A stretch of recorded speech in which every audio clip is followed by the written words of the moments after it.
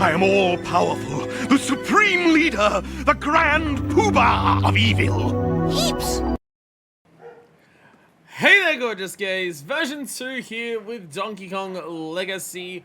We are back. I have utilized the ability of suspend points for Donkey Kong Country 2 so we can continue this with the absolutely absurd amount of lives that we had last time.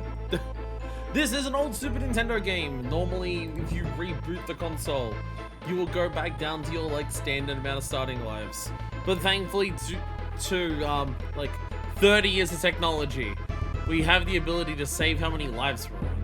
So we're gonna continue into Donkey Kong Country 2 with a shitload of lives.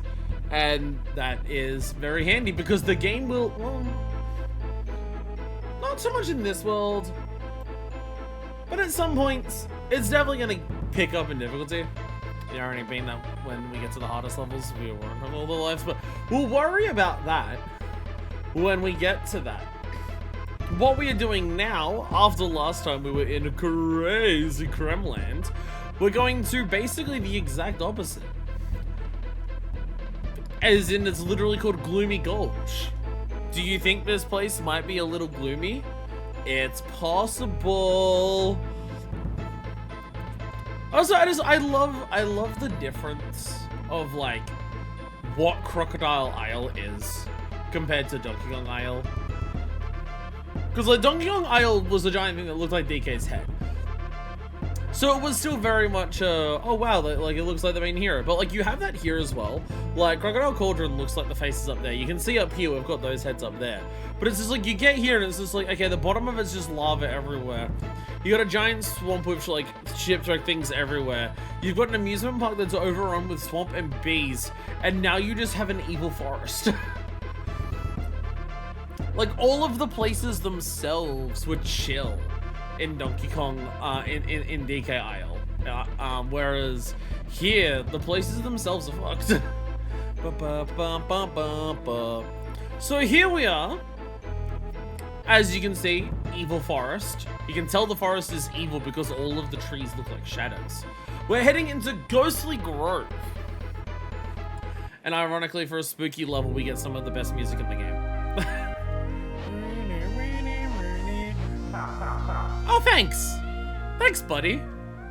Thank you for throwing a very rare backwards-facing bunch of bananas. And giving me also a treasure chest. That's very nice of you. Yeah, if you just... If you just wait a while, you just get rewards.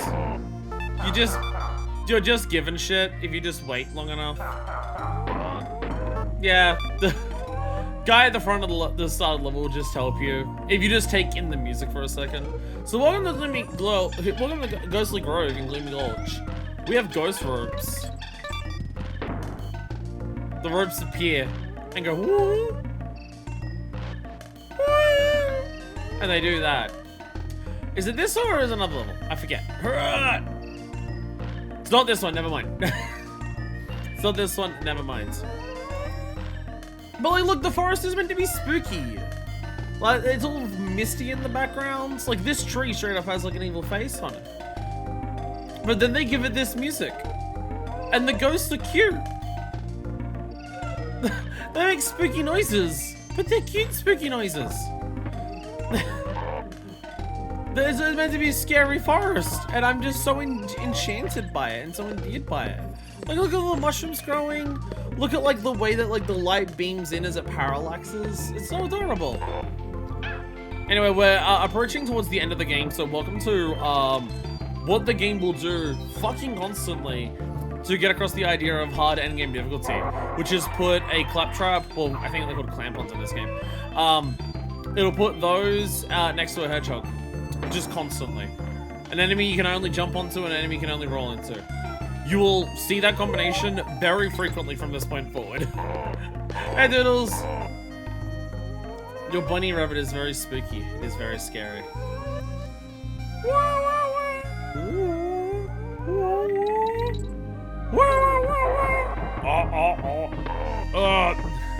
Oh, I think I fucked up, actually. I think I was meant to use that barrel here. but I can also see a thing down there. I don't know. See, this one's disappearing fast, so you gotta be like, oh, there we go. I really need Dixie. I really need Dixie because there's also a thing over here. Oh.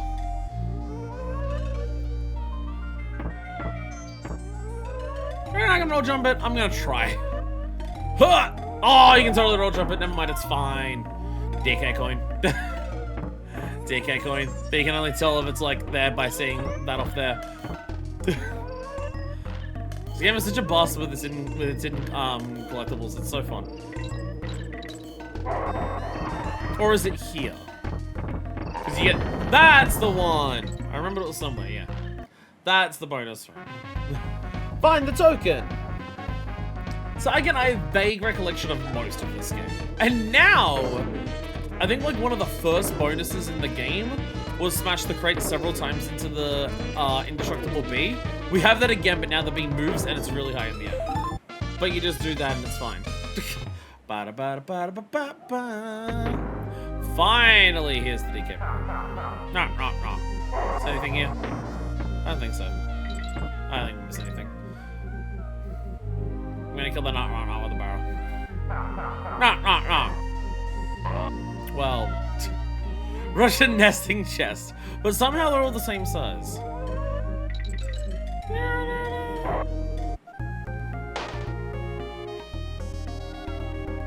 How did literally any of that happen?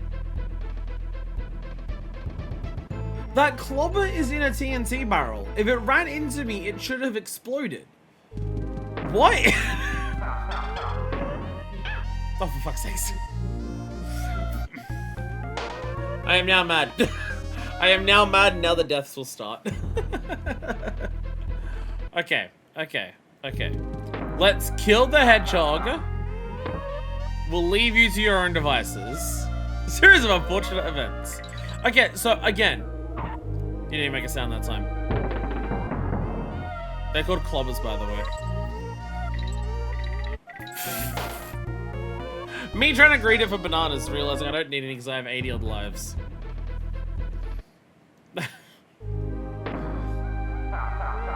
No.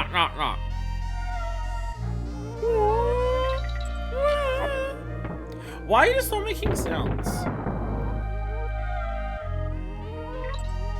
So I know it happens a couple of times in the original version of the game, but I swear every port of Donkey Kong Country games that have happened... Explosions. I swear every port of these games that has happened has had like these little sound glitches just everywhere. Where sounds will just disappear for reasons. Or like sound effects just don't play. Whee! Maybe it's a Super Nintendo thing in general. Fine, so good. Oh shit, they're spearing. Go.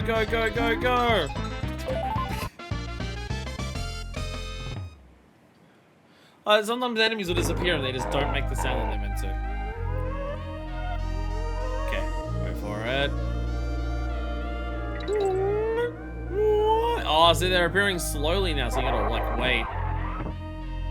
Bam! So yeah, they're the TNT clobbers. Unlike normal clobbers, where if they hit you, they don't kill you. Those ones obviously will. Phone to give you notification, hey Deku! Oh, it's a surprise that I'm actually streaming. I was technically too high and I hit that. This, if you're watching this, like, oh, by the way, there's the G up there. It's a visible G. You go up there. It's highlighted by a little circle. You can't see it, but there's a little circle around it, and that's where the G-spot is. Yeah, I've been meaning to do this episode for a very long time. It's just, as is per the usual for 2026 for me, a lot of stuff's getting in the way of preventing me from streaming as much as I want to. Very irritating. How dare they? Bananas! There we go. Again, there's meant to be spooky forest, so why is it so charming? Hey, Monkey Museum. Hey, Cranky. Give up now, boy. You realize the kids realize you're not as popular as Donkey Kong was. Me? I'm trying to rescue him. And you want me to give up? You think your fancy graphics and sound will work again? I think not. You'll be lucky to sell 10 copies this time.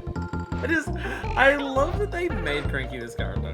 Try your luck. This game will never be as good as DKC, which was rubbish anyway. Just making him this old crook. I hope you bought your Cranky Kong Country last year. I was the one who made it so successful, not that lumbering donkey. I just love that they made this character. Look at all this junk in here. Treat my home like a trash can, they do. No respect for their elders. That's the trouble.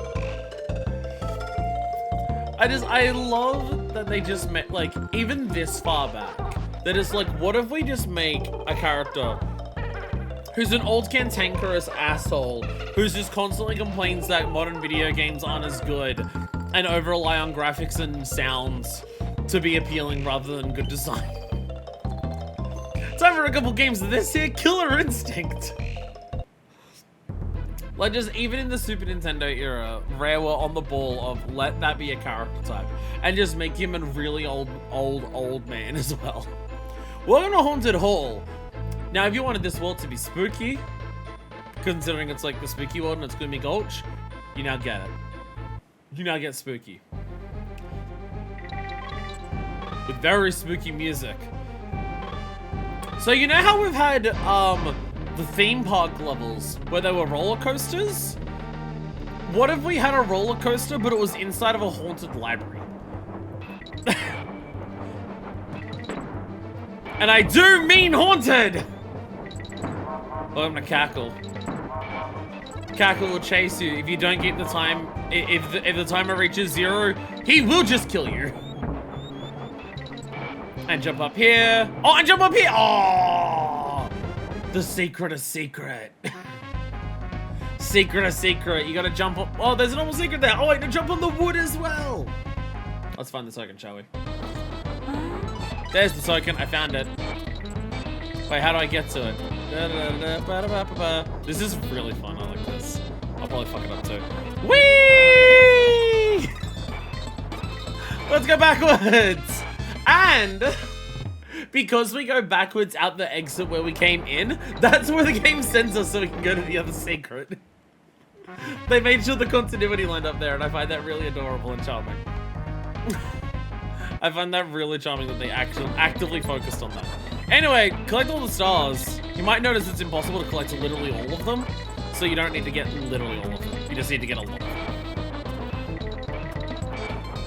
I don't... Will I get enough? Yeah, I'll be fine. There we go. This level, like, when I was younger, trying to get the secrets in this, honestly, even in, like, replays I've had over time, this is one of the levels that I just fucking sucked at so much trying to get all the secrets. So I've practiced this level quite a lot in my life. And so now we have a different color crackle. They, all of the crackles we're going to come across in this level have different color bandanas. And they're going to chase us and kill us. So we gotta get the plus barrels. There's like a German manual book where instead of Crackle, it's meant to be like Mr. X, who's like a military, like, garbed ghost. So this, and now we get this one, they're all minus barrels. There is no way to increase the time, it's only decreasing time barrels. So if you hit, I think, 2, like, you fail? Oh, and see, I fucked up there. I fucked up there, because you meant to fall down. You gotta do a small hop there to get down to the bottom one here. What about Snap and Pop? You can call the other one Snap and Pop. I don't know what you call the fourth one, though. There's 4 here. Snap, Crackle, Pop... Crunch? No, that's not quite the same.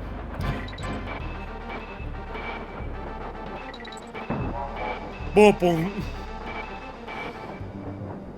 I'd hit 1 minus barrel so you could hear the timer. Keebler. So I hit 1 and I barely made it. See what I mean about this level's like a curse for me?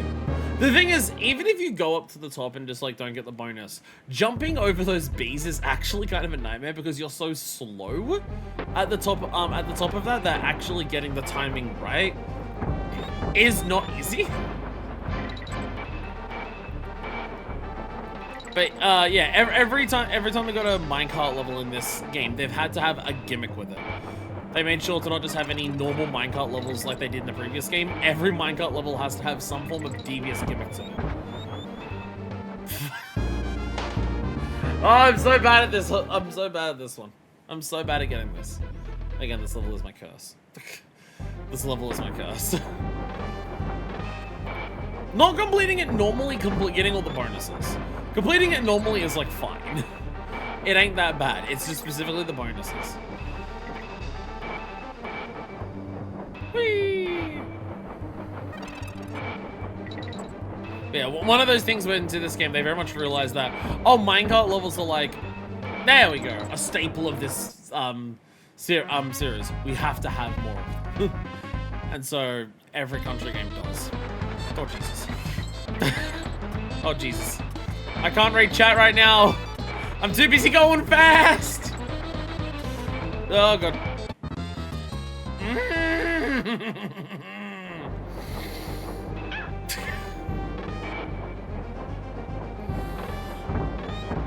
That's the last one.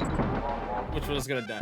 The fourth one's Power show exactly 2 commercials in 1954 and where's the spacesuit? There we go. We find the final one there. He's Pow.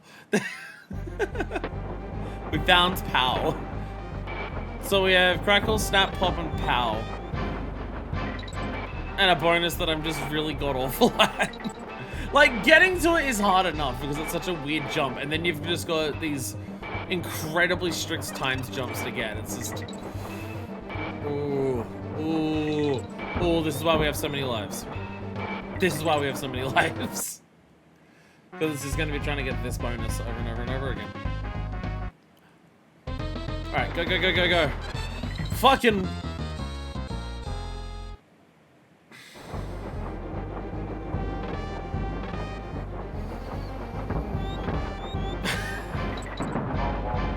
I swear we'll actually do your section of the level at some point, pal. Pal, I swear at some point we'll do it. I swear at some point, pal, we will actually get to your section of the level. I don't know when, but at some point we will, I promise.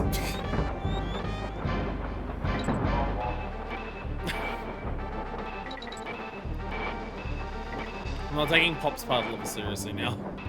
Done it too many times. See? It's fine. It's fine. It's fine. Okay. Don't jump the moment we go down. Wait for the bananas. Thing is, they don't all have bananas for the jumps. So you don't get timings on all of them to, like, guide you.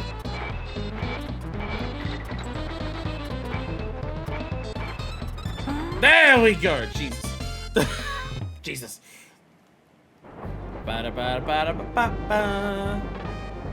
Okay, now we can do Power section level. His gimmick is that he has plus and minuses all over the place. Power's gimmick is that it's both all over the place, often next to each other. There we go.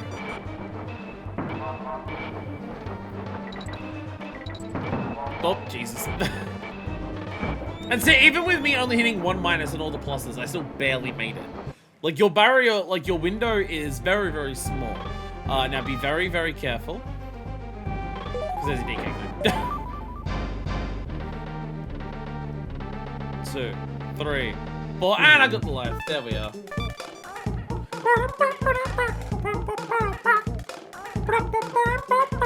Conky Dong! Walking crafts. That's not a Conky Dong.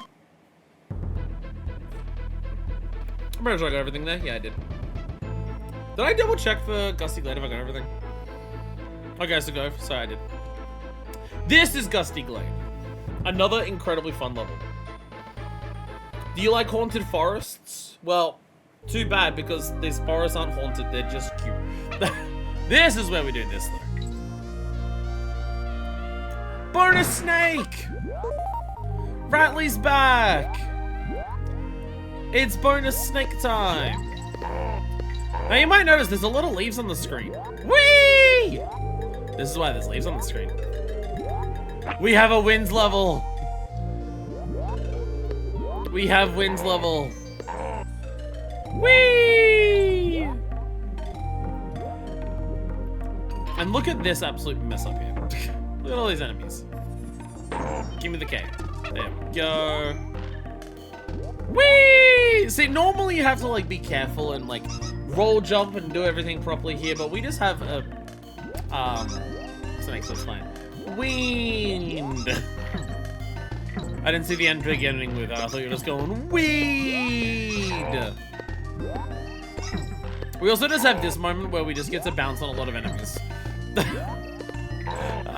I'm not sure. This has nothing to do with the gimmick of the level. They just put a lot of a lot of pillars of a lot of enemies there, and it's just fun. And yeah, dealing with like again the combination. They absolutely love that combination. So this is the part where it's like, wait a minute, what do you mean A? That's a team up attack. Why do you need that? Whoops. This is the hint there's meant to be a snake somewhere. Because they're just like, A. Wait! Did I press X somehow doing that? Did I somehow press X while I did that? I somehow pressed X while I did that super jump. Because that's a jump where you gotta grab onto a hook. And so you're like, wait a minute, how do you get rightly across? Oh, you super jump. When you super jump up high, the wind changes direction. The wind changes direction to push you over. Once you get high enough, that's meant to... Okay. Wind picked up so quickly.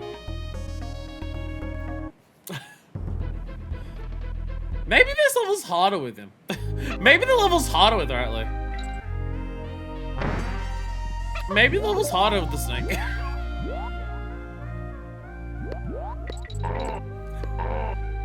Flavors of Golden Ridge. I'm trying to think of what Golden Ridge is.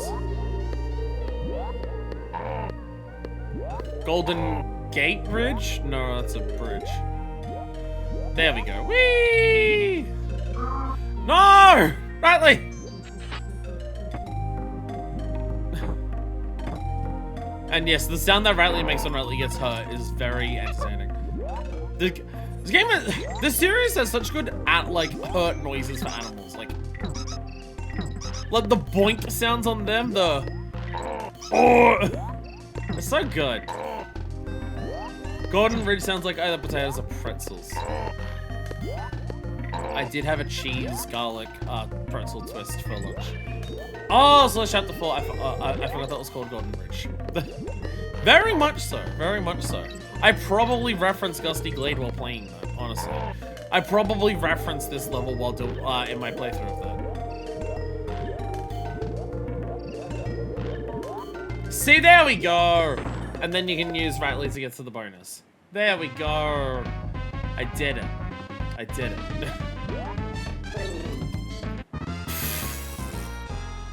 Wait, was that a find the token or destroy them all? Was that a find the token or destroy them all? I forget. I feel like this is just a find. Yeah, it's just a find the token. It's just to find the token, so you just do this. Whee! There you go.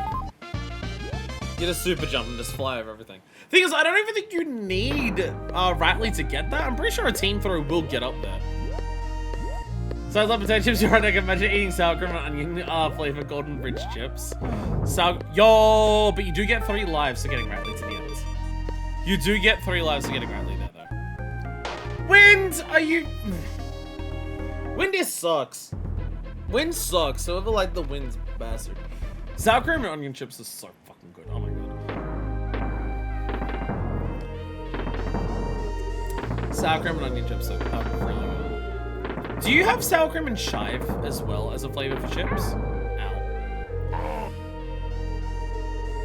Because like depending on the chip brand, some of the chip brands insist on sour cream and onion, and some of them here insist on sour cream and chive. And I gotta say the sour cream and chive ones are pretty fucking goated with the sauce. I'm not gonna lie. Sour cream and chive green waves. Oh my god. Whee! Oh my god. Oh, I fucked up. I broke the wrong one! Alright, chat, we're dying again. Chat, we're dying again. That's the chest that has the cannonball in it. I fucked up again. We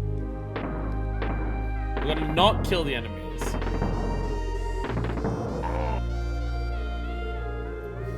We call chives tiny onion herb here. Not really here, no, it's all a sour cream and onion. Oh, sour cream and chive is so good though. Sour cream and chive is so fucking good though. Oh, this is gonna be annoying. JK, no, it won't. There we are.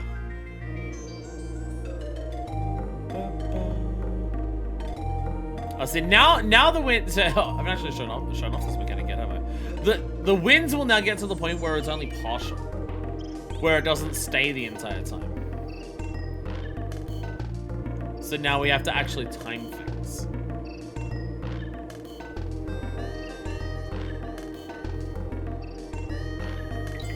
There we go. There we go.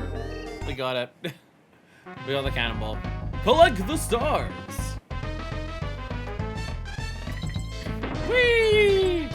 Now we do have to actually collect all of them. Whee! I don't think you die if you fall here. You just gotta climb back up. Yeah, and it wastes time. Especially if you're bad at team fight. Oh my god. Da-da. Okay, come on. Fuck it. There we go. There we go. I redeemed myself. I scraped along the finish line right at the end. And as you can imagine, yes, Dixie does make this level significantly easier. Whee! Be quick before the wind updates. Unfortunately, it doesn't in that bonus one. Oh, Windows update. I getcha. That's the joke that you're going for.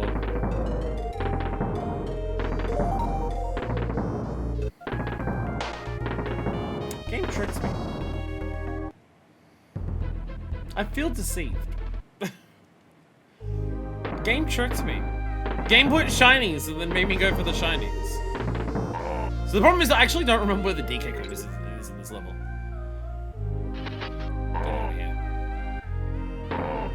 The Deceiver. See, you can also do this now if you don't care about the bonus. You can just do that.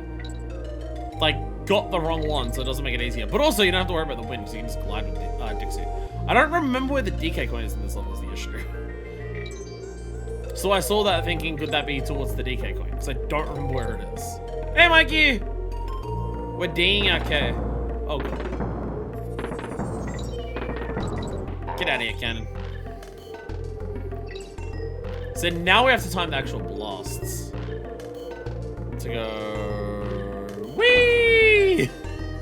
Even when you get it right, it's terrifying because it feels like you could so easily overshoot it.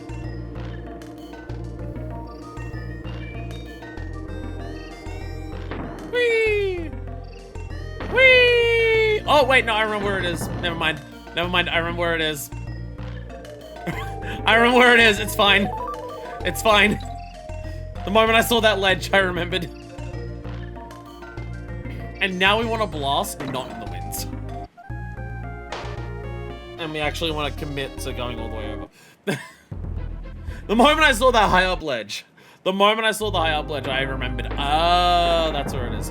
I think if you roll jump well because the wind pushes you, you can get it with Diddy as well. I think that's also how that works, but I could be wrong. Wind! The wind does push you while you're on the ground ever so slightly. So it is one where you should take, like, ledges a little more seriously.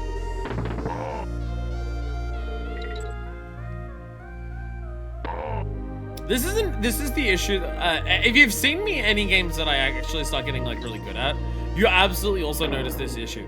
I am a person where once I start getting, like, confident at a game, I start, like, just trying to do shit that, like, without properly lining it up or like, thinking it through, I just fucking go. I just go, like, yeah, my muscle memory will work it through. I know what I'm doing. I don't need to, like, worry about focusing or, like, making sure I get it timed right. I just assume that my instincts will be able to navigate it. And the thing is that my instincts can get it right. Not all the time, though. Also, you can just do that. Hey, Barrel. There is also that guy fires barrels. That guy fires barrels, so you can also jump on the barrel as he's firing it to try and get into that DK coin. But I just did what I just did there. The game is hubris. I'm very, very particularly certain it's that. I don't need the lives. I don't need the lives. But I do need to save my game at Kong College. You're looking a little weird here. Would you like to save your game? And remember, you can't press B to immediately exit. Famous last words. Come back if you got any problems now. Now, are you ready for one of the coolest conceptual levels in the game? Also trying to remember where the fuck the bonus is in this. It is difficult. Parrot Shoot Panic. We have another honey level. Kong College is the institution of Mushroom University. Yeah, but no one takes the degree seriously, so even if you get a degree from Kong College, you probably won't actually get accepted anywhere, because people are just like, oh, it's a fake one. They're racist to monkeys. I've already fucked up. The DK coin's literally up there, isn't it? I've literally already fucked up. That's where the DK coin is. The DK coin is you have to glide over to that side with Dixie. Anyway, so, hey look! It's our old friend Squawks. But this one's dropped an S. This is Quarks. Now, what's Quarks' gimmick, you might ask? Why do we have Squawks in this game and we also have Quarks in this game? Well, it's because 1, Quarks can't spit eggs. 2, Quarks can't fly.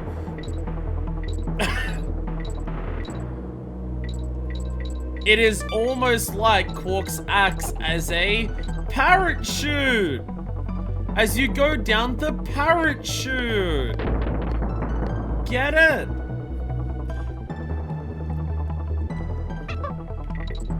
Oh, is this the bar? That's the Rareware logo. That's the Rareware. Is this the skip? Oh no, this is just the K. Okay. Come on, he can fly. He just can't hold the weight of 2 monkeys. If that was the Rareware logo, that's just how you get the K. It feels like a bonus room. It's not. There we go. So yeah, basically this level is just fly down, avoid the shitload of bees, fly down slowly. You can hold up to really slow your descent. But yeah. Just another one of those things where, there we go. And now we just get off early, and there's a bonus, an actual bonus this time. Trying to find all of the bonuses in this level for the first time is a nightmare. It's a fucking nightmare if you don't know where they are. Oh my god, look! Actual Squawks! It's actual Squawks! And he can fly! I hope you've had enough of actual Squawks, because he's immediately gonna get killed by this no Squawk sign. Alright, back to Quarks. Back to Captain Quark. Let's go.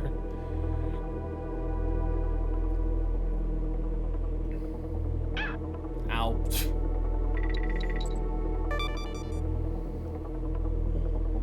Whee. And that is the sign that he's about to drop your ass. Not only can he not fly down with you for very long, he also just can't hold you in general for very long. So he will just drop you eventually. He'll let you know, nope, I'm done. I can no longer hold your fat ass. You're on your own. And then he'll, and then, yeah.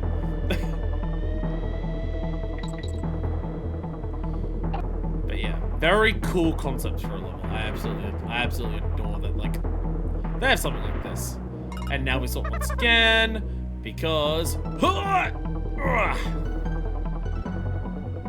level really wants you to have Dixie.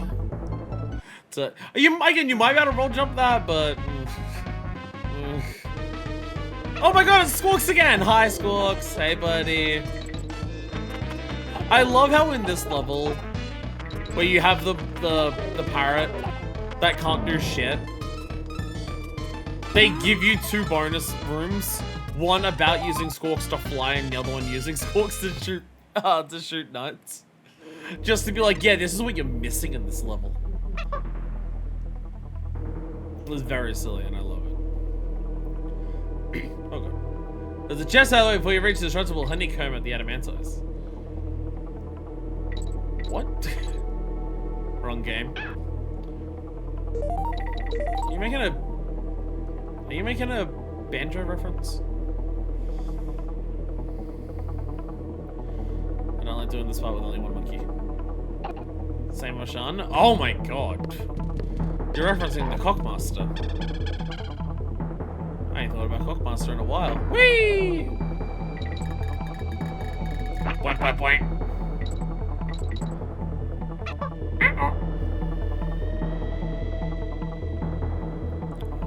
Navigate. Navigate.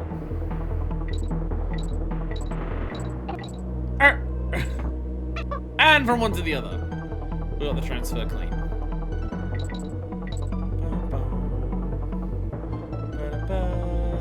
Go fast! No!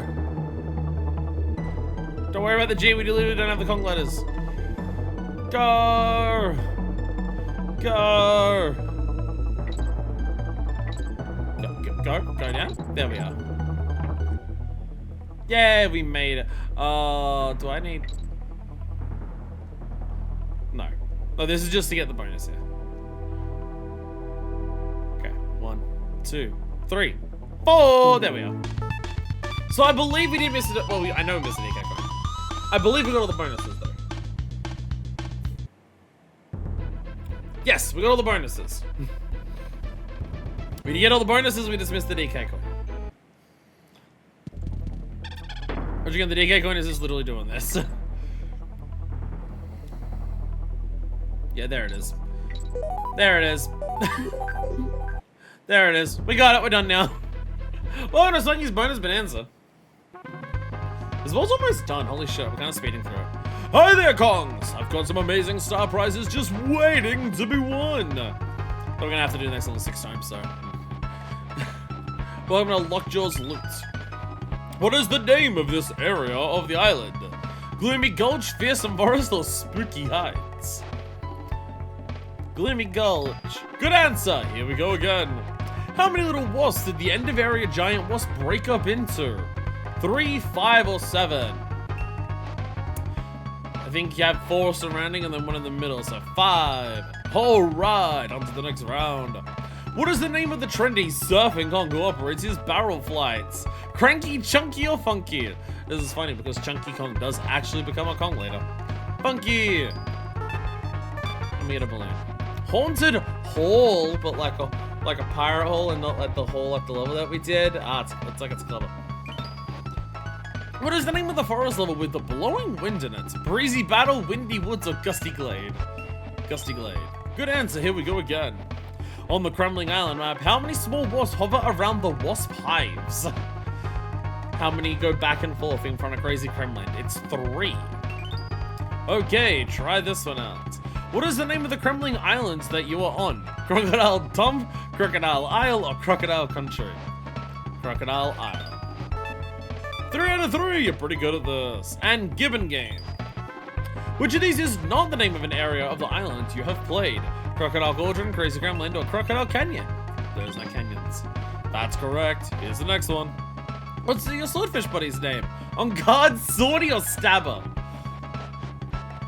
So if you wanted to be an evil in a video game trivia game, you could ask, which game is Chunky Kong first mentioned? In which game is Chunky Kong first mentioned? Actually, DKC2. Ta-da! On guard! You clever little monkey. Now listen carefully. How many world map globes are there on the shelves in Kong College? 2, 1, or 0? 2? Hey! That's a brutal question if I've ever heard one. I love it. Again, some of the questions are just, hey, pay attention to the weird little surroundings. I love that. Until the next time on Swanky's Bonus Bonanza. But not Bonanza. Like, don't get me wrong, I really am enjoying doing the Legacy, even though we're like super early into it, because, you know, ever since I started it, the curse has overtaken my life, so I've been barely able to stream. If there's something that doing the Legacy is definitely going to do, it means it's going to be fucking forever until I can actually play Bonanza. It does mean it's a very long time until I can play Bonanza. That is one unfortunate aspect. Anyway, welcome to the most evil level in the entire game. Just stop being cursed. I will try. I will try. Welcome to the most evil level in the game. Is it the hardest? No. Is it the most evil? Yes. You will see why. Oh, but it's all like Misty, the Cursed Forest level this time. Still not that then.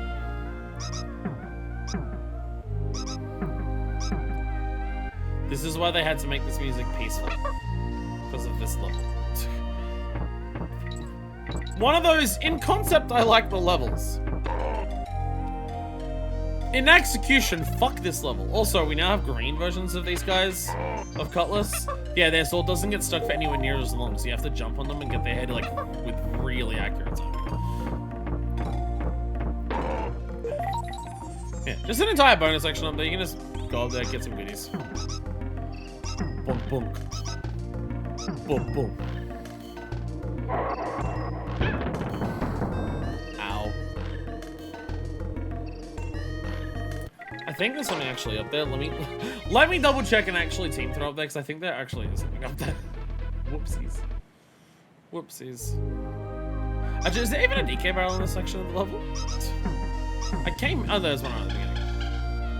Yeah, you can just go down here if you don't want to get all the goodies up there. But yeah.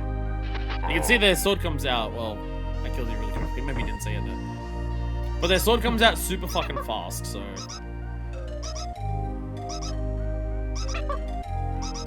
There we go. There we go. Also 2 extra lives. I forget if this is a bonus up here or not. No, it's just to that. Never mind.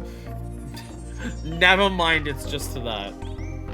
Anyway, the level's called Web Woods. You might be wondering where the web is. Here it is. Squitter time. It's the Squitter level. This is Rattle Battle, but for Squitter.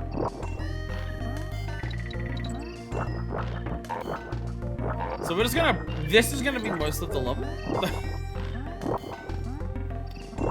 Most of the level will be us mashing this button to kill every enemy before they even on screen properly. Now you might be wondering, is this why this level's evil? Because they'll give you several bottomless pits that you have to web over? No. No, you will see. I like the concept of this level. Unfortunately, they realized that Squitter is a character that lets you just go wherever the fuck you want. They didn't have a ton of ways to test, make this very challenging.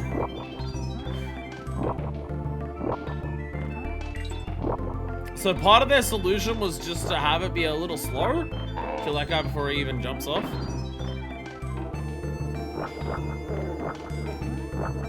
So you might notice that this is going to be the slowest level in the game. Now this does lean into why it's the most evil level of the game. But it's not the entire reason why. And just as for reference, you can hold up, you can move up and down to aim your shots, your gloobs, you can do that. I'm pressing the button to activate the gloob when I want to for the platform. So you get like a lot of control over which ways you move. You don't have to like worry about, oh, I'm gonna jump and then like shoot things at the right time. You know, you can just kind of aim wherever the fuck you want.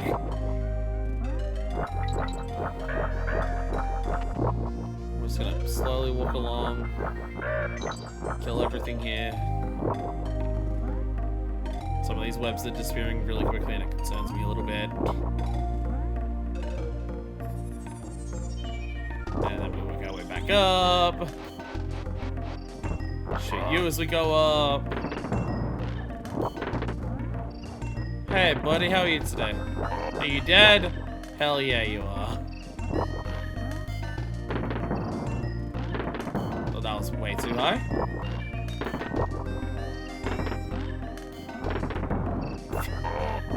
go.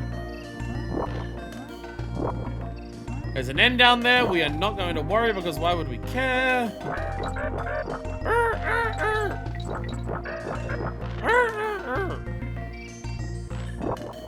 Going across the ledge. We want to kill absolutely every single one of these birds as we do this. Fucking Christ. Web, I swear to God. Okay, well. We'll just have to be very careful. There's an arrow down there pointing to the other side. Do you want to know why? This is why.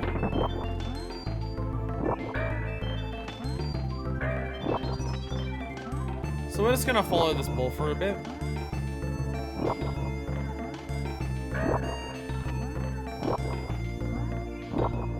Just gonna follow this ball for a bit. It's a bonus! We found the bonus! We just had to follow the ball for a bit. Find the token. Oh, I wish I could tell you that we found the reason why this is the most lethal level in the game yet. Oh, I wish I could tell you that we have come across that. Oh, how I wish.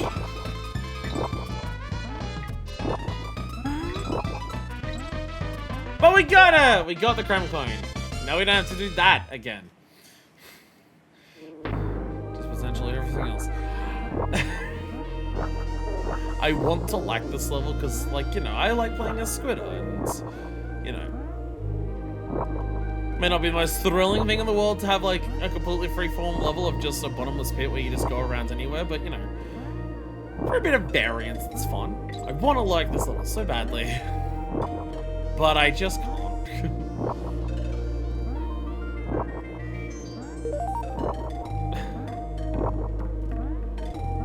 Oh, look! It's another arrow! See the arrow pointing there?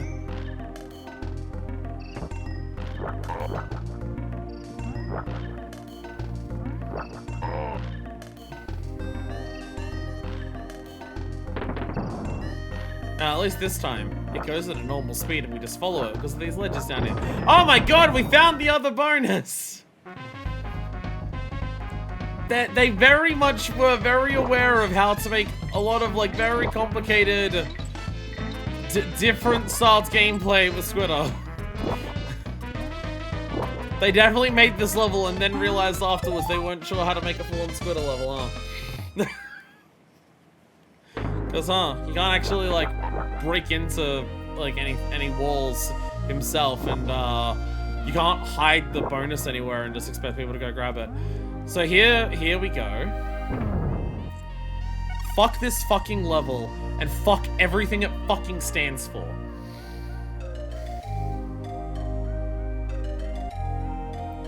Fuck this fucking level.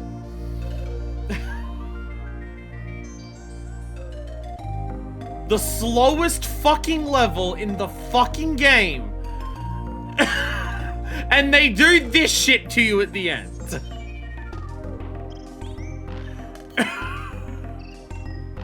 They deliberately do this at the end of the slowest fucking level.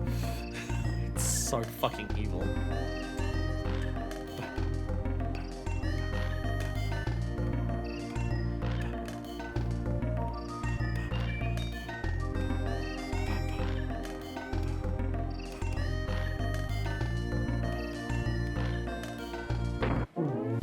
Fucking hell.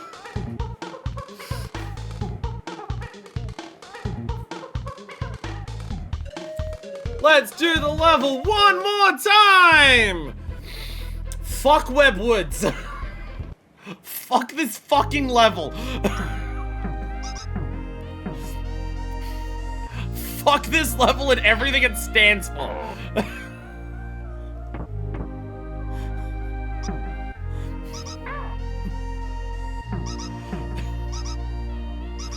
Genuinely crafted with malice and spite, I swear to fucking God.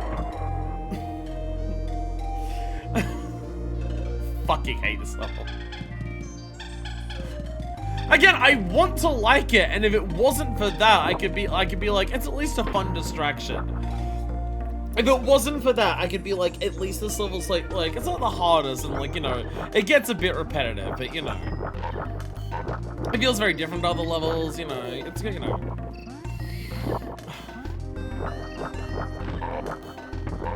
But it's just like the nature of this level. It is like anti-speedrun. Okay, it's like anti-speedrunnable. I mean, like, obviously you can go fast, but like, no matter what you do, there is a certain speed that you have to kind of go at for this entire level. And at its fastest, it's still gonna be like slower than nearly off the fucking level on the fucking ground.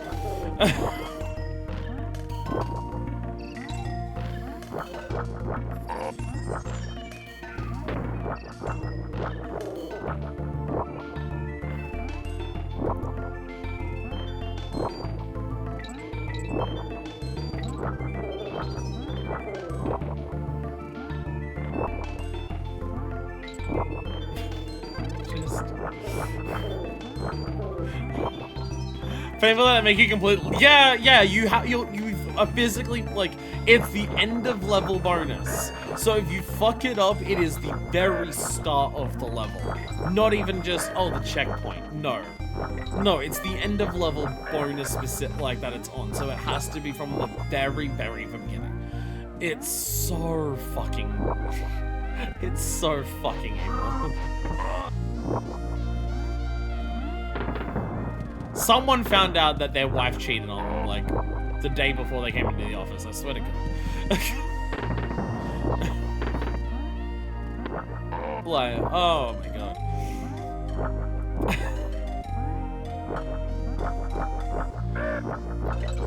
The thing is, I love Donkey Kong Country 2. Like, out of the original Donkey Kong Country trilogy, this is definitely my favorite game overall. Absolutely. No question about it.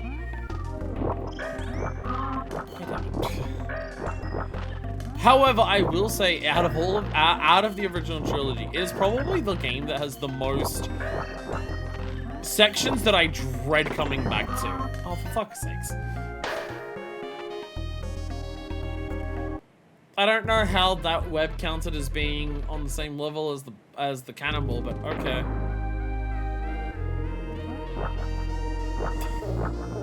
I don't know how that counted, but okay.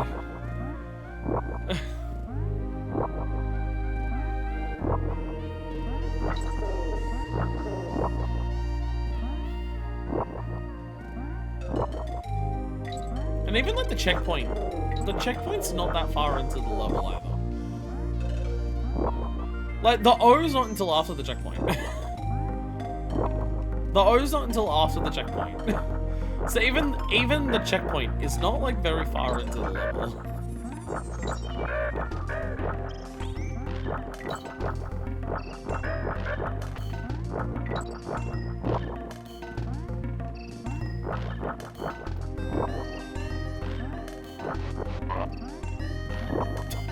Kill them at the right time so they can actually ever come back.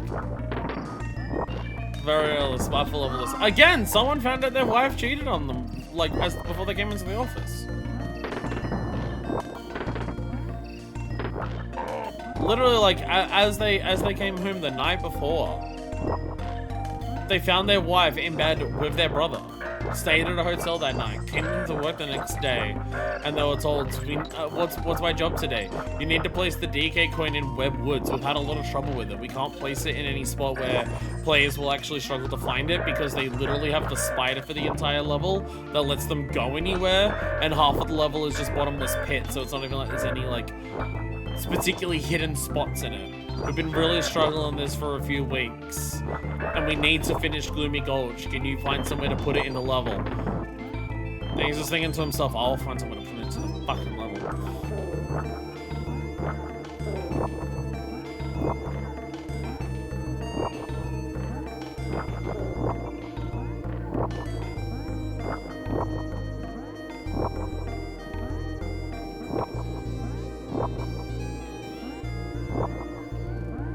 This fucking level.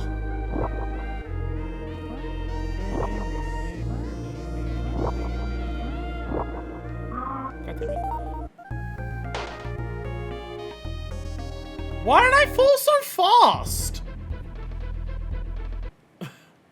Why did I fall so quickly? What? That jump didn't feel like I got a normal jump.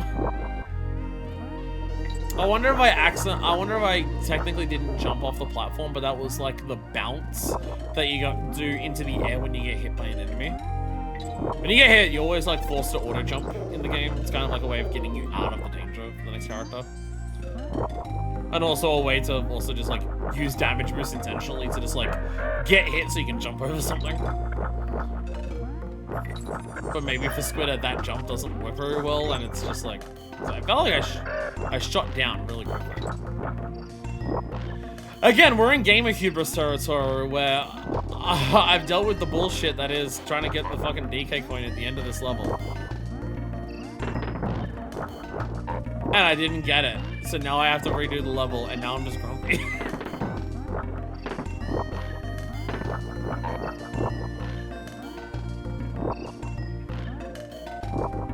Remember when I said we're going through this world fast? Yeah, it turns out half of the world length is specifically Webwood, so we weren't actually on that.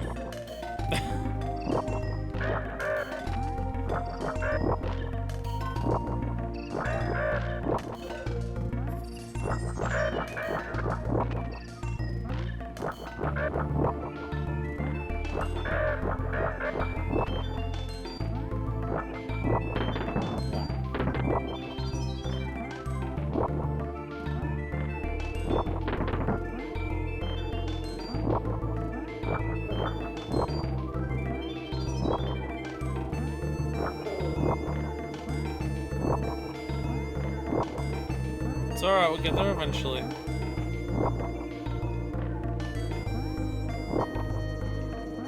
And this isn't the level in the game that I'm the worst at.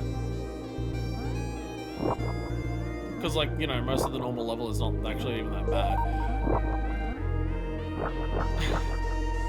But it's just like, every time I think about 100% completing this game, there's always that moment of just like, oh, but I have to do Webwoods again, don't I?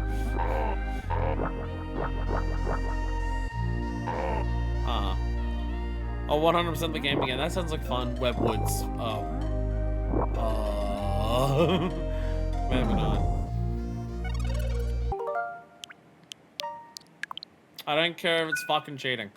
I don't care if it's cheating. I've done this too many times in my life to give a shit anymore about specifically this one. I have gotten this fucking DK coin like 8 or 9 or 10 times in my life. I don't care anymore. Never mind, I didn't have to do it anyways. There we go! There we go! Fuck Webwoods!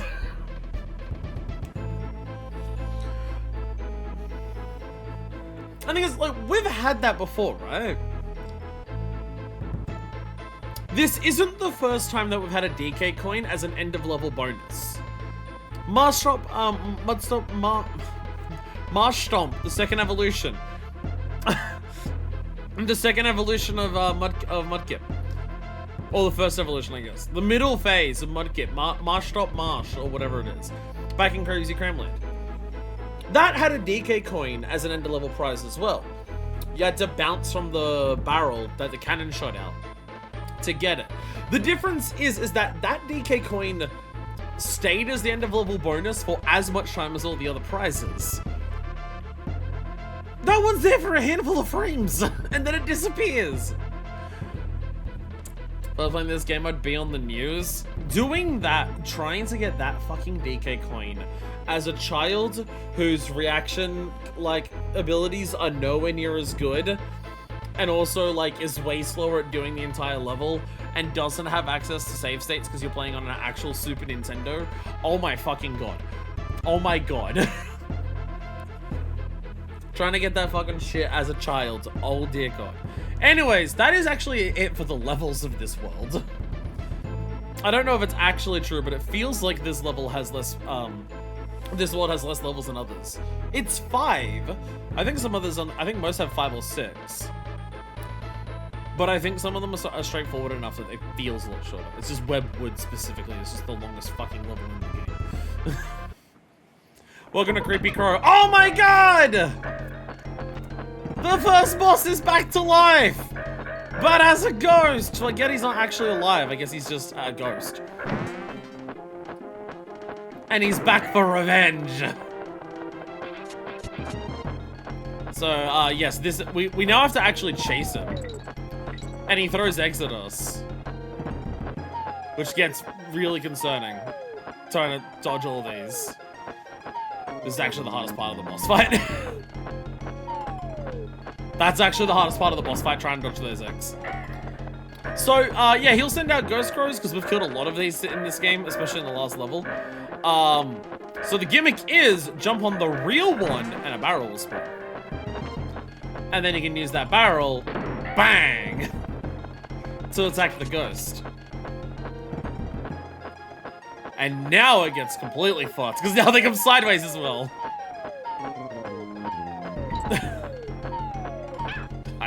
I always get hit on that one. That one is, yeah.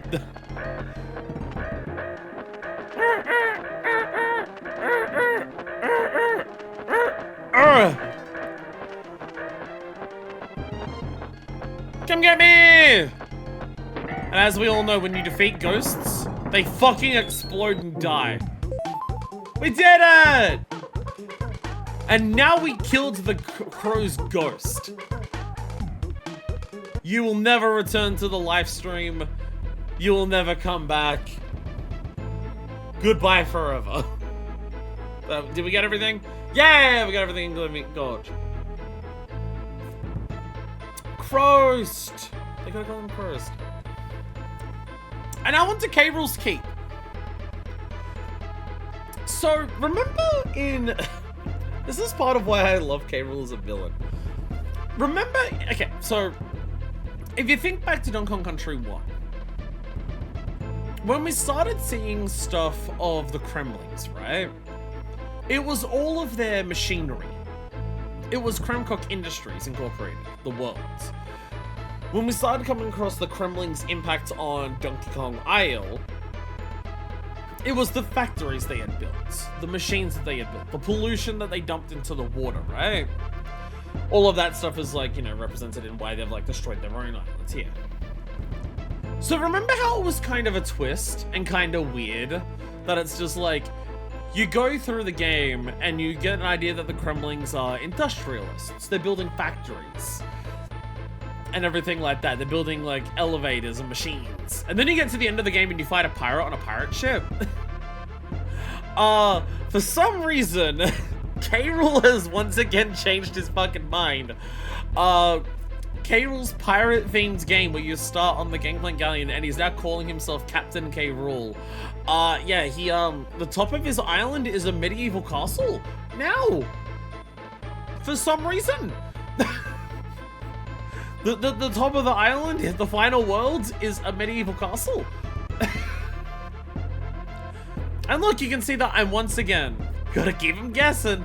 And once again, to get a contrast of the difference, we have another world where you can see DK Island in the background. And also, of course, as we expect, the first level inside the medieval castle is Arctic Abyss. A cold water level. Of course. Of course, the first level in the medieval castle is a cold water level. Don't actually know if you can make those, did you? No, you can.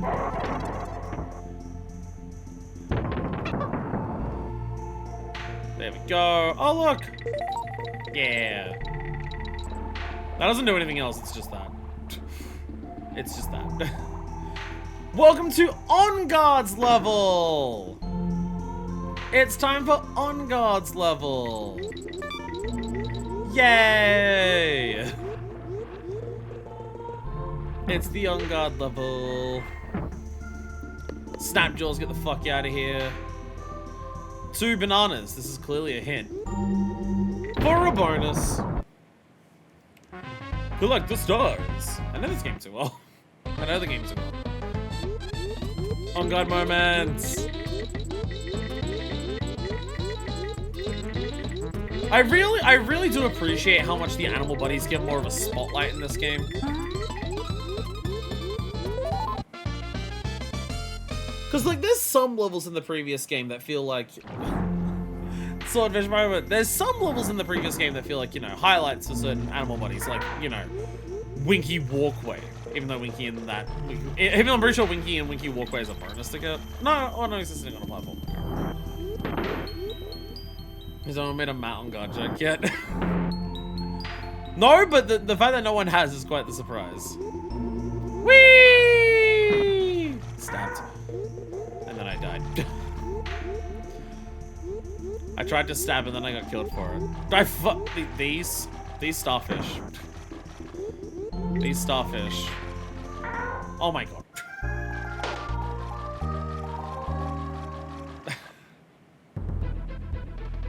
Boo! There we go. I made it. Yeah, I don't think there's anything... My brain always says there's meant to be like something here. It's like, oh, you gotta find a secret here, but no, there's not.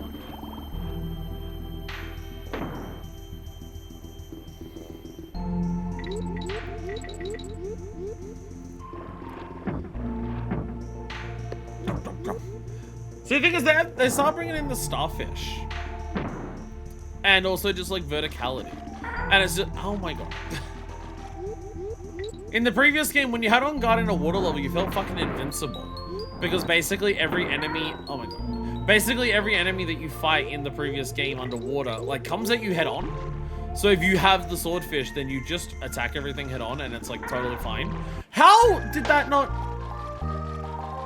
What is the hitbox of my pokies to hit you?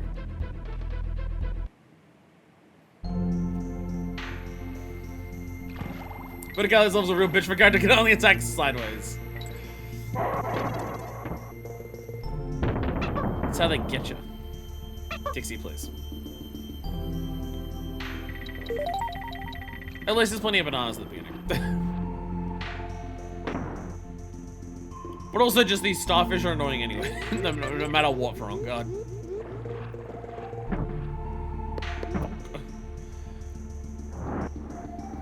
Because you feel fucking invincible when you have On Guard in DKC 1. But the nature of water levels in this game, like, you feel like you have a chance to attack with On Guard, not that you're invincible.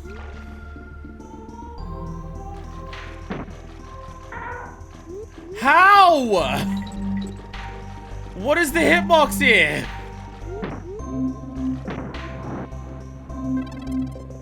What is the hitbox here?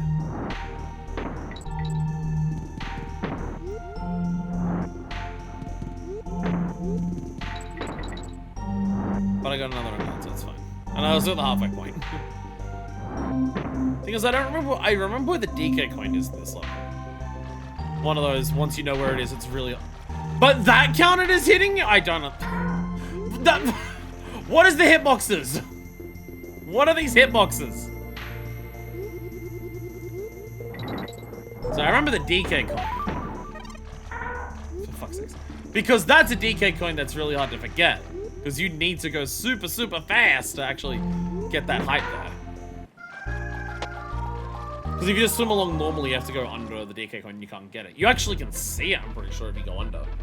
So it's one of those, you see it, like, just going through the level normally, and then just realize, oh, that's what I have to do. But now that I got it, I can show it off this time. I forget where the bonuses are. Because I want to say it's another wall like the one that we had before. Where we're going to supercharge into it, but I don't actually remember. Yeah, see, if you go normally, you'd end up down here. Which is also more dangerous. How? So you can actually see it. Oh my god. Never mind, I'm just going to do the shortcut again because it's easier. You can literally see the DK coin there, so you realize immediately how you're meant to get it.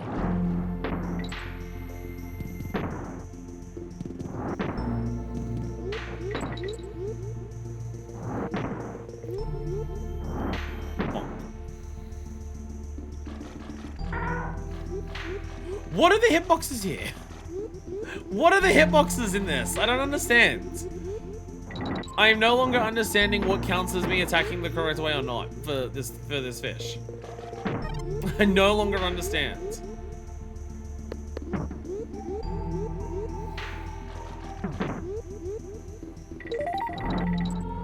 I do not understand what counts as the right way or what doesn't.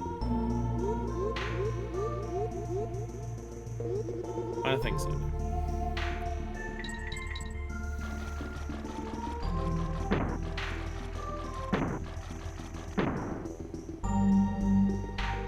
Hey, look!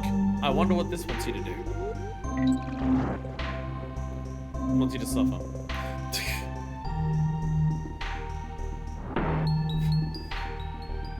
Oh, that's what it is. I remember. Ah, and it goes back up. There's the G. It tricks you. I don't think it's here. Look what the G is. I really don't remember what the last thing is for this level.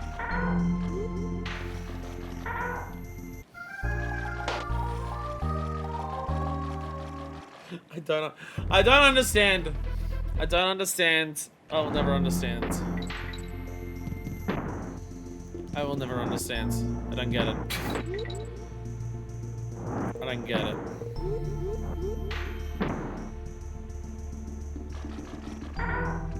How? How does the sword hitting you not count sometimes? But like hitting you with the dorsal fin counts. Seems like it works when it wants to. What it feels like too.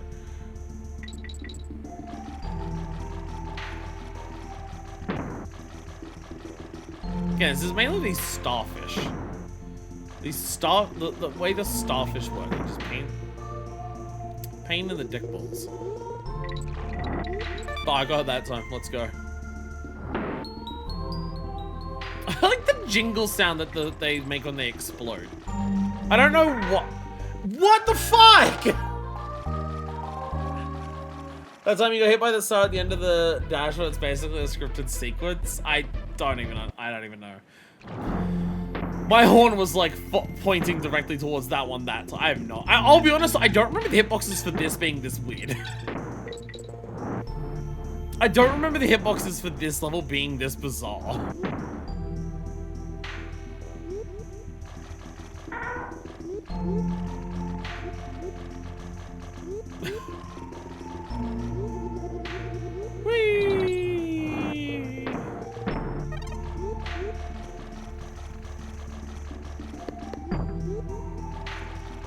Is there like a known thing about like this version of the game having wonky hitboxes? Or what the fuck? Or is it a case of just like, I've not played this game in so long that I've forgotten that some of the things in it have wonky hitboxes the way that they do? Cause like, again, there was also just like hitting the fucking cannonball in like Web Woods. Where like the web was seemingly very above it.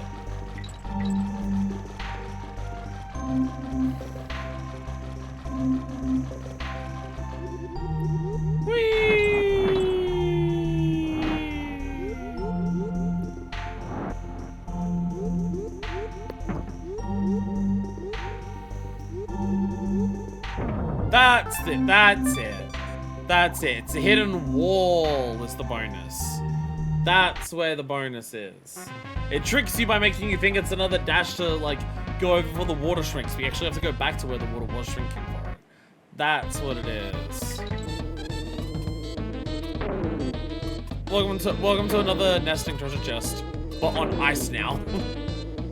So it's about 10 times more terrifying.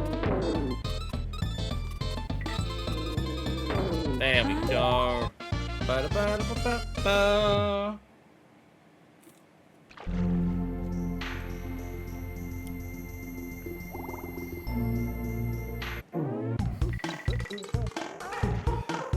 Yeah, hitting the end of level target while you're in the water at any speed seems to count as like hitting the bonus for it. That's how that works. Cranky! Just because DKC sold a few last copies, I have to be included in another ludicrous adventure. It's the last time I tell you. Go ahead, test my amazing knowledge. I'm leaving. That's enough help for now. I need some rest. But you didn't do anything. Oh, also, for some reason, Clobbers Kiosk in this level. Sorry, in this world. Clobbers Kiosk in this world, for some reason, is back on DK Isle. I don't know why, but Clobbers Kiosk is back on DK Isle.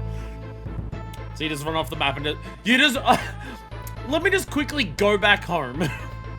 Oh, wait, I'm done over there. Let me just quickly run up the entire island again. Welcome to Windy Well.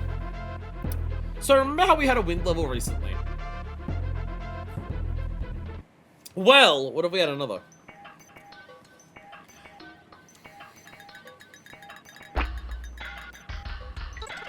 Okay. Is this more Golden Ridge? Kind of.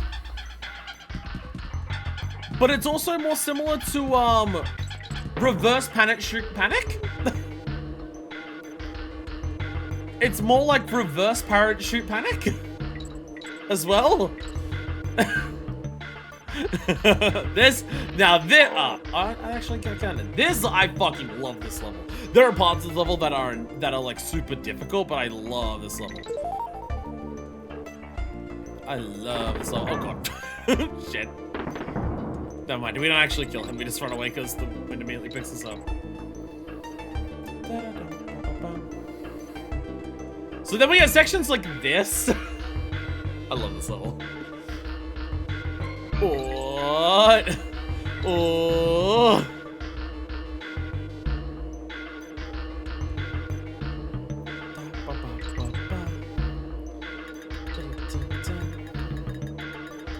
Thing is, I remember the vibe of what the secrets are in this level are, but I don't remember exactly where they are. Oh, throw it. And speed up past it. There we go.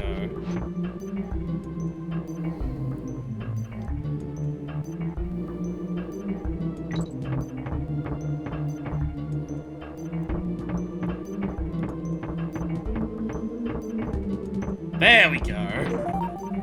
There we go. Remember where one of them was. Remember what one of the bonuses was at least. Destroy them all.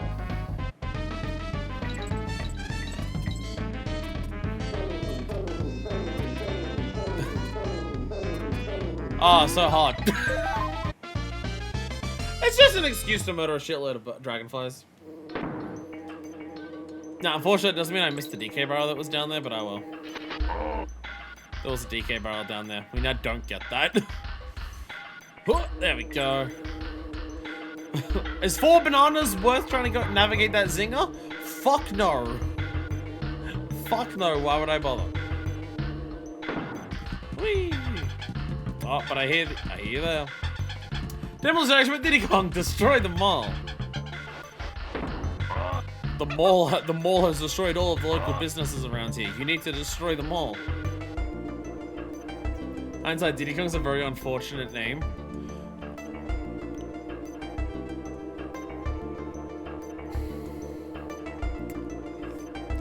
The thing is that, so the intros being songs from the the Donkey Kong Country TV show. There's a song that I really want to use as one of the intro songs.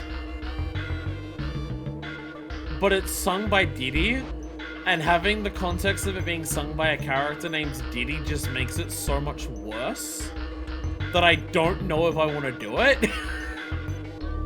Because it's already bad enough, and that's why I want to include it. Which also means I can't mention it here, spoilers. No, never mind. This is why we have 86 lives. You gotta experiment with them sometimes to see if you can find where the secrets are.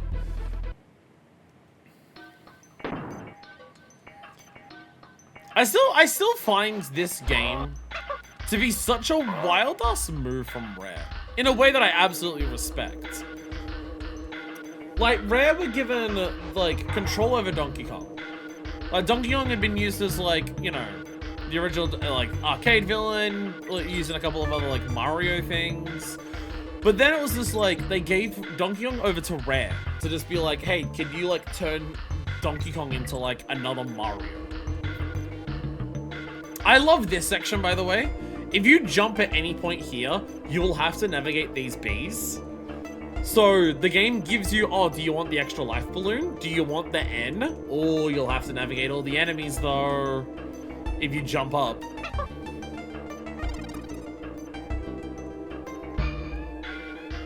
Or I can say fuck you. I can also say fuck you. I can also say that.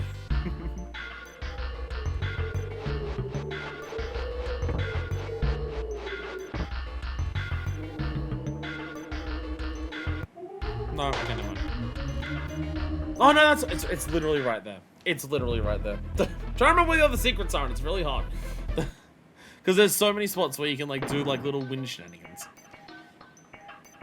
But yeah, again, just the fact that they like Nintendo gave Donkey Kong over to Rare to be like, hey, do this, make this a character, and make this a world, make this a thing. And then they did that, and they did it like Super and Donkey Kong Country, and it was received amazingly. The fact that their next game was immediately, let's make DK no longer the playable character in the second game is still absolutely wild to me. Like, I'm honestly shocked they were allowed to do it and that they got away with it. I'm shocked they got away with just being like, what if in the second game, DK is no longer playable?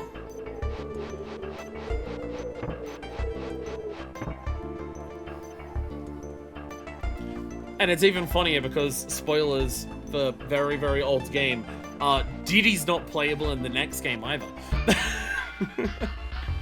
Spoilers for DKC 3 that you'll see at the literal beginning of the game. Diddy's not playable in 3 either. And it's not like Donkey Kong comes back either. Anyway. There's the DK coin. So that one you have to hold down the entire way. You can't duck in between all of those bees. The wind pushes you through the platform. So that one you do have to ride over the entire way. Just holding down. Again, another one of those cases of you'll see the DK coin here and immediately realize how to get it, but... I get you.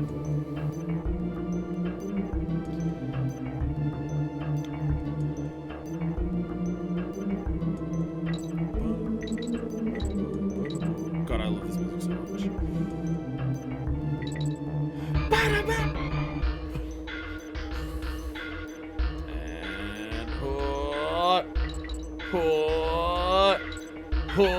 Ow. So the problem is I know there's still at least one more bonus in this level, and I don't remember where that is. I don't remember where the next bonus is in this level. Because my brain is saying, oh, you gotta get past one of these and it's behind them. But then I'm just like, wait a minute, wasn't that Squawk Shaft? In a way, isn't it in keeping with the original DK games? It is! Donkey Kong's not playable in the first game that is called Donkey Kong. So on, okay, no, never mind, I immediately remember where it is. I immediately remember where the last one is. Oh, shit. Huh? Clobber, come back. I need you. First game primarily features Donkey Kong, second game is being adds to new players, less a monkey. That is true. It is kind of keeping in with the spirit. In the 3 Donkey Kong games, you never play as Donkey Kong himself. He's the villain in 2, and the kidnapped person that you play as Donkey Kong Jr. in another. Anyway, welcome Squawks again.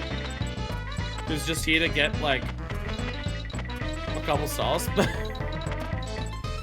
There we are.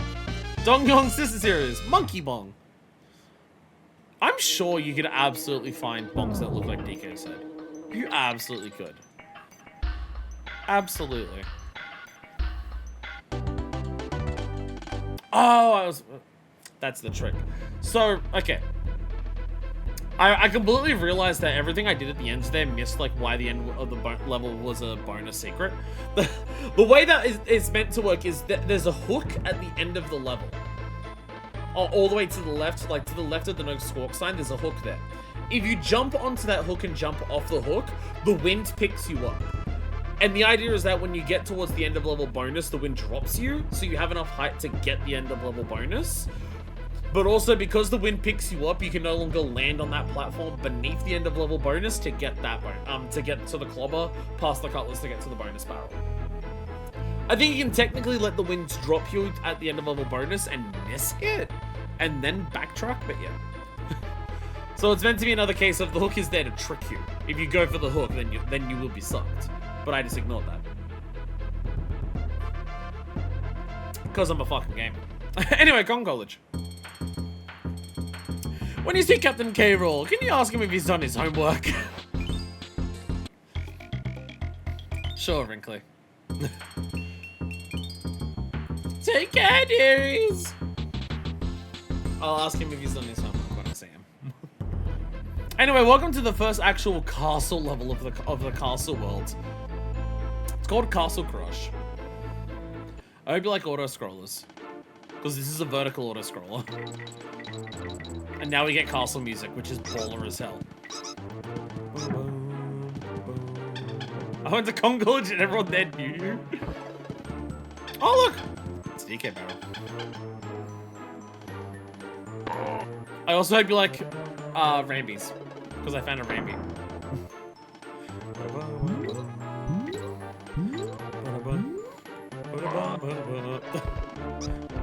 I don't know where that crumbling was, but it died.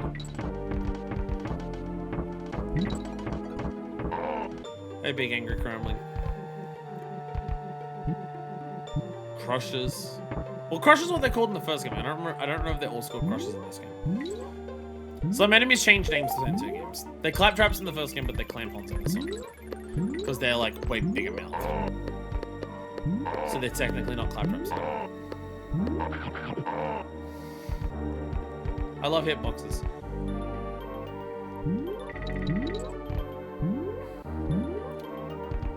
Donkulus dog! What's up, Scribbles?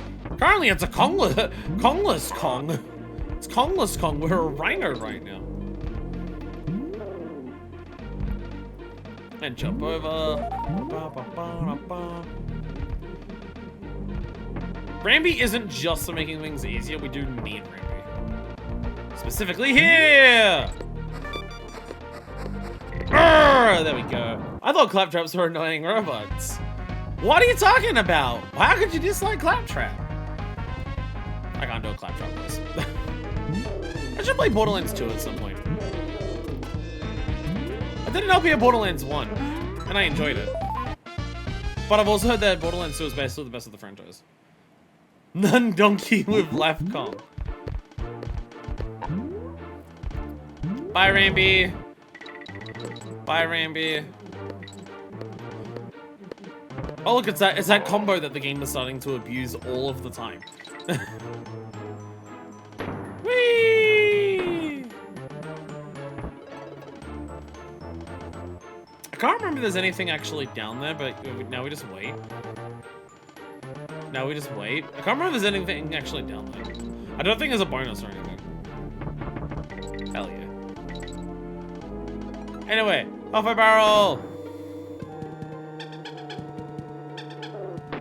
I hope you like invisible walls because we've also got squawks. And now we're racing! Now we're racing the closing of the level. Oh shit, I got hit. Fuck Christ. I don't remember how fast you have to be for this. Decently fast, but I can't remember how fast. We are very much getting to the point where the game's invisible walls are starting to get a little absurd. I mean, we already did that in Bramble Scramble, but, you know, even more so. Because you're now having invisible walls while you're on, like, a time limit, of when that invisible wall's, like, even reachable and on screen. DK Kong! There we go. That's why we needed that. Because there's no way you can get into that pit without it. And then also... bonus level! So Squawks is used for two things here. Fine, the token.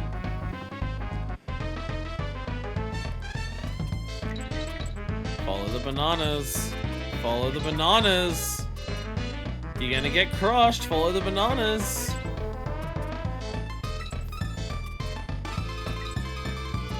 I mean, you technically don't have to, like, if there's a path, it's always a path, you don't need the bananas, but then... there we go. But we made it, and we survived. Yay. We did a big heck and survive. See, they love this combo so much. They love the combo of Hedgehog and Clampon.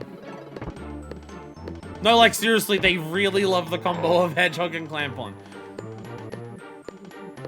Like they really like the combo of Hedgehog and Clampon. They think it's a really tough challenge for players to overcome. Dixie, you right there? She's scared about the Hedgehog Clampon combo. I can't remember what the actual Hedgehog name is. It's not Hedgehog, I don't think. Ow. And just immediately we can hear the barrel.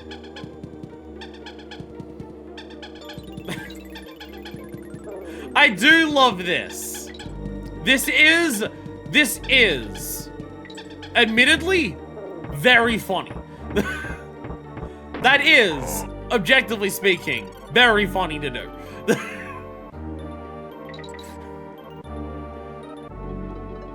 Fuck these guys, though.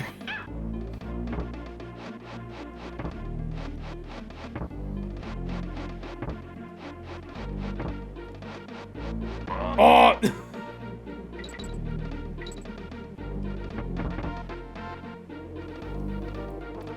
And now it's a harder version of that last segment, but now the bees are even further away. So it's like even easier to dodge. I don't get it either. You had to actually navigate the bees because they took up the entire thing before, but this I can just dodge them. Like they really think it's a hard combination for you to overcome.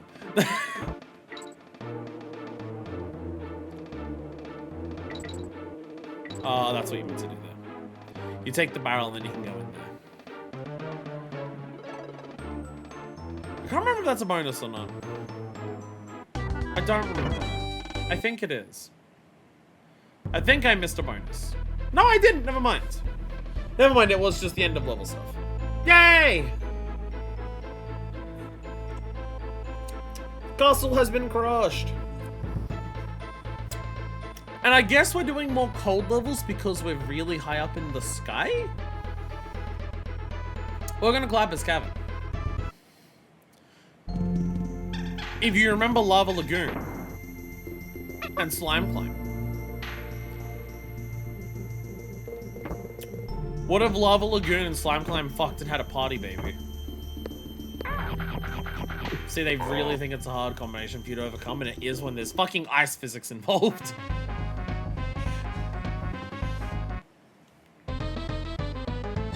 And now it's just don't slip off the platforms. Now it's just don't slide off the platform. For the bonus. Ah, I already fucked up.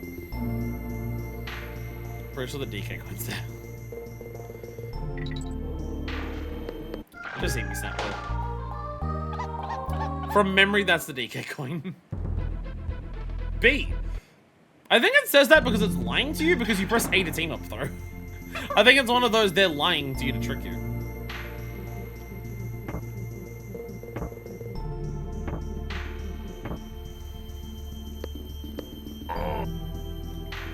And how they put the A in the windy level where it's just like, why do you want me to press A? Oh, it's if I hit the snake.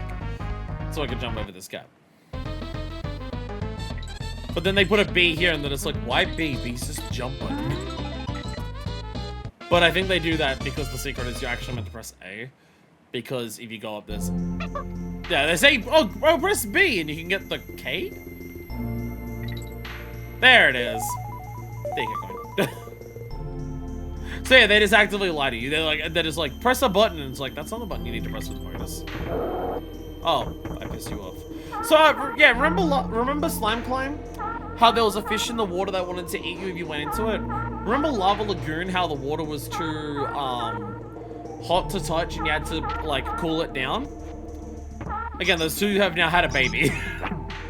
Whoops. We now freeze the water so we can get across it before Snapjaw eats us.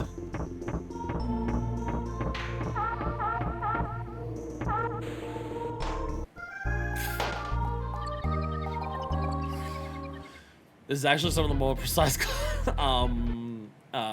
shit in the game in terms of platforming. But the stuff they ask you to do.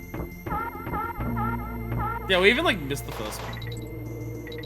Oh, for fuck's sakes.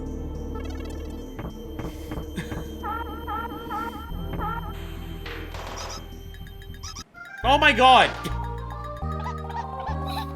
How am I not landing on things? Ugh.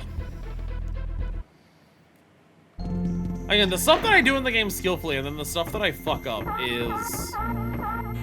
Again, what's that? It's the game of hubris. Anyway, slide. Because who needs K's? Freeze! Oh, see, I could have slid there for a banana coin. So the thing is, they put the banana coin there to teach you, hey, you can slide. Because you literally require it in the next immediate section. And then for some reason, Snapjaw goes away and it becomes an on-guard level for a second. I don't get it either. for some reason, just in the middle of the level, it becomes an on-guard level again. I don't understand it either. On guard, no! It's on guard's Nemesis. Fucking starfish.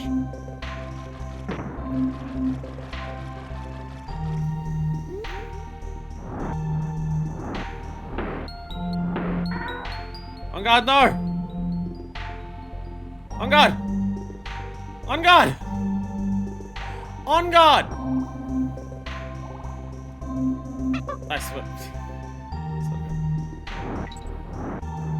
There we go. Bonk. There was a banana in front of a wall. You should have known that was a secret. There was a banana in front of the wall. It was pretty obvious.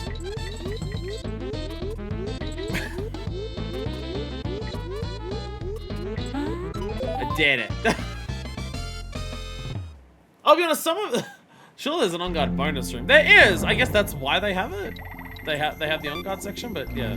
It's a little weird. Because, like, where's Snapjaw? Unless the idea is Snapjaw runs away. Because Snapjaw can't fight on guard. Because now Snapjaw's back. Meow.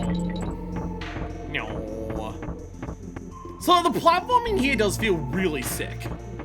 Some of this platforming does feel incredibly dope. Oh, also now it's actually slime climb again. And they actually give you a little slime climb section there where it's just like, oh, hey, have I got that K? That's it.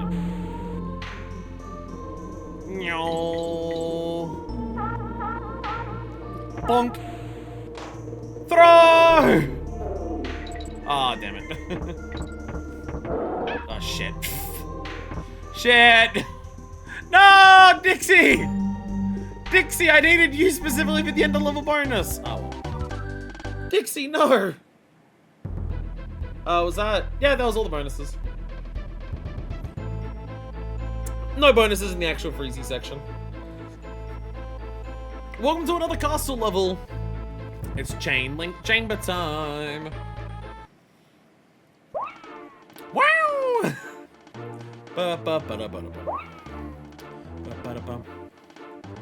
It is now a level all about climbing. Welcome back. Welcome Main Brace Mayhem Extreme Edition. Okay. So now we got the castle aesthetic, but it's all about rope climbing.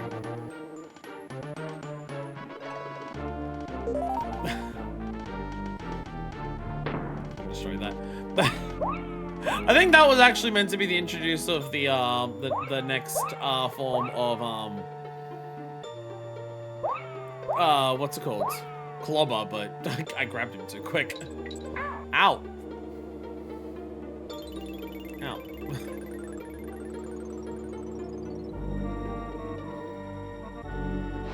Try to remember bonuses in this to get another one of those situations.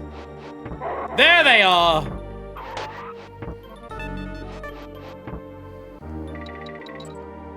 So, remember how we had the yellowish clobbers before? Where if they bang into you, they knock out a bunch of mushroom, a bunch of bananas? Yeah, welcome to black, welcome to the black ones. If they hit you, they knock a life out of you. They can become a real problem if they catch you a lot. Find the token. It's very fun. There's like actual enemy type that can like delete your lives but not actually kill you. Which in some ways is way more terrifying.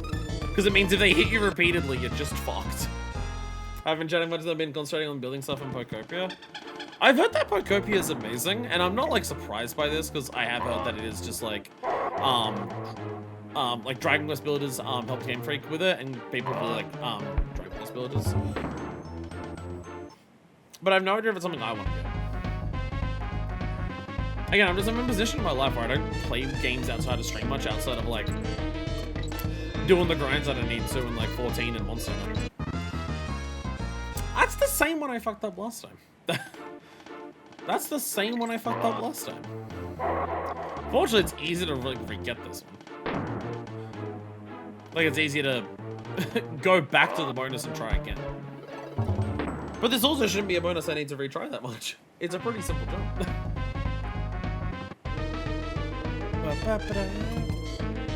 I swear as I jump, like, the frame rate dips. Not that it's, like, causing any of the issues. I'm just like, is the game doing that? Or is it just, like...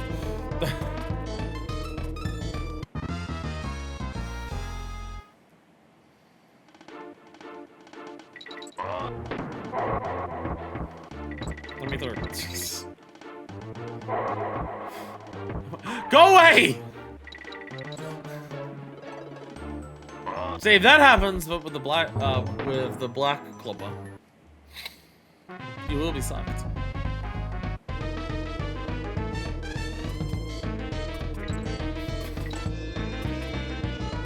I'm gonna stop trying to show off. I'm just gonna do it properly.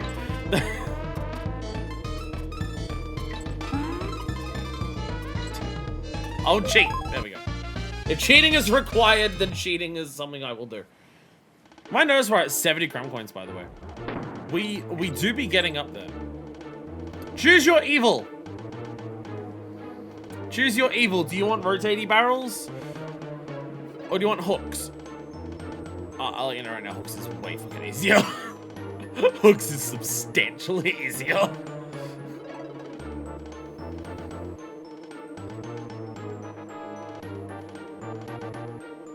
Also, I don't know if this is the only level, but look. It has 2 O's. Now, unfortunately, or should I say fortunately, because I guess if they let you get both of them, you can technically spell a slur. They don't keep both of them, so you can't get 2 O's and then not get the G. The game won't let you do that. So I was trying not to say that, but at least you added the G. At least you added the G. Focusing on getting power lines so I continue with the story. There's power lines in Pokopia? Okay, not very different game than what I was thinking it would be then. By the way, random B shit go. Random B shit go. Also, you really want to follow these bananas. Because it's a kind of semi-hidden.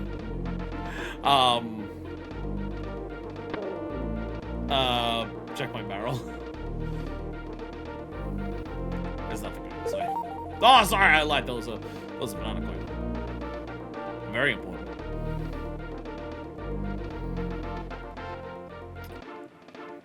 Now you can see these here and you immediately go, you seem suspicious. I actually don't remember if they are. I don't think they are. I think they are just hanging out. I don't think those...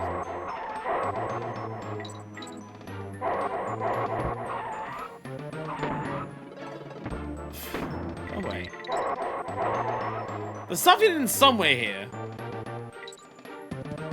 There it is. There it is. There it is. DK barrel.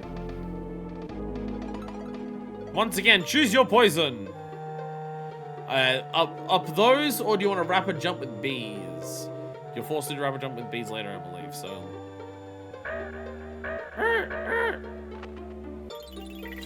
You just literally run that, it's fine. But then you got, oh, you got these ones! The bees! Yeah, that's a section that's required later as well, where it's just bees will chase you, so you just gotta like jump up quickly. Yeah, they... Jesus.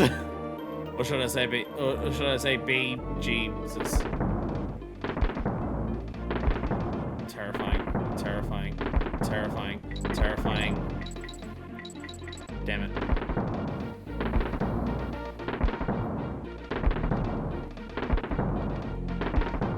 Yeah, by the way, fuck you. Yeah, by the way, outside of the banana is in between the things there, actually fuck you. Actually fuck you. Actual fuck you levels of DK coin again. Absolutely ridiculous. Other than the banana being there, there's no other indication.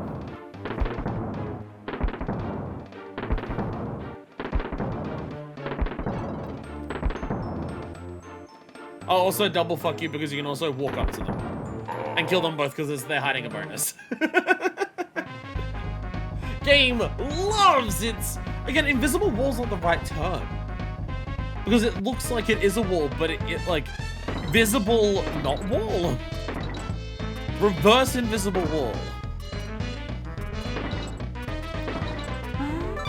Whee! The game's tricky. Illusory wall! Dark Souls, there we go. Dark Souls, there we are. See, bees. And so now we have to run away from the bees while they chase us. Like, they literally wait for you. And now we have to go down. While getting away from the bees. Like, they'll literally wait for you to make sure that the timing syncs up right.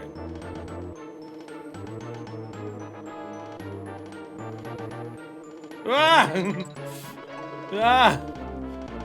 Ah! Can you not? Have you considered not though? Have you considered not though?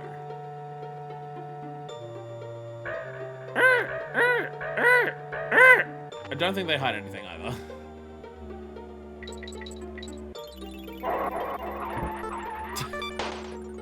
Asshole. Asshole. G.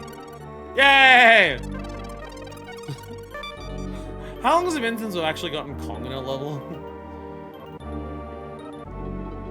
Okay, 1, 2, 3, 4! Ba, ba, ba, ba, ba, ba, ba.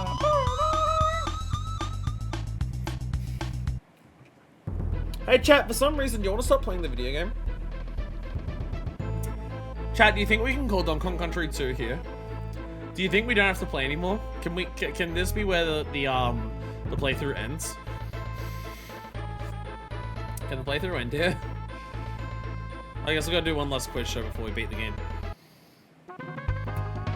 Step right up, it's your lucky day here on my bonus bonanza. I know you're gonna win the big one. K-Rool's quiz. What is the name of this area of the isle? K-Rool's Castle, K-Rool's Keep, or K-Rappy Keep? K-Rool's Keep. Okay, try this one. What is the name of the old man who lives in a monkey museum? Cranky, Beardy, or Cranky? It's Cranky. That's what I'm looking for. Next one, please. Which of these enemies also appeared in Donkey Kong Country? Meek the Rat, Zinger the Wasp, or Cannon the Crocodile? This guy does DK in a suit. Very similar body type, yeah. Very similar body type. But he does have like slicked back hair. It just doesn't come through much on the SNES. You can see the instruction booklet a lot more. Zinger the Wasp. I knew you'd win this time. Oh, he's also wearing like jewelry. He's got like rings. And then we have Castle Challenge. What is the name of the castle level with the rising floor? Castle Crush, Tragic Tower, or K-Rool's Crush? Castle Crush. Well done, let's have another. How many animal bodies can you ride in this game? Rambi, On Guard, Rattly, Squitter, Squawks. Do they count Quarks? Do you count Quarks? Do you count... Aw, you... They don't count Quarks! They don't count Quarks as separate to Squawks? Because it's Rambi, On Guard, Squitter, Squawks, and Rattly. And then Quarks. They don't count quarks. How dare they? Well done, let's have another. What is the name of the flying ghost codes Kremlin who throws objects at you? Flapper, cloak, or black jacket? Quark's forgotten yet again. Those are called cloaks. The ones that go, rah, rah, rah. They're called cloaks. Ba-bam. And then Big Ape Bounty. What is your spider buddy's name? Spinner, Squitter, or Eight Eyes? Squitter.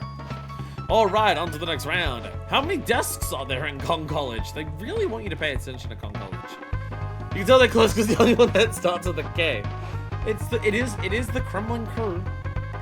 How many desks are there? 5, 3, or 6? I'm gonna go with 6. Oh, I got it wrong. Then I'm gonna go with 5. Yay. How many different baddies do you think are in the game? 40, 30, or 20? 30. Yay! There's 30 different enemies in the game. We did it. Everyone's a winner here. And with that, we beat Donkey Kong Country 2. I know, really weird end for it. Really bizarre point for them to end Donkey Kong Country, but yeah. That's the final level of Donkey Kong Country 2. You actually don't get Donkey Kong back. You don't even beat K. Rool. I know, it's a really weird ending they went with. They went with a really weird ending for this game. I don't know. Welcome to Toxic Tower. This level's actually not that bad. Okay, it is. It's more so this level is PTSD. When I was a child, I never beat this level. Ever.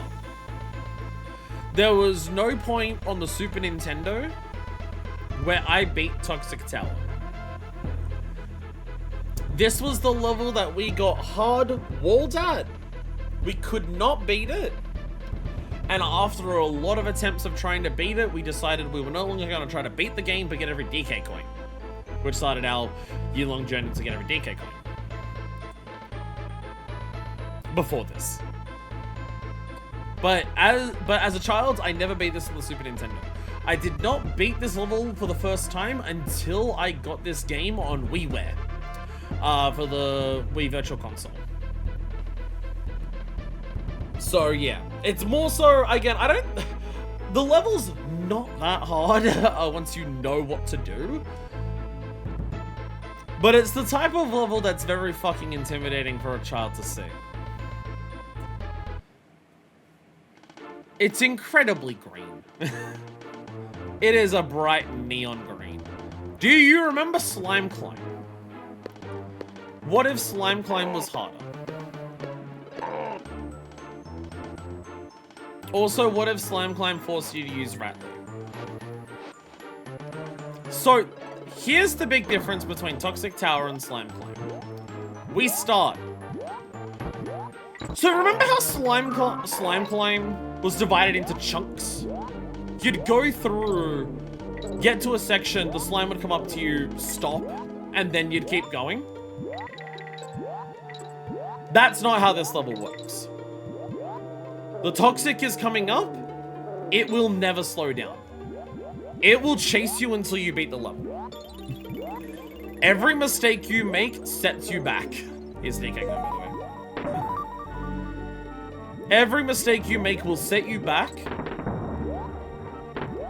So you cannot fuck around. It doesn't stop. Ever. No matter what you do, it doesn't stop. It will not wait around for you. I've gone the wrong way.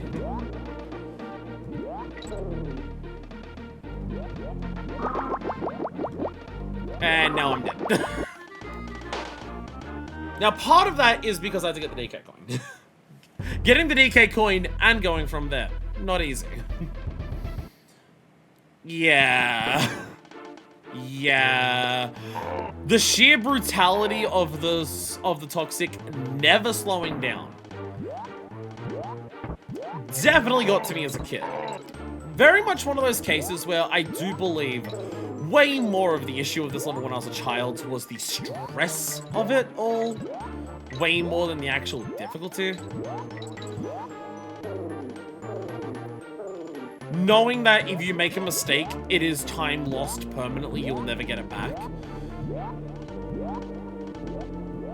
And just knowing you need to slow down at some points for stuff like that. You have to slow down to get these super jumps. If you fuck up a super jump like that, it's time lost. Having to make jumps like this.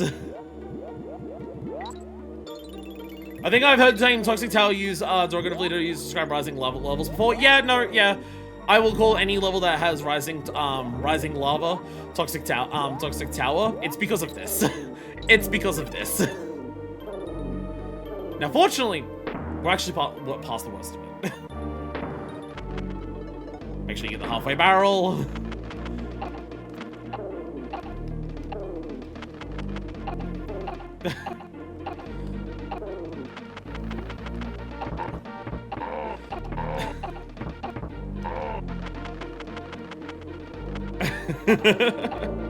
So now we're way more freeform and we can go way faster, but there's a lot of hazards still.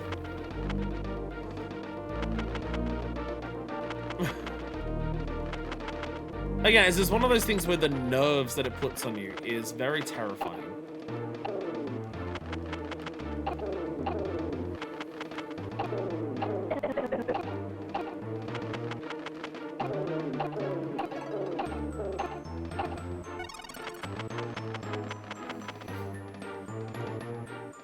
One last section.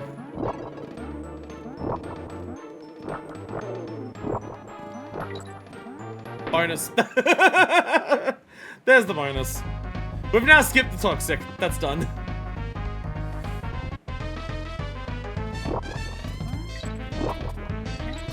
Yeah, the Rattly part is by far the worst section of it. The Squawks part, if you're not quick, is pretty bad as well. But you do, like, the time is nowhere near as strict. Just because of the way Rattly moves. There we go. So you can tell that my Catwing's about to throw up. Again, like, I have played this game an absurd number of times now. And I've beaten Toxic Tower an absurd amount of times. Holy shit, doing that level is like a 5 or 6-year-old kid. Doing that level as a 5 or 6-year-old kid was a fucking lot, though.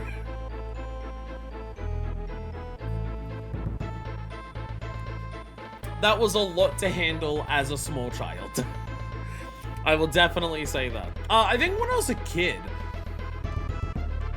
because again, one of the things with this game is if you get a game over, you get reset back to like 4 or 5 lives or something. So what would happen is I would use those lives as Rattly. If I got to Squawks, I'd have like maybe 1 or 2 lives left. Panic, rush, get killed by bees, game over, do the Rattly section again. Again, once you know what you're doing, once like you understand the path, once you understand what to do, it's not that bad.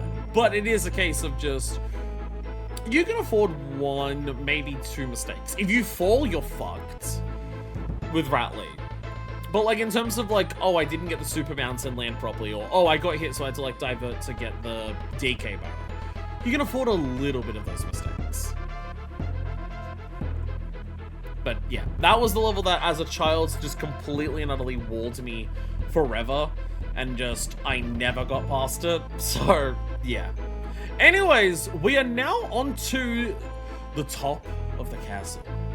You understand? We're at the top of the castle. We have reached the very top of the castle. We have reached the Stronghold Showdown.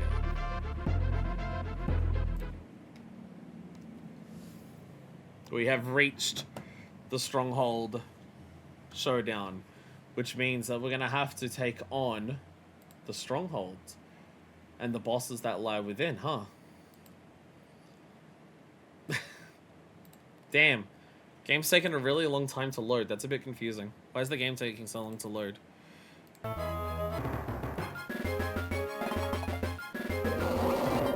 K-Rool! It's time to fight K-Rool! You didn't think it would be that easy, did you?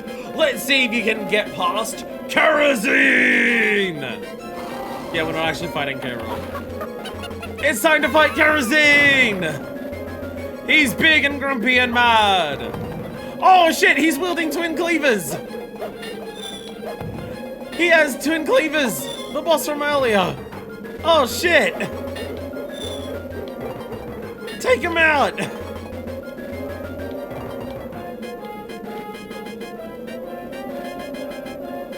Oh.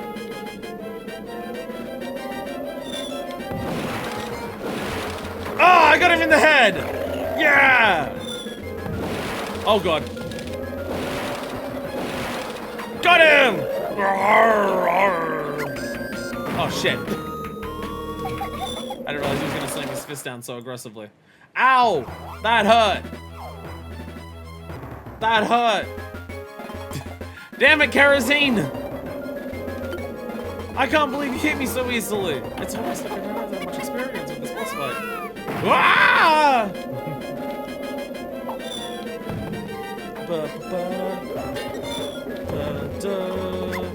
Oh come on! And this is why we hate. And this is why we hate how Dixie holds things. This is why we hate how Dixie holds. Oh well. There we go.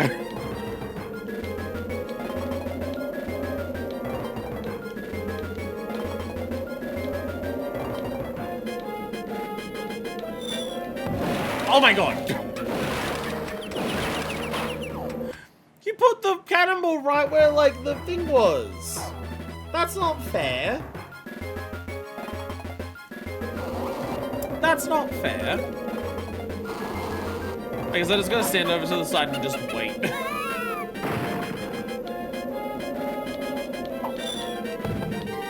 I was gonna, oh wait, I guess. There we go. Bonk. There we go.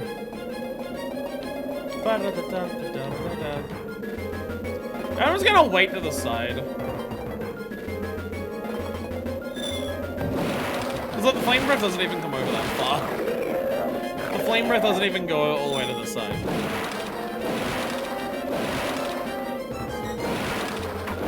And then we go back to the middle after 2 hits, because then he snaps down again. Which does also stun us. Ow. Urgh, there we go.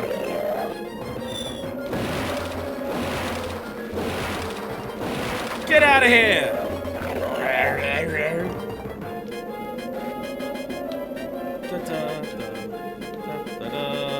Oh no!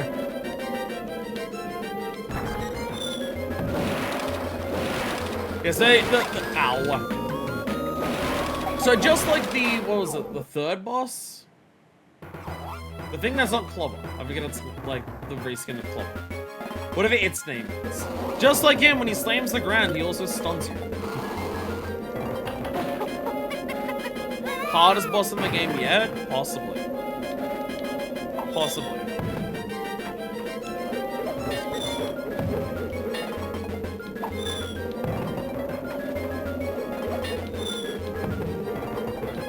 There we go.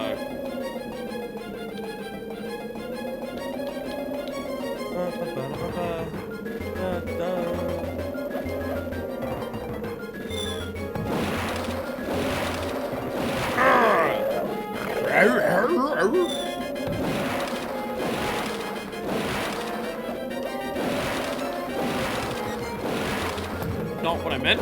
I meant to jump first, then do that. There we go.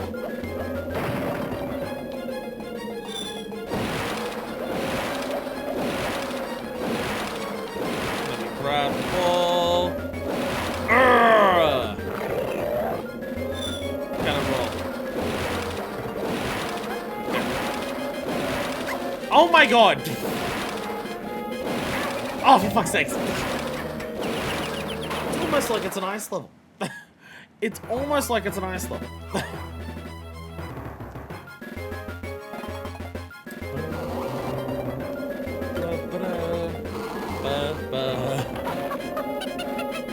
Ah!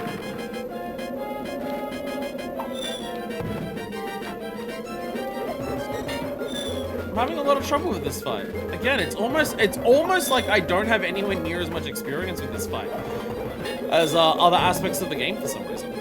It's almost like this is a part of the game that I'm significantly less familiar with than other parts. I guess it's because I never beat Toxic Tower when I was a kid.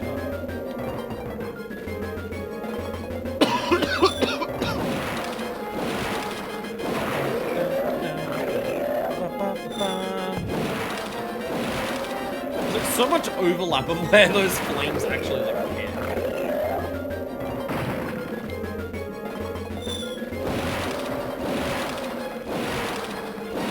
Oh my god, I thought I could make that jump. I thought I could make that jump with a roll jump. It turns out I could not.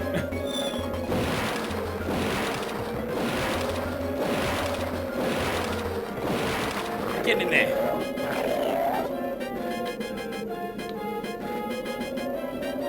Gotta be careful because you're gonna do the slam again.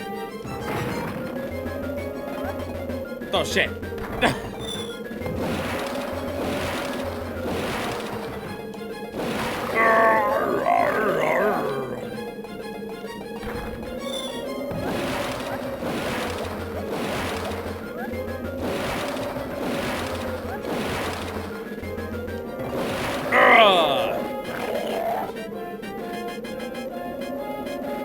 Got him a bit.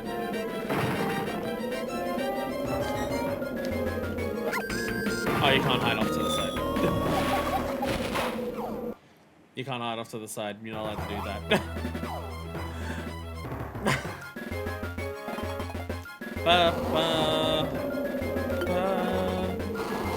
Yeah, it is quite the set piece supposed for a Super Nintendo, isn't it? For a fight that would be on the Super Nintendo, this would be quite impressive.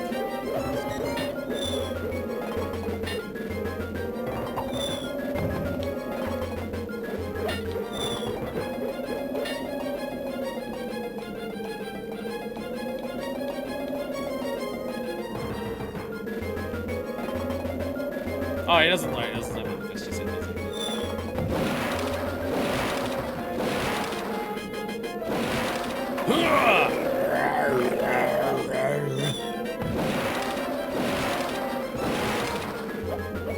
I can't remember if the breath hurts him when he comes out of his mouth as well, or that has a hitbox, or whether it's just the parts on the ground that have hitbox. I don't remember.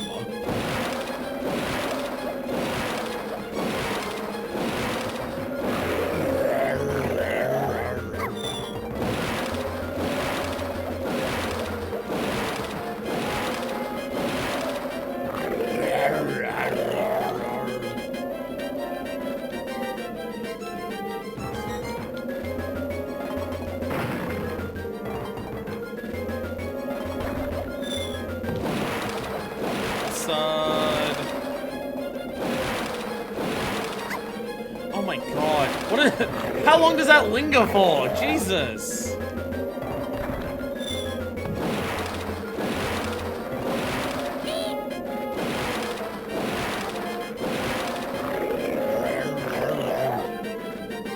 Okay, so now he comes and does the slam like this. And you gotta jump on the hands very quickly. Here, there you jump on the hands. There you go. Because then he does this and goes, whoa. What? What? That... Huh? That's a hitbox. That's a hitbox. What? I call shenanigans. I call shenanigans. Oh, Donkey Kong. You and your insistence of boss fights having to take more than 3 hits. Couldn't be like the other Nintendo franchises where every boss takes 3 hits, huh? A trend that I believe continues into pretty much every Donkey Kong game.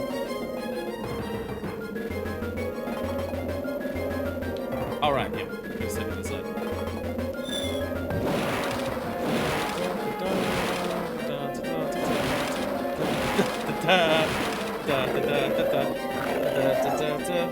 I've just have you not seen how many times I've died to this boss? Oh, I'm boss.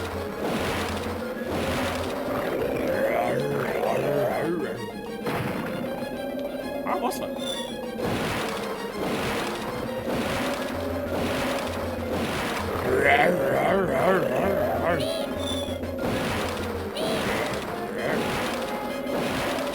Whee!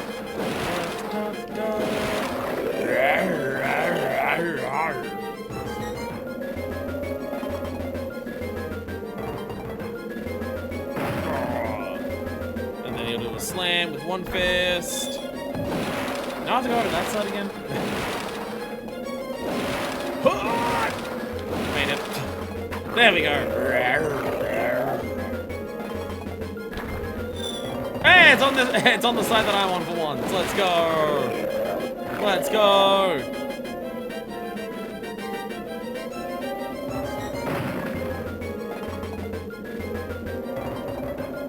And then jump on the hand. Oh, the flame. That's probably what hit me. Oh, come on! Really? Really? Really? I lost control of my character when I got the hit! I lost control of my character! What the hell? What the hell? I feel fucked.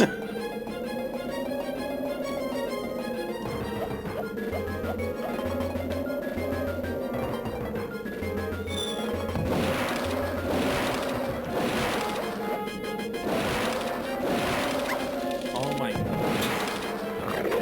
Hitboxes are so like how much overlap the flames have. How slidey it feels.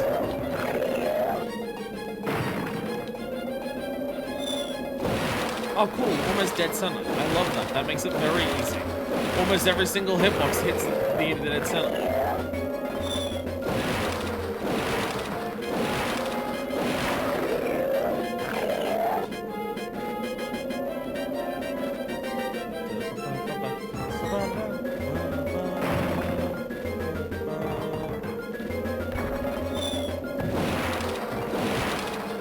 Can you stop putting them there?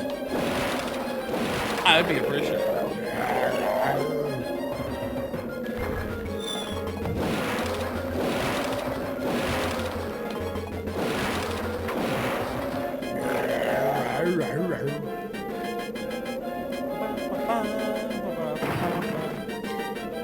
Alright, you do the double slam.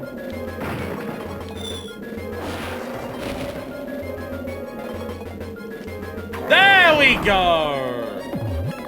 There we go. There we go. There we are. Well done, I sure didn't expect that.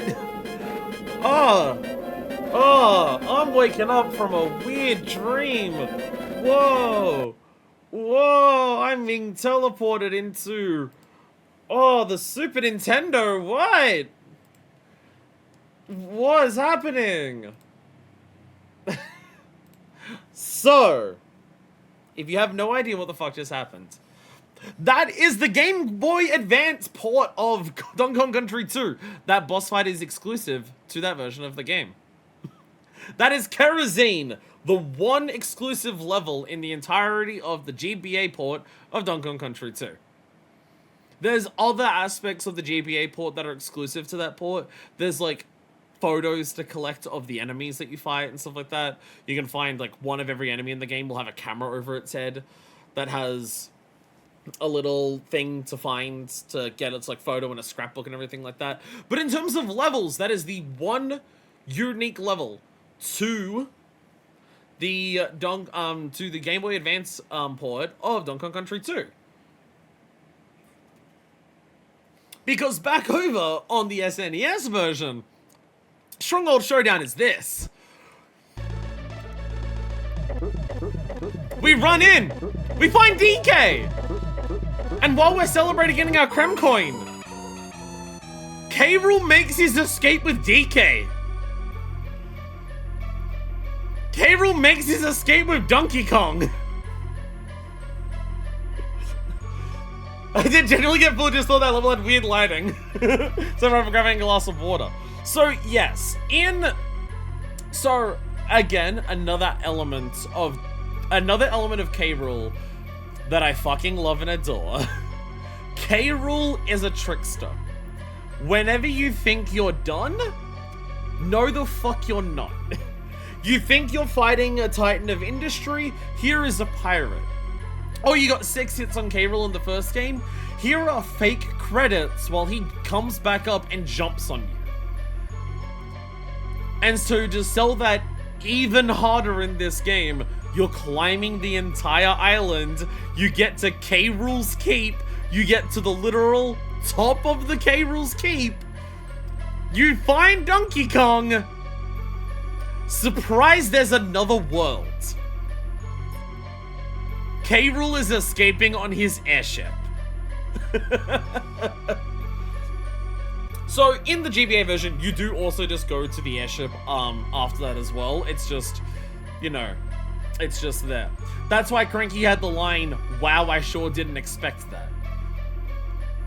Because having a boss fight for the end of the K. Rool Keep at all is unique to the Game Boy Advance version of it. Welcome to the actual final world. The Flying Croc.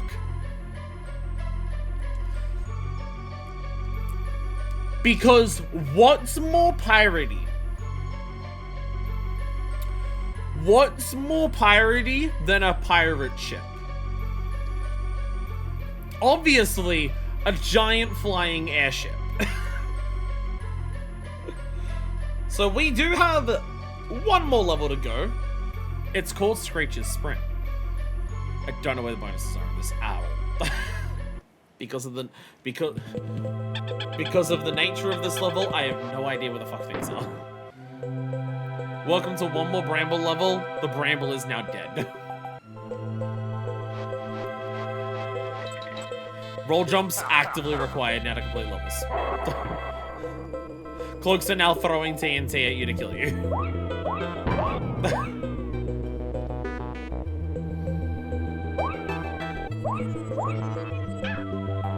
I don't agree with that, but okay. I don't agree, but okay. Actually, I think I'm already fucked because I'm pretty sure I need a team throw for the bonus at the beginning here. Is it here that I'm thinking of?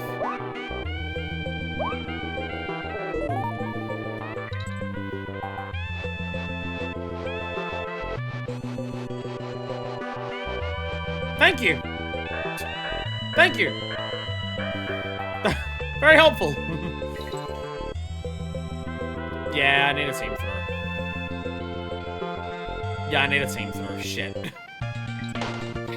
I need to keep them both alive. I need to keep them both alive. Shit. I have a gore! I have a gore!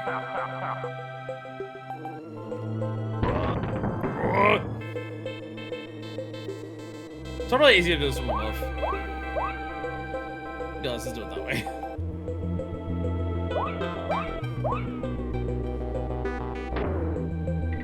Whee! Whee!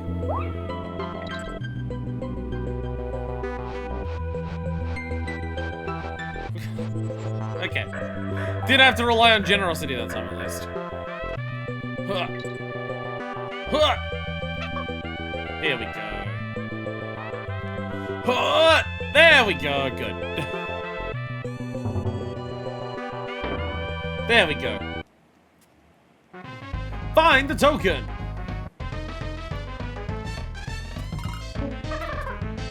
By the power of Monkey Combined. By the power of Monkey Combined. Damn it. By the power of Monkey Combined, I can still fuck up and fail. So as one of our last tests that we have to test us, we have this. We need both of the Kongs to get to a bonus level where the bonus level will ensure that we can use both of our Kongs. Well, by testing their roll jump and their glide capabilities. Oh, you need glide there as well. You need glide there as well.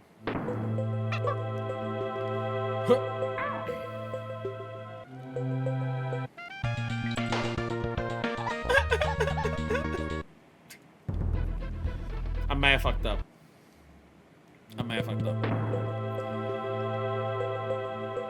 We're approaching the end of the game. Shit's gonna get hard.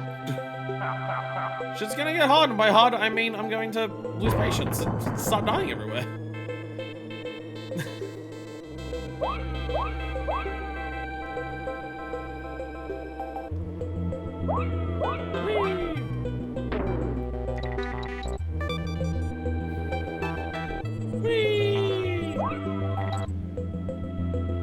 Hey guys. Oh my god! Fuck the cat of nine tails. Fuck the cat of nine tails. I have no idea how to do that part consistently without just getting shit eaten. My favorite part 4 stand.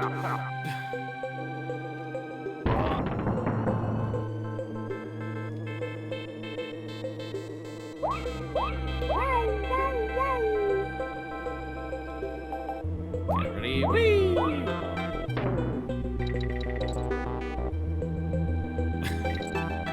One of those Game Heroes moments. There we go. I think maybe just doing Diddy there is the right call. It might just be that using Diddy there is the right call, just because Diddy might be able to go a bit faster.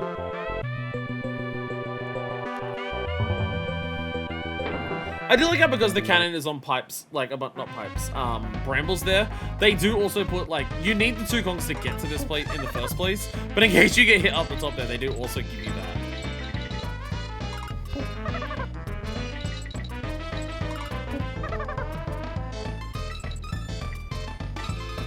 Yeah.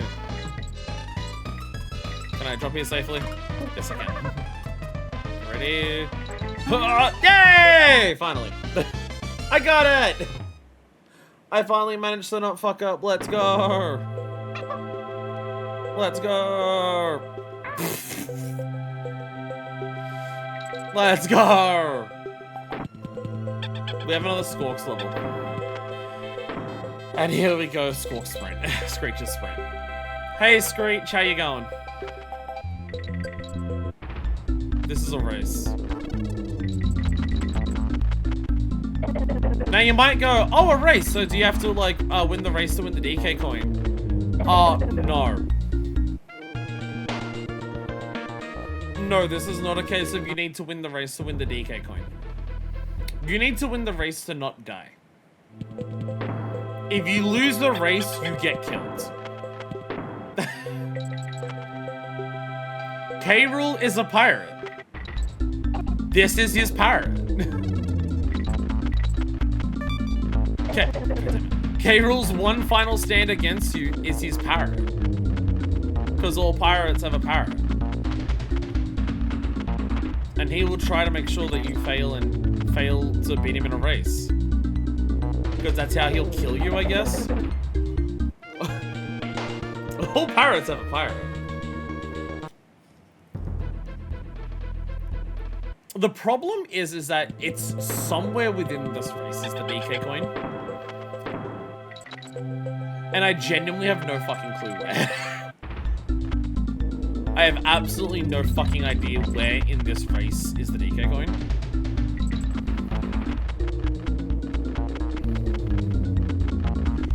Because this is a bit of a labyrinth.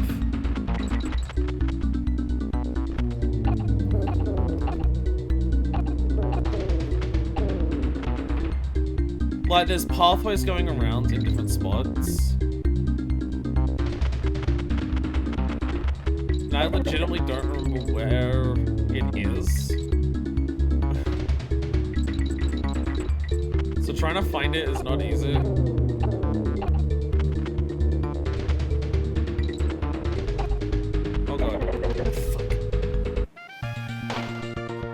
Now, if me as a kid ever beat Toxic Tower, which I didn't, but if I ever beat Toxic Tower as a kid, fucking, I would have gotten stuck here as well. I would have gotten stuck here just as much, if not more, if I was a kid. Because like you can go under there and take a straight shot if you're good enough at not getting hit. There are shortcuts if you're confident in your ability to like navigate the brambles without getting hit. The problem is that I'm not that in any capacity.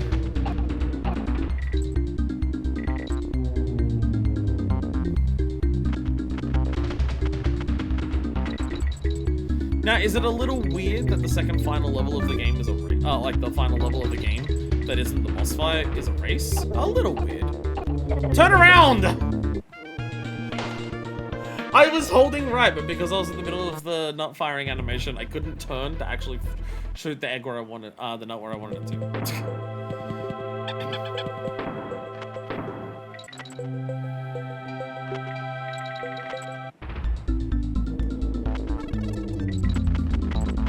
Well, in this case, we can very much tell, like, as we get further into the game, the parts that I'm less familiar with, because I do way fucking worse at them.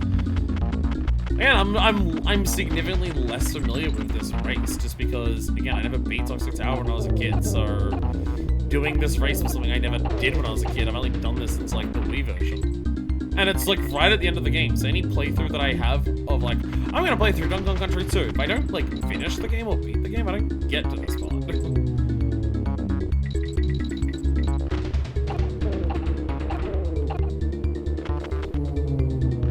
And also, the nature of it being a race means you go fast. And just the nature of that means that, like, I don't take time to memorize where I have to go or, like, what I have to do. I just go fast and just react.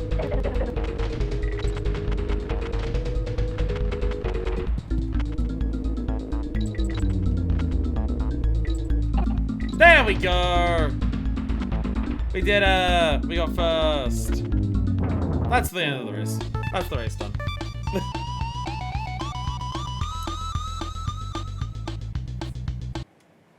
But we didn't get the DK coin! But fire! You stupid slut, you didn't get the DK coin! Well, you better hate those reptiles. I haven't caught one sharpening his sword in class yesterday. Oh, by the way. Can I do a rewind? Can you do rewind here?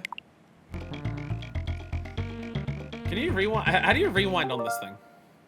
Or does this not have rewind? Because it's Super Nintendo.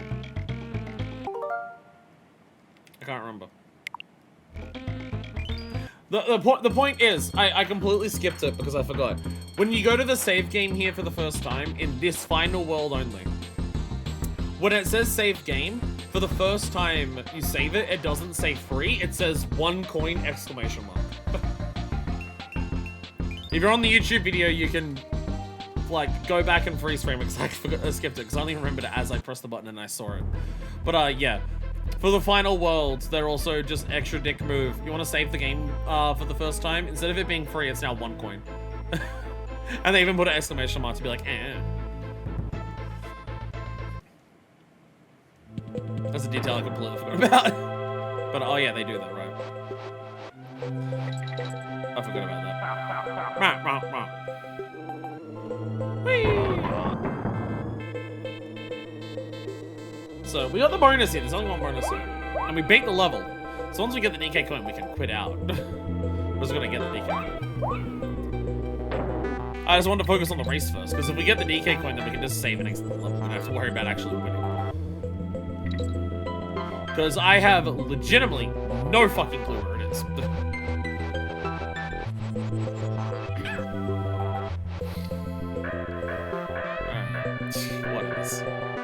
Whatever. Whatever. Ah! Not quite. Not quite.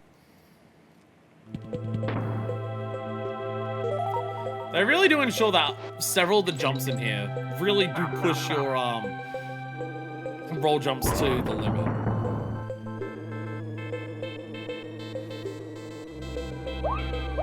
No, it's very much been a case of up to this point that you have like Diddy and Dixie who have like unique strengths to utilize like normal level design, where now that it's like we're going to push you on those strengths actively, rather than either of the strengths that they have being a bonus on top of like what you'd normally do. They're now stuff that you're actively expected to do. That can work too. That can work too. I'll take that. So I gotta roll. Oh. I just jumped too early. Oh, but I got the bonus life up there. Alright, so we've got to make sure that we look very carefully for this stick. Yeah, they didn't necessarily program the race parameters super well.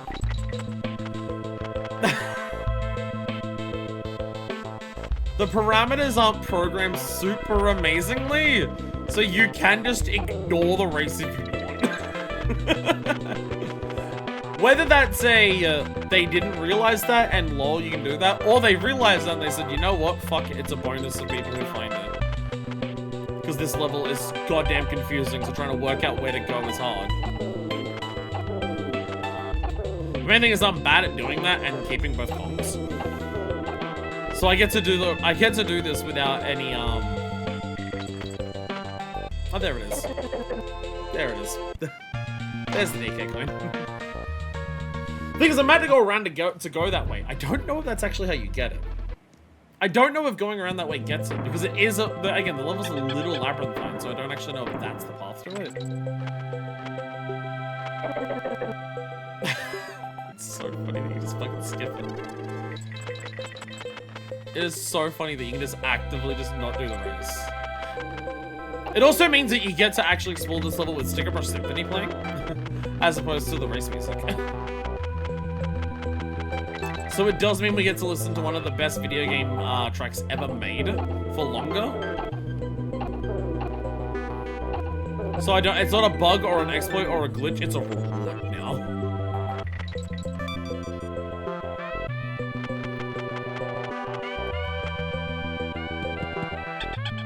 Oh no, it is just this. Oh no, it is actually just that simple. Huh. Huh. Well, there you go. Oh, it's where that barrel... Okay. Because, like, there's shortcuts there you can take. Like, you can cut through there if you want to go really fast. Like, there's, like, sections over here. But there's a lot of extra pathways.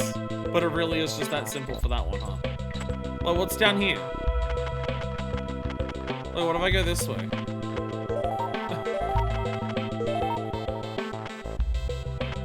What if I go this way? Oh, that just takes me out that way. I almost have to wonder if some of this is, like, almost, like, half intentional. Again, for, like, the skipping the race thing. Because there's, like, goodies to find in a lot of places. If you just explore. Or if a lot of it's just meant to be there's shortcuts if you look for them. Because there are, like, quite good shortcuts if you go the right, like, if you just follow the bananas, it's not the fastest way. There's some where it's, like, really tight gaps that you gotta take, but I believe there are some where it's just, if you don't follow the bananas, it is straight up faster to go other ways. Without, like, a ton of added danger. Oh yeah, and there's also, like, the Kong letters, which are around. That's another thing that the GBA ports do. GBA ports actually count getting Kong as completion percentage.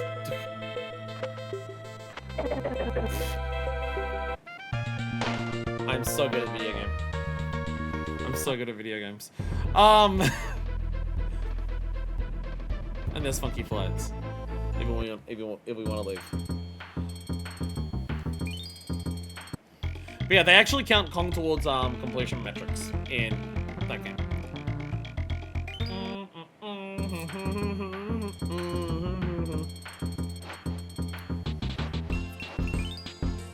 Come on, here is. Anyway, who's ready for a final boss? Who was ready to board the Flying Croc and take on the K. Rool duel? K-Rool's fucking around a lot less this time rather than the previous game. No! DK! No! He's bashing up DK! And look at how swagged out this guy is. Look at how swagged out K-Rool is in the fucking pirate getup. He's got a blunderbuss, he's firing cannonballs at us. He's using the fucking blunderbuss as a jet thing. He can suck us in, but then also we throw cannonballs back at him to blow him up.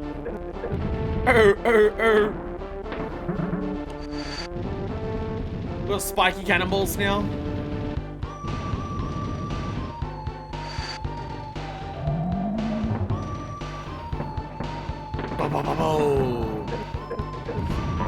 Oh! Oh, he's dead! Hey, DK! Oh shit, he's back! Oh shit, he's back! Quick! Dodge the cannonballs! Ugh.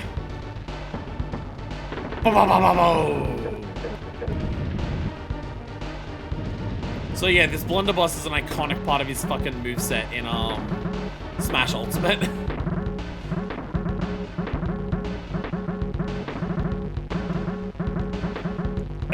As you can see why.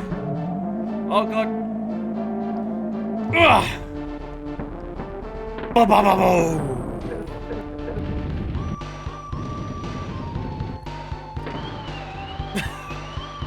How do you even do this?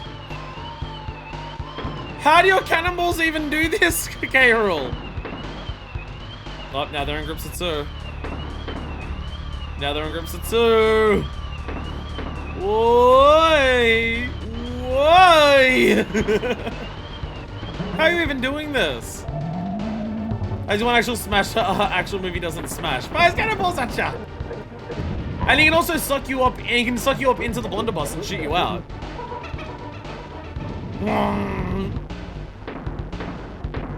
He's now shooting clouds. Those clouds, the blue ones, if they touch you, you get frozen. Also, by the way, he's now fucking turning invisible. He is now turning invisible. So blue clouds, they will slow you down. Red clouds, I believe these make you heavy, so your jump is worse. Oh fuck.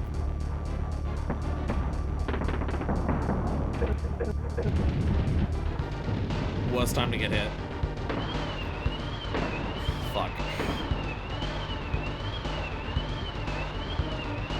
These reverse your controls. This reverses your controls. And now he'll spawn next to you and try to suck you up.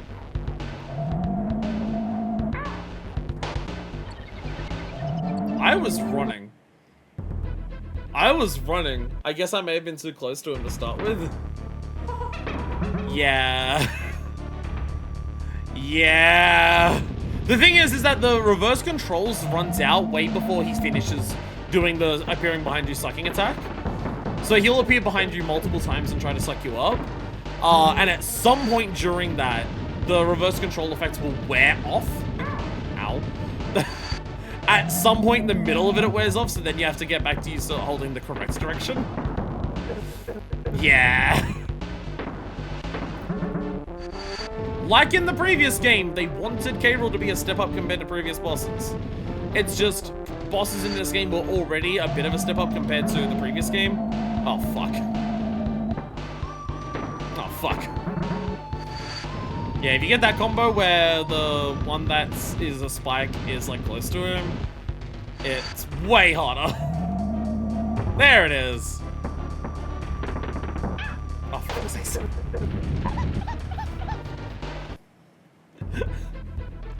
I love this boss fight so much. Like, the first K-Rool boss fight is iconic. You know, Gangplank Galleon fucking rules. The song is so sick. He fights on a pirate ship, the fake out credits, everything. Like, it's iconic.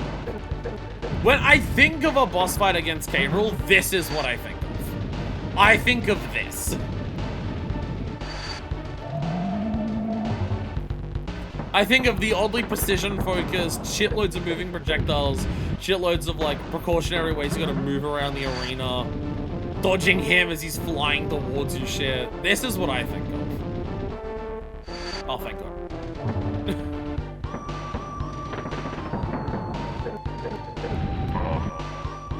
I mean, also just, he is swagged out so much.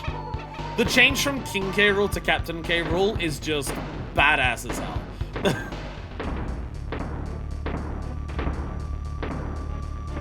Again, this type of shit where it's like, K. Rool doesn't appear a shitload in the games that he's in, but whenever he appears, he's making a fucking statement. He is always he is doing weird fake out shit with like credits, and even in this, like, when you think the end of the game's gonna happen, the boss fights are fucking weird as hell. He's changing up his personality to do weird shit. Like, it's just, he doesn't appear a ton. Like, he appears at the end of the games and shit in Donkey Kong games, but like, every time he appears, they're doing something with him. I mean, again, even just the general premise of this game is that he kidnaps fucking Donkey Kong.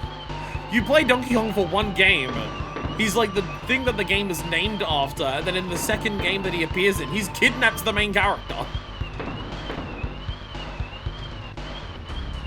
There's a reason that, like, since playing fucking Melee, I had wanted this guy in Smash for so many fucking years. And then we finally got it, and it was awesome as hell. And basically, like, the exact moveset that I predicted he would have ended up being exactly what he had. Because you gotta have the crown throw, you gotta have the blunderbuss. Oh, the fact that he even puts on the hat for the blunderbuss in Smash is so funny. Also, you'll notice, yeah, the revenge shot that he gets there when the blunderbuss explodes on him, it is getting faster every time. If you have wondered that, you are indeed correct. It is indeed getting faster every time.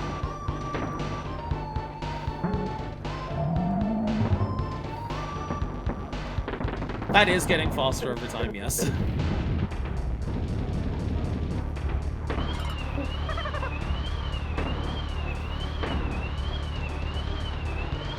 And we're gonna ignore that mechanic.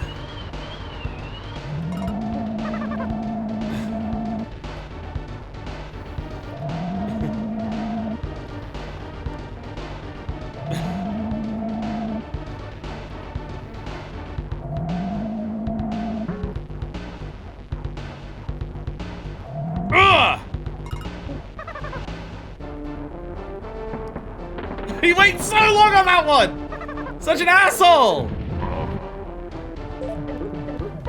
Oh shit! He gets back up! Donkey Kong! Let's go! DK with the finishing blow! Let's go! I knew you did it, Diddy, my boy. But how could you fail having learned all you know from old Cranky here?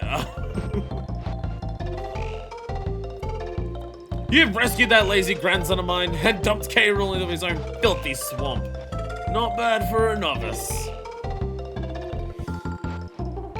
Of course, if I'd been playing, I'd have made sure that K. Rool never tries a cheap trick like this again. Of course, Cranky. I reckon I'd have found all them Krem coins and completed the so-called Lost World as well. Oh well, can't expect everything from your first game, can we? You literally get a Krem coin from the final boss that you need for that. One more thing, how many of my special video game hero coins did you find? A real player such as myself would have found plenty, I'm sure. Let's see how well you did, eh? Let's have a look at our rankings. How are we doing at being a video game hero? What is our video game ranking score? Well, we've managed to beat Yoshi, but we're less than Mario. Well, I've got a second screen, about time too. Now shut up while I read the eagerly awaited results of my prestigious Video Game Hero Awards. Well, not bad for a youngin', of course. You're gonna have to find a few more if you want to be as big as a hero as I was. And yes, that is Earthworm Jim's gun and Sonic shoes next to the bin that says no hopers. If you want to look at your limited progress on this screen, press the top left and right button whilst on you're in any of the map screens. Now buzz off and see if you can find some more of my coins, which I very much doubt you will. So if you don't actually have enough to overtake characters, Link's actually in third. We don't get to see the Link model here because I had enough, but if you don't have enough to make podium, Link's in third place.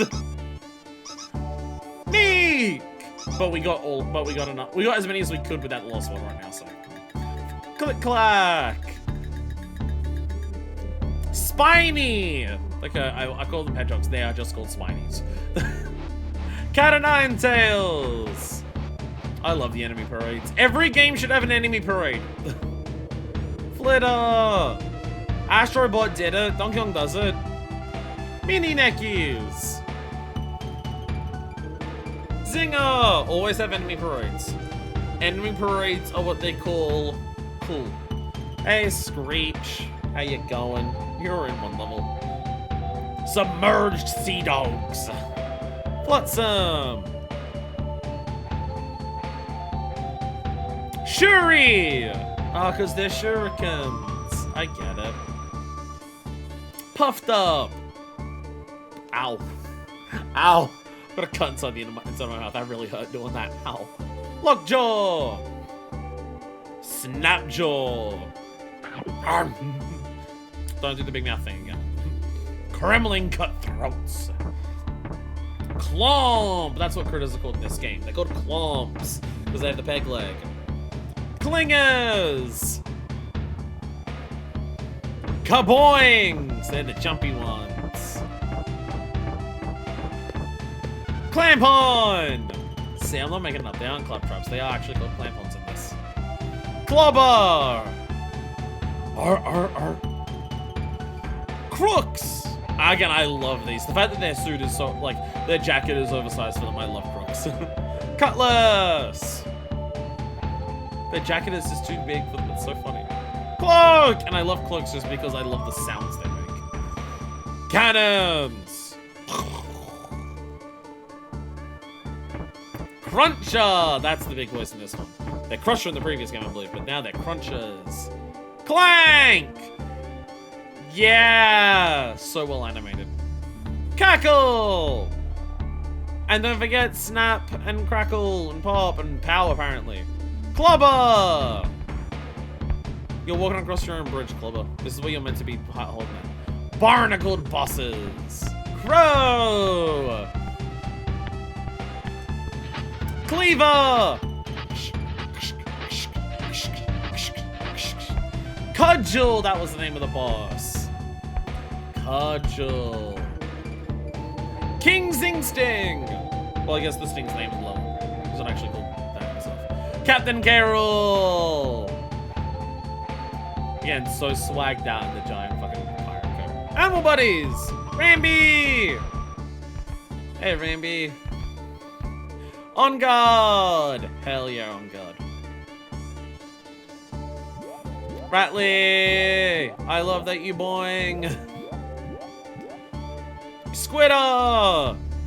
We need more spiders with nighty shoes. Arr, arr, arr! Clapper! Squawks! Glimmer! You give us light. Are you gonna name Quarks? Is the parade gonna forget Quarks too? The parade also forget Quarks! Swanky! Quarks is so disrespected. Funky! Wrinkly! Quarks is so disrespected. Cranky! Donkey! The showing Donkey Kong trapped in the ropes is so disrespectful. Dixie! And Diddy! The hero of the hour! He did a conquest! The Ski Scurvy Kong Crew! And now we get actual credits! Yay! We're not done though. As you'll notice, we are not video game heroes. So we are not quite done. But we will let the credits play out now because when we actually do finish the game and get like the the top of the leaderboard for the credits thing. I don't think we get credits. I don't think credits show up again. Look at all the people that worked on this game. Look at how none of them get to have their first name for some reason. David Wise! David Wise music! Let's go!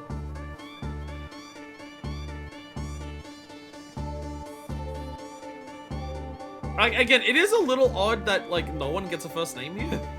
I don't know why. Again, like, when it comes to, like, credits in video games, it's always been weird. And it is still to this day, in terms of who does and doesn't get credited in video games. Old video game tradition.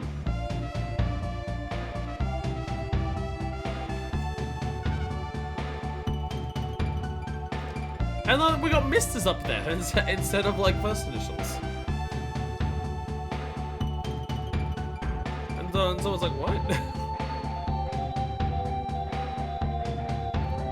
Silicon Graphics! There's a thought of as assets that their names in the credits competitors could poach their talent. Miyamoto, there he is. I mean, in some capacity, that did literally happen to Rare. After considerable five items have to get their names in the credits. In some capacity, that did actually happen to Rare. It's just that instead of having any individual talent from Rare get pinched, the entirety of Rare got bought by Microsoft and no longer could make console video games for Nintendo anymore. So, like, a competitor did poach the talent. They just poached the entire company. So, the names in the credits didn't stop that from happening. But we did it! We beat Donkey Kong Country 2! Pride has also left the entire console. The Easter eggs. First one ever was an entire dev hiding his name in the entire game adventure. That I do remember that, yeah. The like, hiding the name was like the first Easter egg in a game. That I do remember hearing.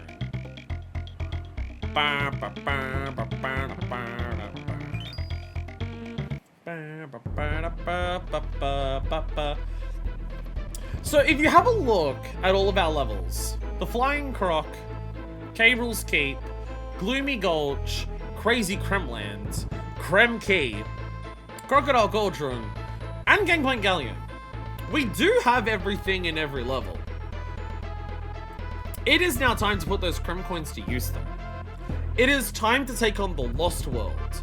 Remember back when I showed you Clubber's Kiosk and you had that golden barrel that you gotta pay Krem coins to go into? All of our final levels are in those. The first one appearing in Crocodile Cauldron. So we're gonna go into each world from Crocodile Cauldron to Cable's Keep, go into there, do a bonus level, and then we can do all of that stuff. Before we do that, I'm gonna go to the bathroom though. So I will go to the bathroom, we will come back, and it is time for the Lost World, which is so awesome because the game technically just reset itself, which means that we no longer have 90 odd lives. We now have to do the 5 final levels of the game, which are some of the hardest levels in the game, and our lives have just been reset. There's one disadvantage to doing it this way, but let's take on the challenge. Yay. And we are back! It is time to go into Crocodilian Caldrone for our first of our Lost World. Welcome to Clubber's Kiosk. Scurvy chimps ahoy!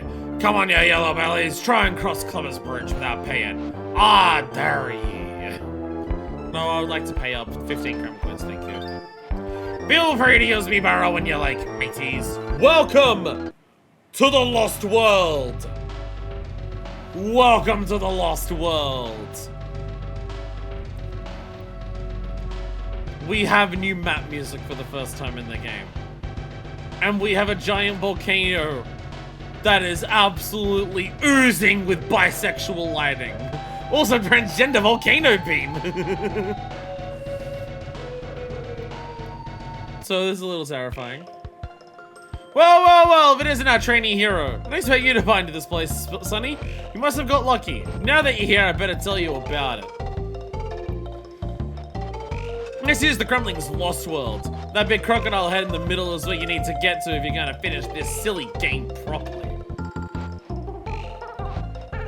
But to get there, you have to beat Captain K. Rool and complete all the bonus levels as well. A task I'm sure is well beyond a whippersnapper like you. I don't know why I'm doing this, but here are some ridiculously cheap hints for this world, which I'm sure you'll be needing as well. Enough talk, I see your tokens. So here's all the levels. But I don't have anything for you. Time for a couple of games on this here. Killer Instinct. Welcome to our first level, Jungle Jinx. Get it? Because the first level in Donkey Kong Country 1 was Jungle Hijinks. This is just Jungle Jinx. We have another type of forest level with banging music and a cool aesthetic. We also have giant tires that bounce you really high. The tires from the first game have gotten a minor upgrade. Boing, boing.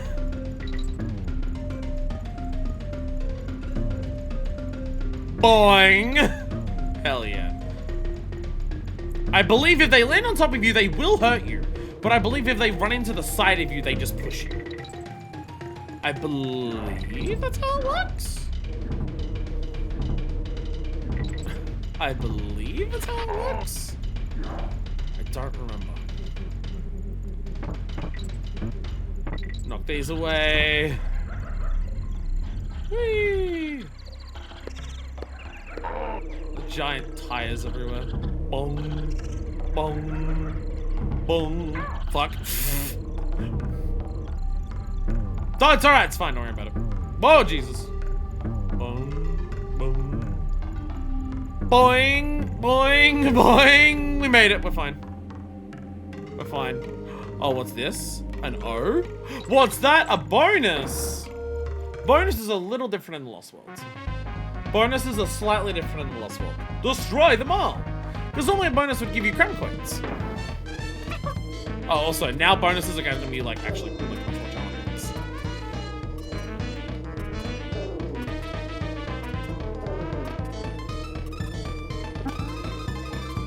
Bonuses are now our DK coins.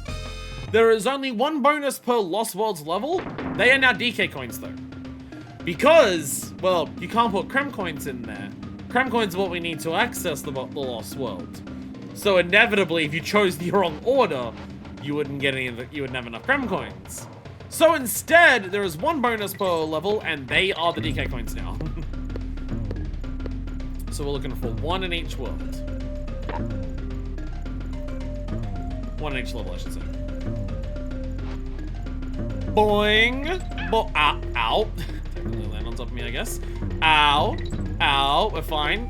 Don't worry, it's fine. Don't worry, it's fine. We're okay. Don't worry about it. It's fine. We're fine. Ow! Ow! Ow! Secrets within secrets. The O was a secret, and then you had to jump from the O for more secrets. So much sneaking. So much ratting. Urgh. Fuck. I thought I could wait there. I was wrong! I was wrong. Fuck! No! No! When we get to the Lost World in the second world, we might grind some lives a little bit. Especially for certain levels that will come later. A certain level that, if you know Donkey Kong Country 2, you've been waiting to play through for me to get to.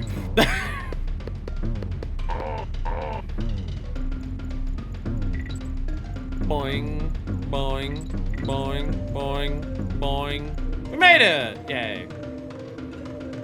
Whee! Been a while since I've had some barrel blasting action. So I think, probably one of my few criticisms of Donkey Kong Country 2, I want barrel blasting. We have like 1 or 2 levels focused on barrel blasting, and that's about it. We don't have a ton of barrel blasting. I could do with some more barrel blasting. Well, maybe DKC 1 has a bit too much of it, but I feel like this game undercorrects with not having enough of it.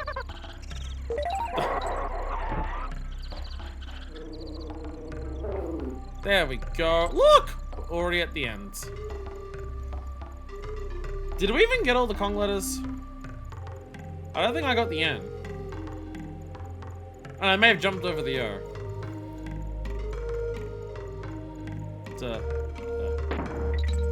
I'll take the single banana. Fuck it, why not? I will take the one banana.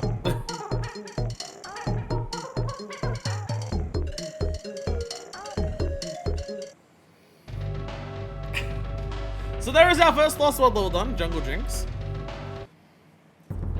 And we now return. And now we Funky Flights. Alright, alright. Alright. Bow, bow, bow.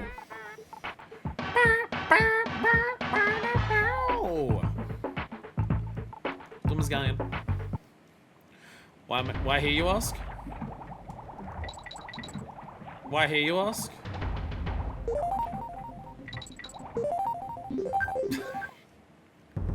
This is why. This is why.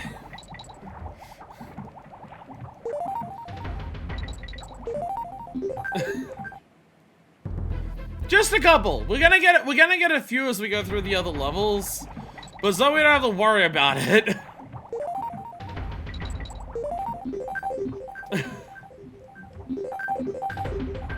Let's get some coins. Let's get some coins. And Glimmer's Galleon makes it really, really easy. We're just gonna get a couple of these. Again, it's not cheating for me to do this. It's cheating that the game unloaded itself when I beat the game and robbed me of the 80 fucking coins and levels lives that I already had. That's the real cheating. That's the real cheating. Look at the Barrel Bayou. Is it Barrel Bayou? I think it's Barrel Bayou. Pretty sure it's Barrel Bayou. Pretty sure it's Barrel Bayou we're going to. I can show you what this level's like without getting Rambi. Remember how we got Rambi last time we did this? Yeah, the level's a little different without Rambi. Firstly, he's an asshole and blocks you off there. Well, that was unnecessary. That was unnecessary. This is just part of the process that we have to take. The game decided to screw us over. And then you get to, like, where this Rambi sign is. You get to the no Rambi sign, like, you just play the level normally like this. And then you get here, and you're like, okay, cool, halfway barrel, nice. Oh, okay, I guess I gotta get a bonus there. Oh. And then you get here, and you're like, what the fuck do you mean, no Rambi? No, it's not this one. No, it's not this one. It's these ones. It's this one.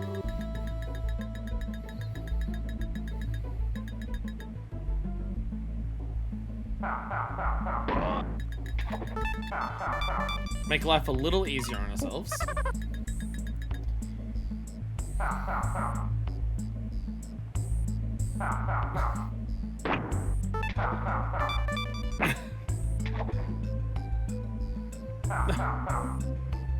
And then we just do some of this.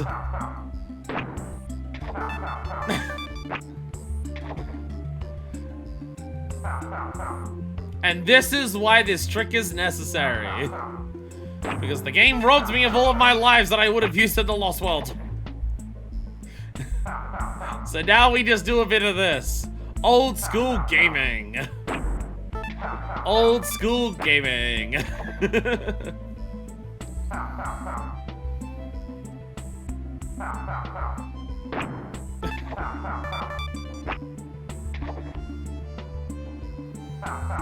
The true SNES experience. This is the equivalent to Mega Man having to, like, find an enemy that infinitely respawns before a boss fight to refill weapon energy.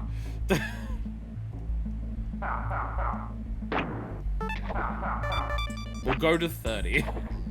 Because fuck it, why not? Will I need that many? Maybe, honestly. This might surprise you. This might be surprising information to learn if you've not played Donkey Kong Country 2 before. But surprise, surprise, the hardest level in the game's in the Lost World. The single hardest level in the entire game is indeed in the Lost World. I know, right? Shocking.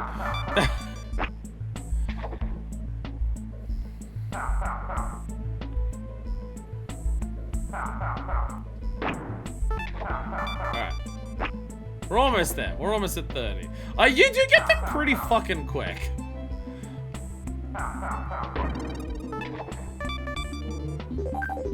And there we go. There we go. Might as well save our game while we're here. We did complete the other level, so we might as well. There we are. Be careful now, folks. Alright, Clobber!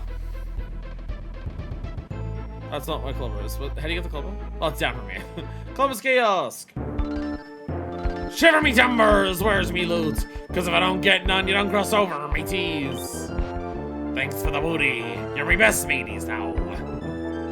Welcome to our second level for the Lost Worlds. Black Ice Battle! Now, if you did this level when you first got here, this would have been your first ice level, I believe. It is also very atypical level, especially for an ice level. In that I'm bad at it.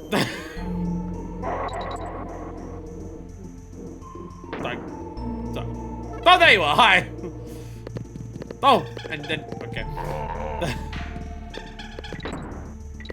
Once again, I'm not certain where the, bonus is in this level. But yes, welcome to a very, vertically downward-based level. And welcome to that, asshole. That would also be your first introduction to the, Black Clobber, if you didn't see him earlier.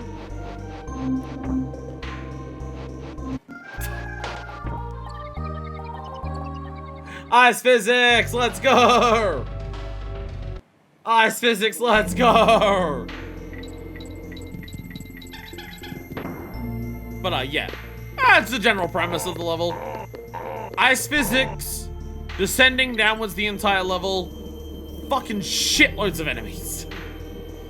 In all different variations and configurations. Have I let one of those run around for long enough before to actually hear the tire screech?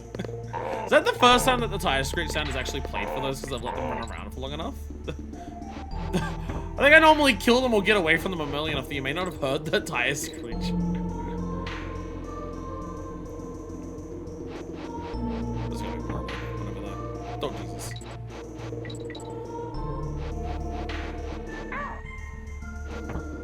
I don't know if I could have timed that worse, honestly. There we go. Part of why we have to farm lives. I don't think that's... I'm trying to remember where the bonus is in this. I think I know what it looks like, but I just don't remember where it is. Ow!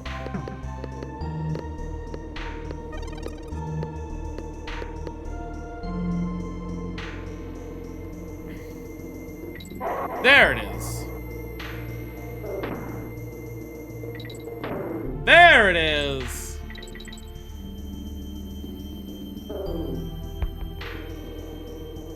I'm just gonna carry this along with us.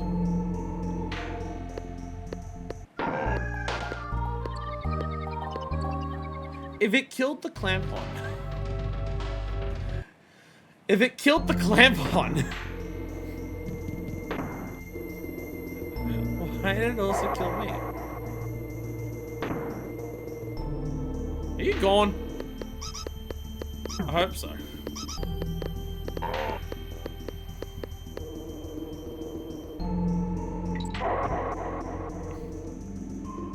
Oh, well. Ah, well.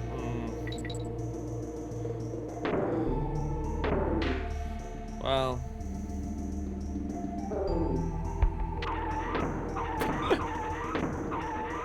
How the fuck did you end up down there?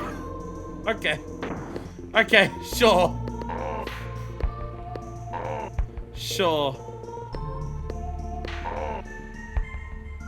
Grab the ball.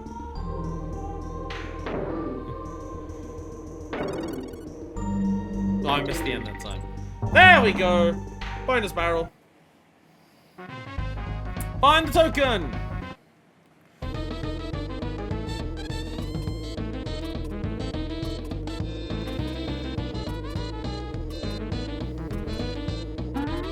There we go. I was like, I'm pretty sure if you glide over all of this, you dodge everything perfectly. I was about to say, I'm pretty sure that's how that works. Because you fuck it up because of how far you have to drive the cannonball. You do not get to retry. So I was a bit worried. I changed headphones when I went to the bathroom to my second pair. The left headphone has already died. I'm getting to the point where headphones will last maybe 10 minutes. Getting ridiculous. 1, 2, 3, 4! There we go! Black Eyes battle done!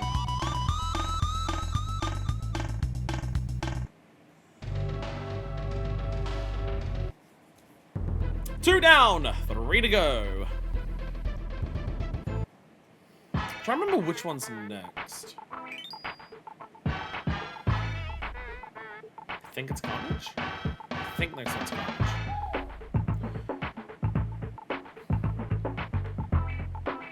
I think the next one's Carnage.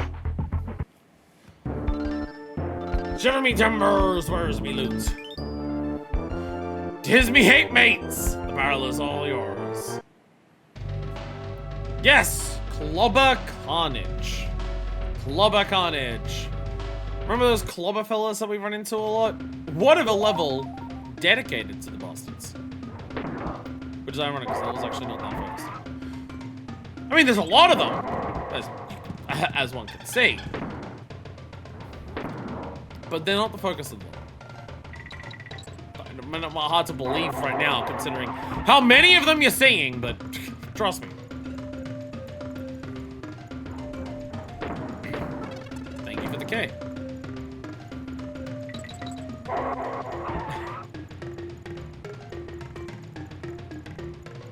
I was gonna get rid of you. Did it!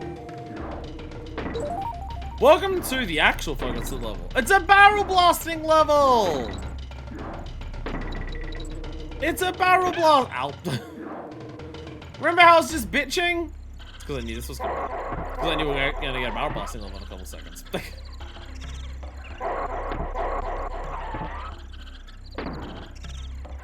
Whee! Whee! And a lot of barrels that are like Diddy Dixie exclusive ones. Like, oh god. So, like, which path I have to take here is, like, dependent on which Kong I have.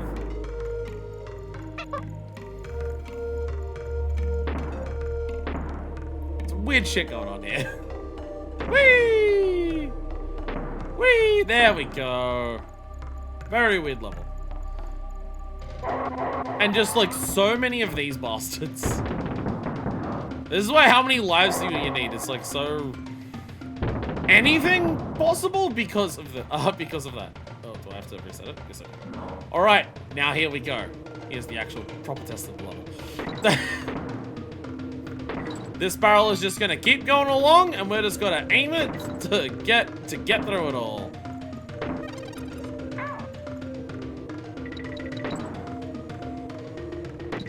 There we go.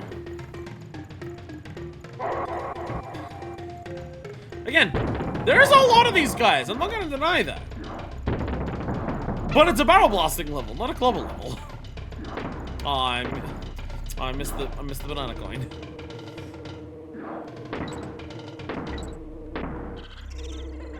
Oh, aim down there. So a barrel blasting level where you've got to like aim the barrels and time the shots right and get like the angles right. Very different type of level compared to a normal barrel blasting level. You can just make that shot. I feel like the game wants you to go from one to the other. I like to go back to the middle and then go down there, but you can just make the shot, it's fine. And then also, fuck you, by the way. Fuck you, by the way, make some incredibly tight shots.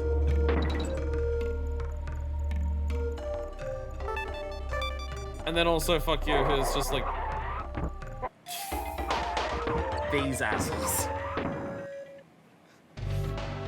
Maybe it's called Club of Carnage because they're the dangerous part of the level because they kill you at the end. Maybe the name of the level is accurate after all. Maybe. Maybe it's accurate after all.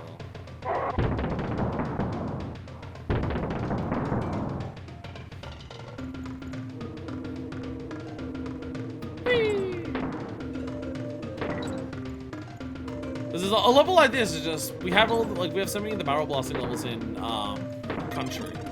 But this really does feel like the first time where it's like, let's take barrel blasting levels and see just like how far can we push the concept. And also just so many of the weapons.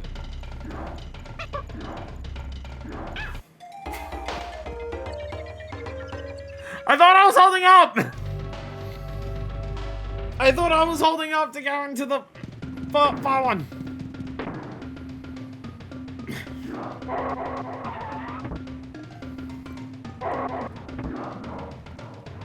Watch this.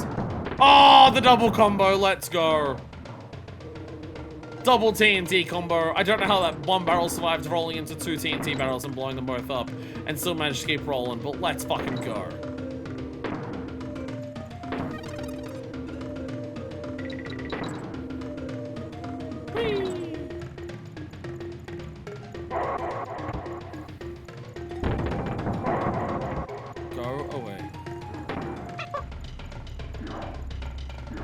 There we go. There, I got a banana coin for my efforts. It only cost me a life for the time that I died to. But I got it. Yay. That's the important thing. I did it and I feel accomplished, and that's the important thing. The important thing is not whether I am accomplished, it's whether I feel accomplished. Let this be advice to anyone who's going through life and struggling. Does it matter if you are accomplished? No. What matters is do you feel it. I can't tell if this is deep or complete not a horseshit. Ow.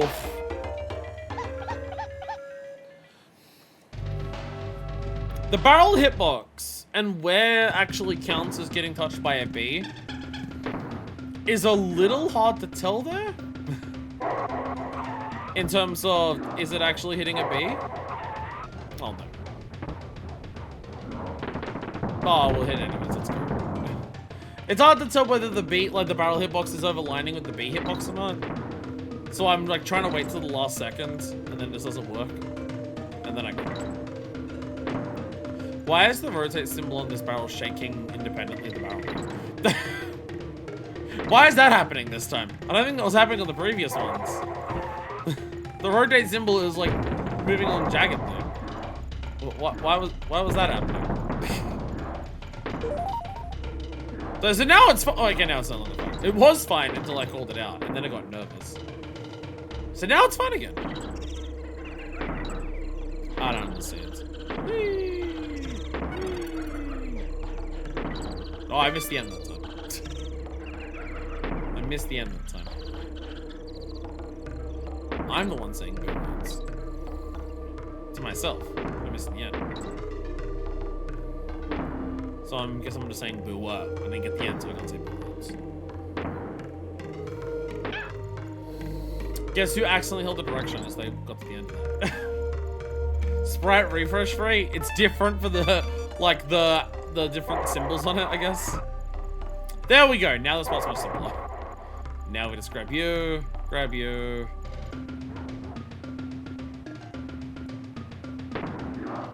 Don't go to the end of the level. Bonus! Bonus! Right at the end of the level. bonus right at the end of the level. Hey, you remember invincibility barrels? Do you remember invincibility barrels? And how infrequently they're used in this entire game? Well, there's the first one today.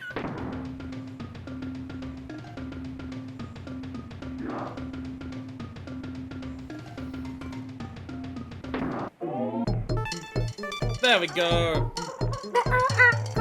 I did not, in fact, remember invincibility barrels.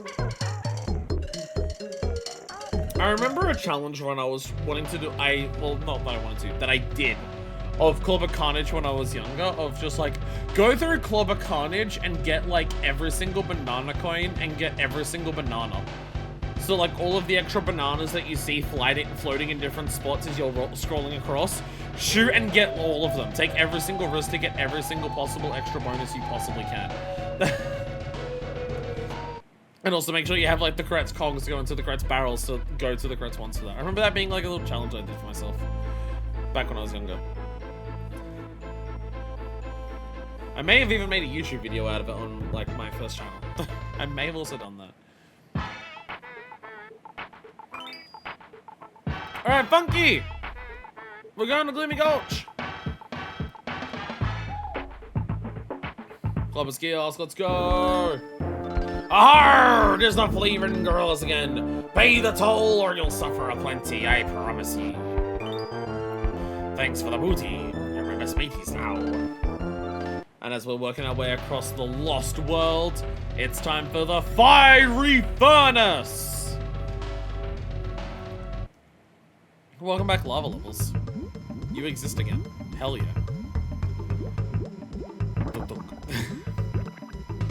I swear they move faster than usual. And there's so many of them! So you might be looking at this barrel and being a little curious what this barrel is. Because that's not a rotating symbol on it, that's a D-pad. Welcome to basically the same concept as the previous level, but taken in the exact opposite direction. The barrel can't turn, but you can move it. And when the time runs out, you're being blasted in the direction. You can never turn the barrel, but you can move it wherever you want. Why did that one fall off and the other one didn't?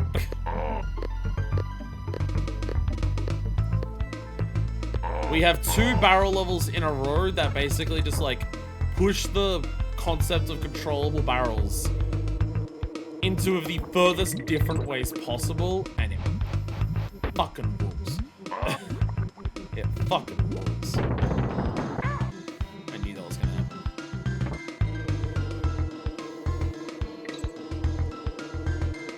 So you gotta line up your shots, get the barrel in place, line up the shot. Boom. Collect stuff while you're moving, but make sure you get it back in time. It's so cool. It's so cool.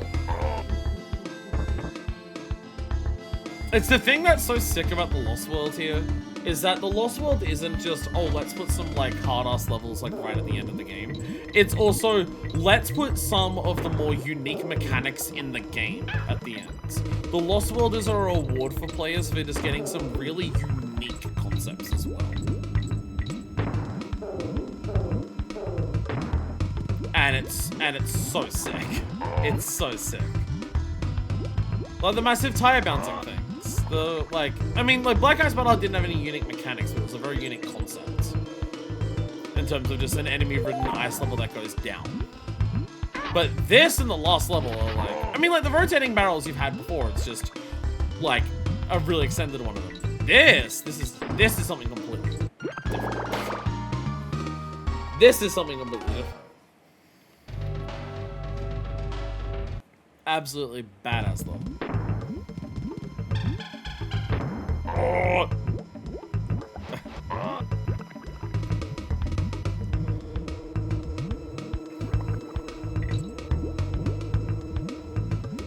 Whee!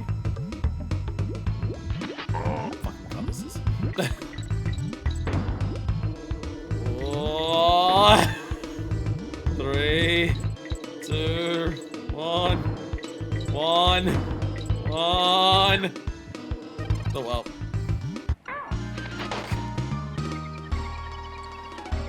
Yeah, they are pushing the timer of these barrels real low. Real fucking low.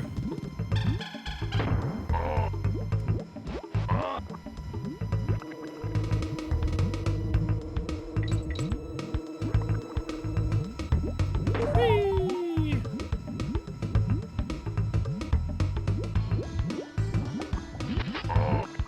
Thing is, when you're on such a narrow space with, it really feels like your own. Oh god. Your only option is to like try to kill them. Doesn't feel like you have time to do things. Fucking goddammit, this shit's fun. Yeah, if they kill one, I guess one like saving grace of the cutlasses there, the green color ones, how they're normally instant. If they kill one of you, then they do get stuck on the ground. I love this one just facing backwards. So you have to like overextend and actually go further.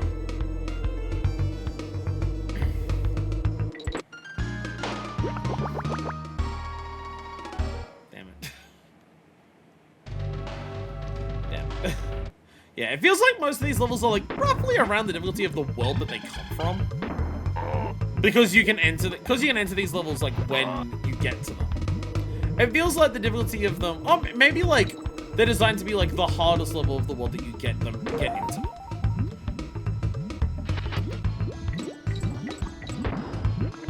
Because it is definitely not a case of all of the Lost World levels are at endgame difficulty. Like Jungle Jinx is nowhere near this one.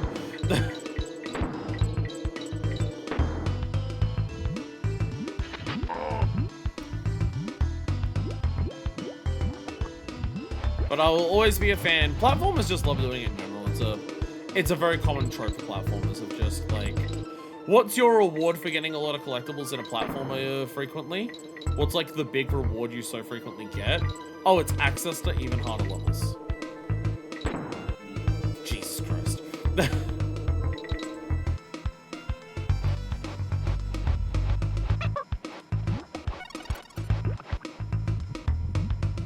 Oh god damn. Fine, fuck off then. Go away. Cog. I'm so good at spelling. Oh, I don't. Fuck, now I have to rely on this.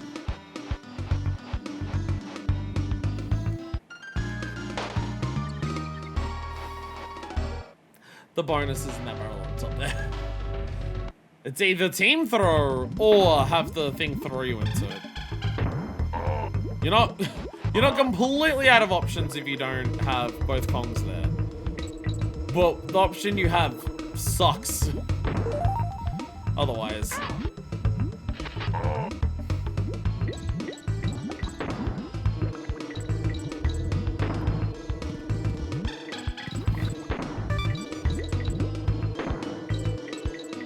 Can you believe it? We're not at the hardest level of the game yet.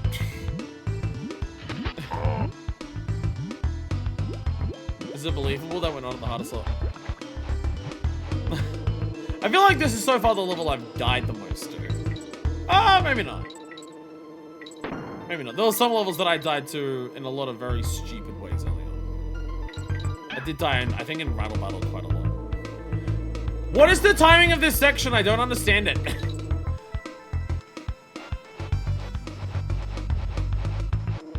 I don't understand that section. It has the bananas of like where you can go to, but it never lines up in times right for that. Alright, okay.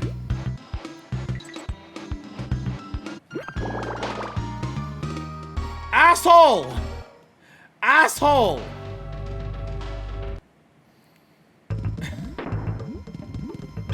Hole full of ass.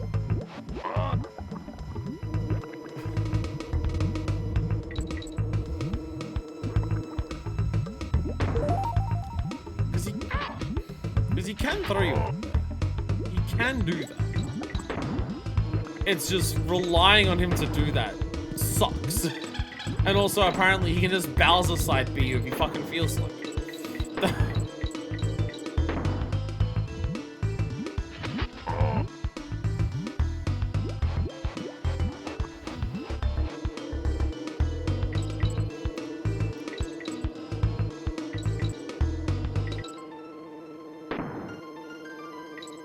Oh. That's what that is. You gotta let the first one blow up on its own. Don't shoot it early.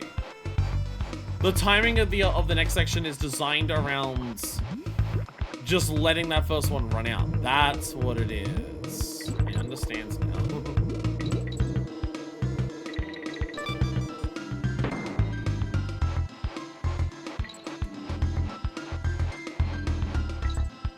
There we go. There we are. Bonus! There we are. Now we have to be very fucking careful. Find the token! 40 seconds, go.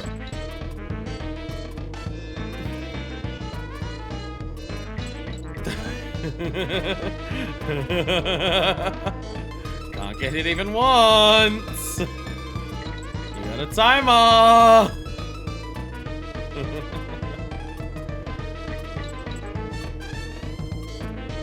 I'll let you know now, clearing this bonus either by losing or winning locks you into finishing the level. You are trapped in a barrel that is required to hit the end of level target. So if you get hit in that bonus, it'll still kick you out of the bonus and put you into this barrel, which is forcing you to finish the level. Here's another one of those fuck it up, too bad I did the level kind of situations.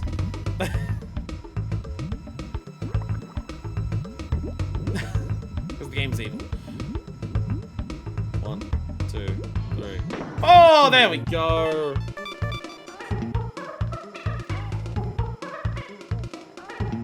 Love that level. Evil at the end, but it is literally the second last level of the game that of like normal levels. If you do Lost World Lost, I can understand a bit of evilness at that point. I can cop it. I can cop it. Makes a bit more sense to be a bit more evil at the literal end of the game. I understand. Back to K-Rool's Keep. Let's have one last save. Because we made a legitimate game over here. 95%. May wonder how we're like so close to the end of the game and yet we're only at 95%. Don't worry, we'll be fine. Our stats say that we should be fine.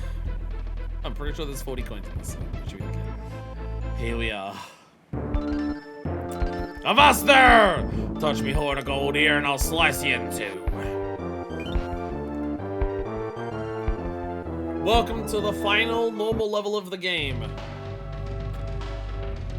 Frequently referred to as one of the hardest levels in the entirety of the Donkey Kong Country trilogy. Animal Antics. Here we go. Hey Rambi, how are you today? Welcome Rambi.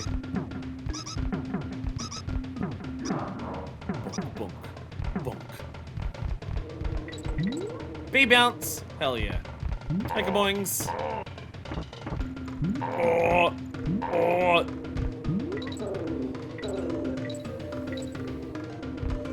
Huh. Okay.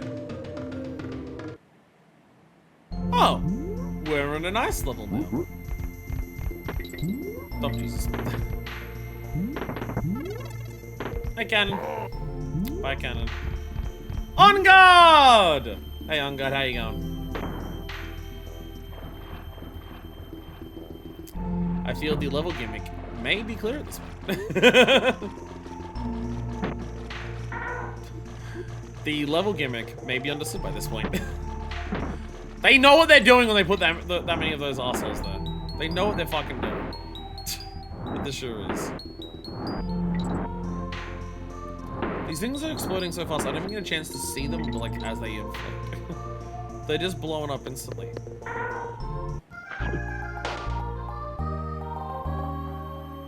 I do not remember him launching that far. What? I don't... Oh, by the way, that's what the DK barrel is. I do not remember that lockjaw flying that far. Does it always do that? I don't remember that. Jesus Thing was fucking out for blood. Thing was out for fucking blood. Okay, run quickly. So we don't get shot by a cannon. Bonk. On guard! On guard.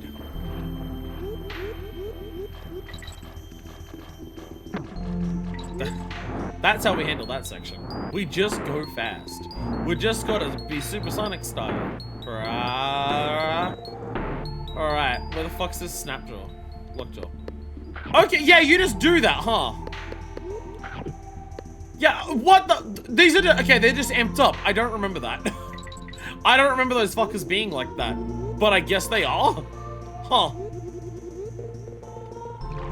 I really have no memory of them being that ridiculous. I really don't. Alright. Squitter! Hey, Squitter, how you going? How you going? Let me just double check. Let me just double check. Pretty sure it isn't here. Just double checking. Just double checking.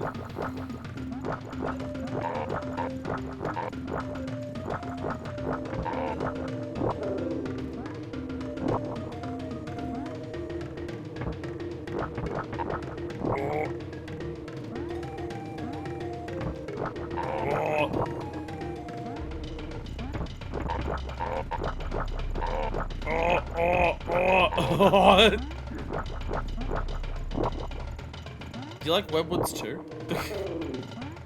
How do you feel about Webwoods 2? Does that excite? Does that spark joy?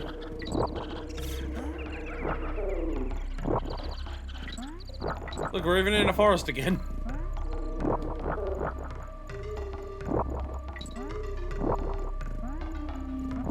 Don't fuck this up. There we go! Bonus! We found the bonus. Destroy them all!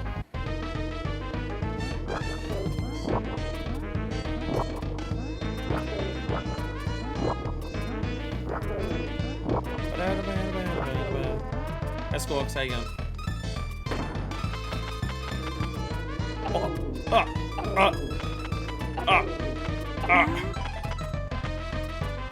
And back to Squitter. DK coin. So, some of you might be wondering, Fire, you've been talking about dreading this level. You've been talking about how this is like one of the hardest levels in all of Donkey Kong Country. It kind of seems like a breeze so far. Well, as you see, unfortunately, as you're about to learn,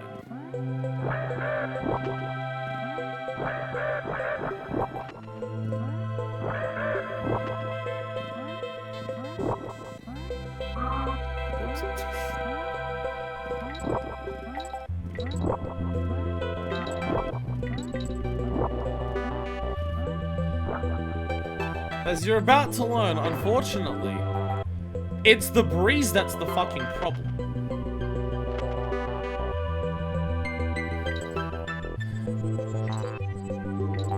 There's no, like, section of the level that does certain things. There's no specific sections this is timed for.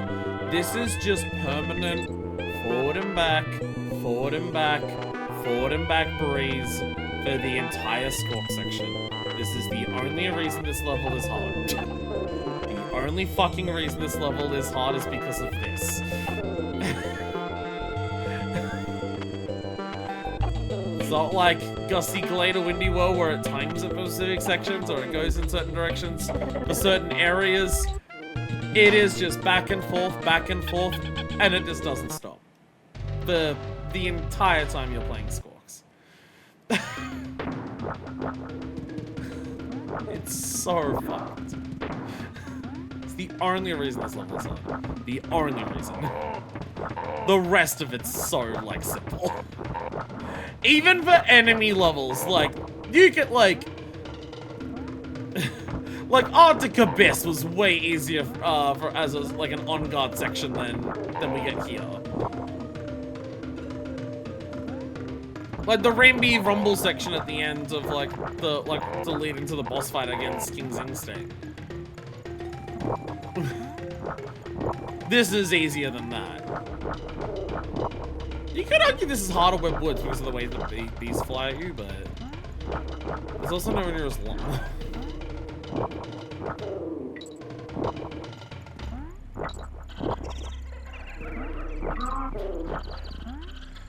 But yeah, our only reason this level is hard. It's the only reason this level is hard, and it's because this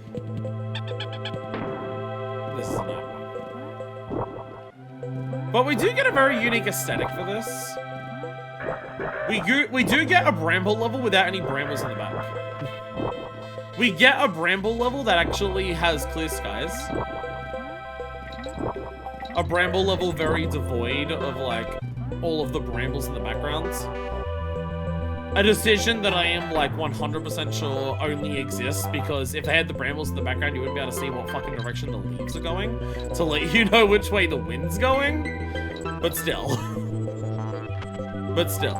It also, it visually stands out because no other level actually has this very specific like to it.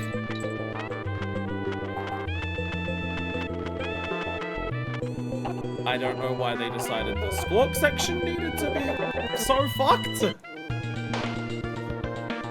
Because the thing is, if you do a flap,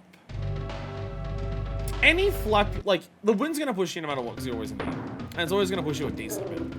Any flap that you do, like, will shove you in the wind direction a good amount. So even just flapping to, like, avoid stuff beneath you can end up just, like, shoving you off to the side in ways you don't want to, and it's just, like,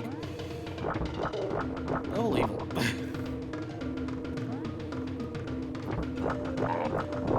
I mean, like, they knew what they were doing. I can at least understand why this level, like, why they made something so fucked and so hard for it. I can understand why. This is the last level. Of course it is. Of course it's gonna be extra hard. It's the last level of the game. Yeah, fucking right, it's gonna be fucked. And they're gonna turn up the difficulty. Of course.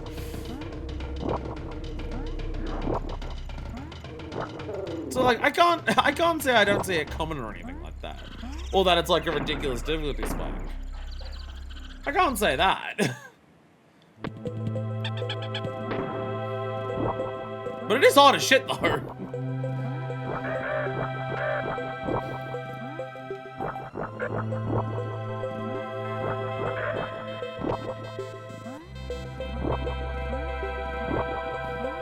It's just because the wind goes back and forth so rapidly.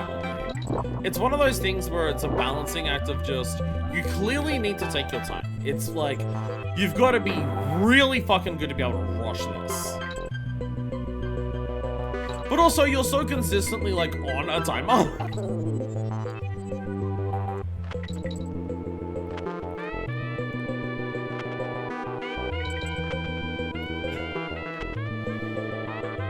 Like, you need to take it slow and steady, but also, your character is constantly moving and you don't get a chance to actually stop. It's this part that I hate. Well, no, there's a part later on that I also hate. Fucking goddammit. Trying to kill those fucking dragonflies. Oh, Jesus.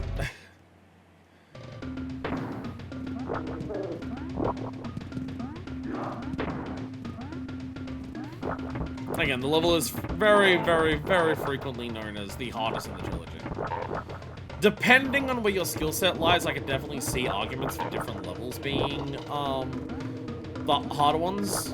There's 3 I can think of off the top of my head, specifically in Donkey Kong Country 3, that depending on what your skill set is, depending on like the types of things that you're good at, I can definitely see those being harder than this.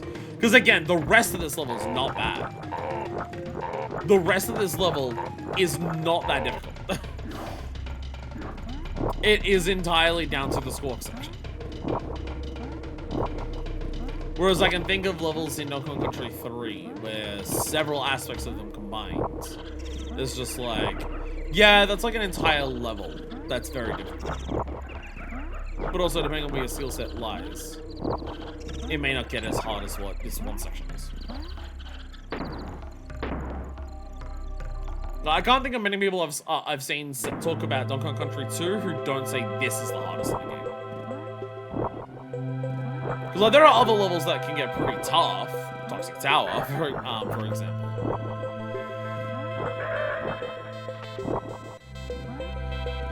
But it's very rare for me to actually see people talk about hardest level in DKC 2, and they don't say, yeah, it's Atlantis.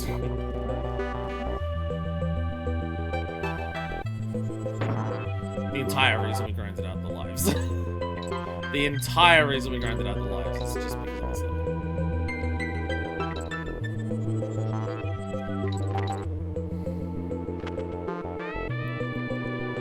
See, the thing is, if you're clever, and you're paying attention to, like, the gimmick of the level, and the name of the level,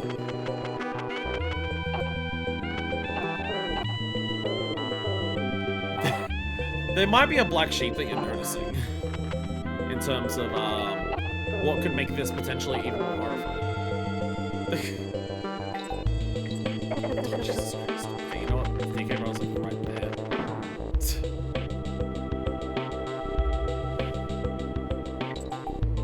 Because the thing is, if you start going with the breeze, it doesn't take long to build up an amount of speed that's like unmanageable. It becomes so quick before it's an unreasonable amount of speed. It's like really hard to course correct, especially because you're going through narrow corridors, and any course correction requires either going down further or going up further.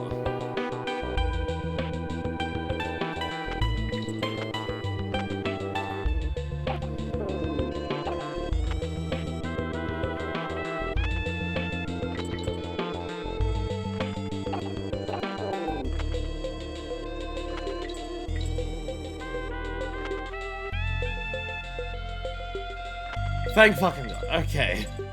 Okay. Ugh. Ugh. Somehow locked in very, very much there. But, tragedy struck. We're not done.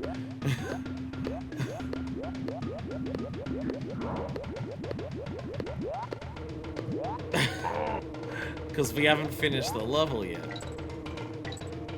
Rattly is still here. With platforming that's not overall that hard, but is fucking...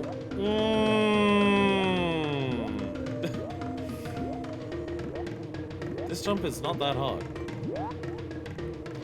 But I don't want to fucking make it. But I don't want to attempt it. Fucking...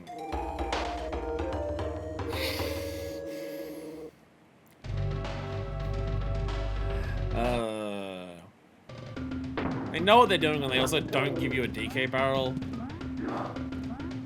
Every other section has a DK barrel at, like, the start of that animal. Or at least, like, just before you go to that animal for, like, Squawk's case. They know what they're doing when they don't give you one for Rattly there. They know what they're doing. Yeah, and that's the thing. Squawks is second to last deliberately. Because they know that you're gonna go for Rattly afterwards. And like, as Squidder, right? You have ultimate control of Squidder. Squidder is the, like, you can do whatever the fuck you want with Squidder. So it's so easy to do anything you want with it.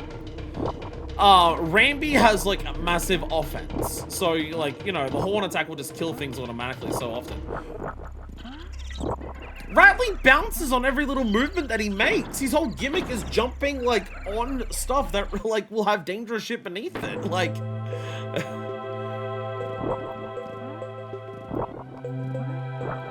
like, every time he moves, he, like, jumps up a little bit. He's a very fun character, but he's also a character that has, like, nowhere near as much control as the others. And then they don't put a DK there. They know what they're doing. by not putting a DK though, and by making the score section so fucking hard, they know that, like what just happened to me, people are going to die in the Ratley section. Just out of pure, like, nerves. Because I died there because I tried to double back onto the B because I wasn't confident I wasn't going to make the jump. And I wasn't confident because I've gone through all of this shit. I have no... The nerves are getting to me. Like, it's just...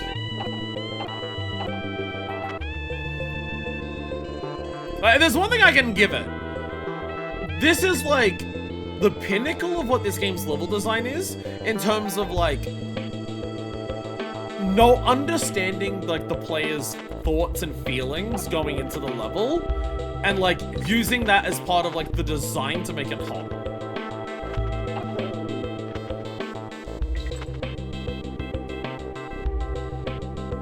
Because it almost feels like the other sections for the other characters, like, for the other animals, are, like, deliberately easy to make the spike of this feel way harder. Because it feels like the first ones are deliberately easier to make this feel harder. That's what it feels like it's deliberately designed to do. It lulls you into a false sense of security and then makes the fucking flying animal have constant adjusting wind. That has a pattern but isn't like designed around the level at all. It just goes. It's brutal. And then, hey, here's constant death. And if you got hit earlier.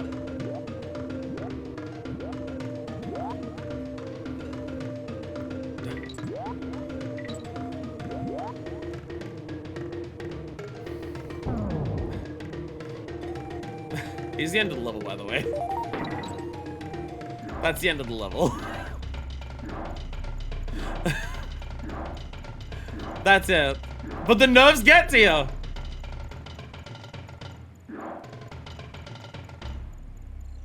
Hey, there we go.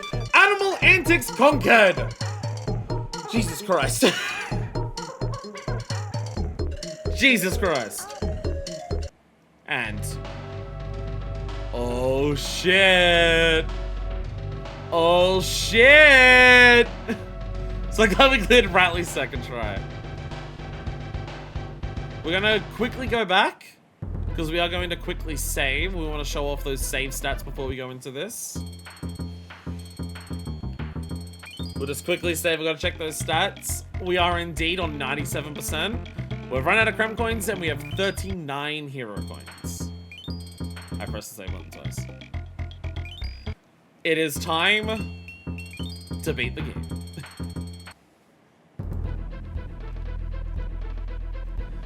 Tied with Mario now, aren't we? We should be.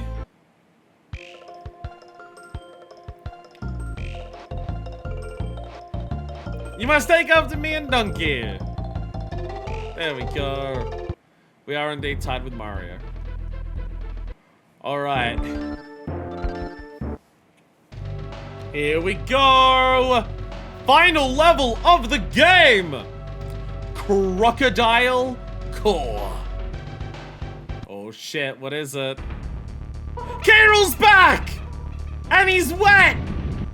And he's got fish in his gun! Phase 4, motherfucker! Phase 4! Just straight up continuing where we left off.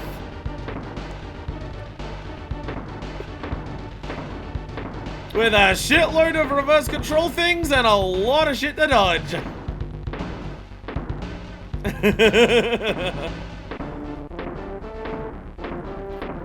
Look at his badass palace, by the way. Look at his badass palace. Oh, shit. Oh, God. Oh, God. Fuck.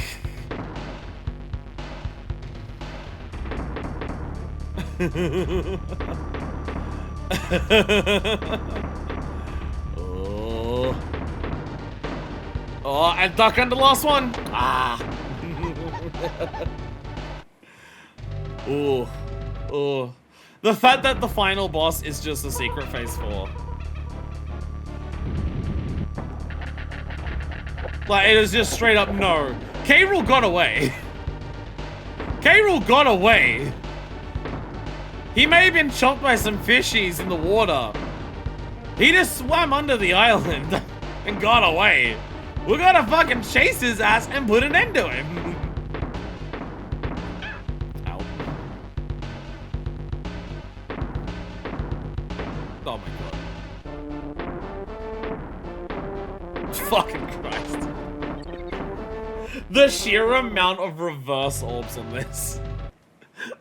There's so many fucking reverse controls. I love that he shoots fish out of his gun. And he just looks at the camera being like, why is there fish in my gun? Oh my god. I should not be getting hit that early.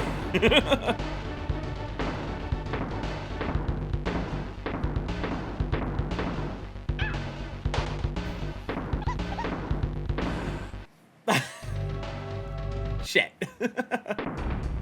I forgot how hard this part was. I forgot how hard this was.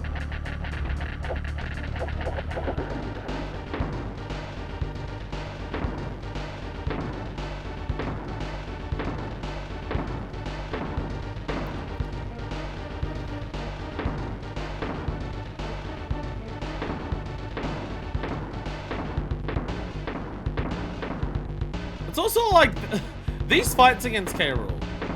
They're the only times I can think of in the game that where like crouching is like super required. I can think of times where crouching. I can think of times where crouching helps, but like you straight up like have to crouch under some of that shit.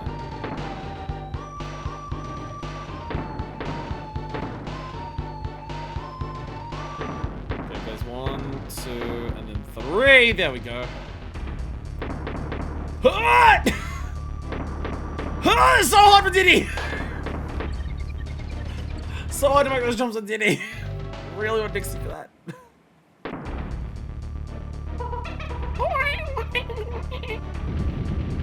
But once again, also continuing the fake out trend of K. Rool. Continuing the fake out trend of K. Rool. K. Rool had like 2 fake outs in DKC 1 of just being a pirate as opposed to like the tech stuff that's been happening the whole game when you see Kremkrok stuff. And then also just the fake out with like the credits and getting back up and continuing. So in this game, they decided like K. Rool needs like at least 5. They decided K. Rool needs about 5 different fake outs in this game. He needs a fake out of Stronghold Showdown where you don't actually fight him and you get introduced to another world. He needs fake outs of just like having a flying pirate ship and having a boat. He needs a fake out of like even when you beat him as the final boss, he still like comes back in for another phase. Endless. Endless. Ah! Fuck.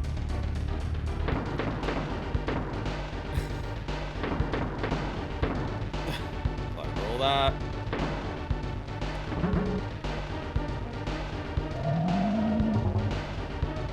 There we go. Boom! Into the core he goes. Only 1 hit, not a full boss fight, but it is very long before you get a single hit in him. Let's go! Throw K. Rool into the Strandifying Beam. Nice going, kid. I reckon only a true video game hero would have finished it all. Let's get out of this miserable dump and get back to Donkey Kong Island!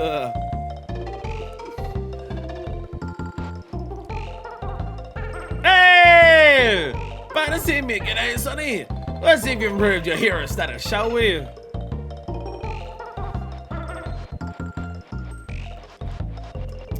I'm not afraid to admit it, Diddy, my boy. Even I'm wrong occasionally. You're as big a hero as they come. You must take after me and Donkey. Well done! We're #1 on Cranky's video game hero list. And back on Donkey Kong Country, we can see... Boom! And there goes Crocodile Isle. The entire fucking island sinks to the briny depths.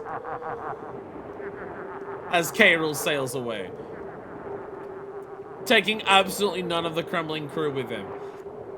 They're all fucking dead as shit. Because we sank the entire island. The entire island is now just fucking gone. And we get this nice celebratory shot.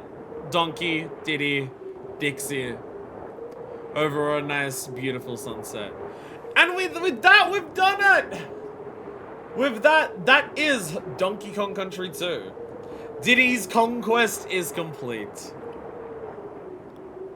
Still nuts for SNES. Again, it's amazing what you can do with the Super Nintendo. I mean, this, I think I said it was 16-bit at some point. That I was mistaken. These are 32-bit games. So these games are running at literally double the memory capacity of a lot of other Super Nintendo games. These were 32-bit. But again, it's just the technology that they had of making 3D renders, turning those 3D renders into sprites, and then just making it work from there. Like I stand by the Donkey Kong Country trilogy holds up very well when it comes to platformers. These games hold up very well for platformers. You just have to deal with some old video gamey bullshit in terms of especially this game. The sheer number of illusory walls in this game is kind of absurd. This game does have a lot of moments like that where it is just, how the fuck are you meant to realize that's an invisible wall? Which that's contrasted in Donkey Kong Country 1 with just certain levels just having bonuses that are so far out of the way, or bonuses literally within bonuses, to just be that's completely unreasonable for people to find. But in terms of core levels, think about, when you think about this game, and I feel so much of my preference for platformers has come from specifically what Donkey Kong Country 2 does with platformers, in the sense that, think about every level of this game. Nearly every single level introduces a primary new gimmick. Not all of them are strictly new gameplay, some of them are twists of previous gimmicks. But the gameplay doesn't change, just how you interact with it does. But nearly every single fucking level in this game has some form of unique gimmick to it. Even in Donkey Kong Country 1, there's a lot of levels with unique gimmicks to it. But there are more levels that are just prior level idea, but harder. But it's just, you go through, think about just what we've done today. Gloomy Gulch, you start with a ghost rope level, then you go to the minecart level where you have to hit the time barrels to keep the timer alive for the ghost to get to you. You go to the next level, which is wind pushing you side to side. Then you go to Parachute Panic, where you've got a bird that can't fly and you have to slowly navigate things. Then you've got Web Woods, which its gimmick is being annoying as shit. And then you go to K. Rool Keep, and the first level is an on-guard, hyper-focus level. Then you have Wind, but it pushes you up as you go. Then you have Castle Crush, an auto-scrolling level that can crush you because it goes with the way it goes up.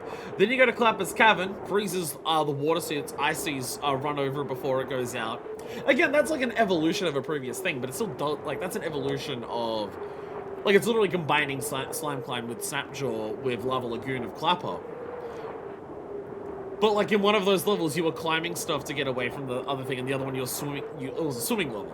Where Clapper's Cavern is an ice level where you're jumping over and ducking under bees and shit like that. Then you get to Chain Link Chamber, which I guess that is an evolution of a previous mechanic of just the entire level rope climbing. But then you have Toxic Tower, which is just yeah, it's like Slime Climb, but you still interact with it totally differently because it's also an animal focus. It's just fucking constant.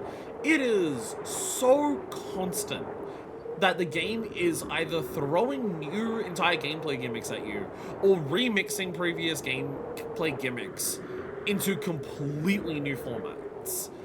And I feel that has really come to define, playing this game so much when I was a kid and falling in love with it the way that I did. It's come to really define what I enjoy about platformers. If a platformer just asks me to like get better at the base skill set more and more and more and more and more as the game goes on, I don't find that anywhere near as enjoyable as platformers where the game says, here's some new shit to interact with in every single fucking level. Like you have a look at other 3D platformers that I super vibe with over, 3D and 2D platformers that I've super vibed with over time. It's just like, yeah, I fucking love Super Mario 3D World. I fucking love Astro Bot, because those games do that as well. But yeah, just there's a reason Donkey Kong Country 2 is a classic. Again, I think most people do. It's common consensus from my understanding that people say this is the best of the trilogy, and I do agree with that. I'm not gonna fight anyone if they prefer 1 or 3, because there's different things to like about all of them.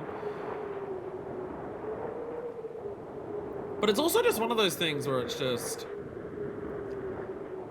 thinking about video game history. There are just certain things that just, as artists creating video games, there's just certain shit that we nailed, like, really fucking early, huh? Like, the concept of 2D platformers and how to, like, make a 2D platformer consistently engaging and fun, in terms of, like, how you slowly amp up difficulty, how you introduce mechanics to people and everything like that. It's amazing how quickly, like, just collectively we got so fucking good at that. And it's very impressive. Anyways, I love Donkey Kong Country 2, as you can probably tell by me praising it to the high fucking hells. We will go to this screen because we do have to show off our 102% completion. Hell yeah. Just like Donkey Kong Country 1, for some reason, probably because of that one bonus and a bonus, had 101%. Donkey Kong Country 2 has 102%. I bet you can't guess what percentage completion we'll have in the next game in the legacy, Donkey Kong Country 3. Most people, I think, would be comfortable calling it the odd entry of the trilogy. I think it deliberately leans into that.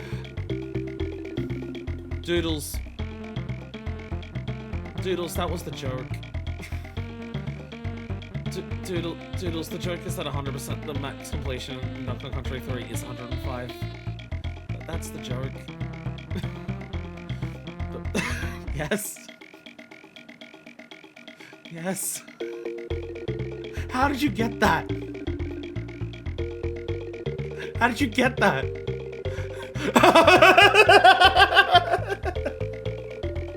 Spoiled the bit.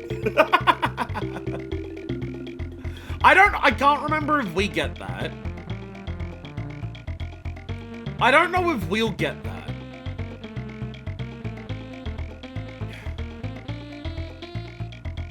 You can get 105 in Donkey Kong Country 3, but I don't know if my playthrough will do that.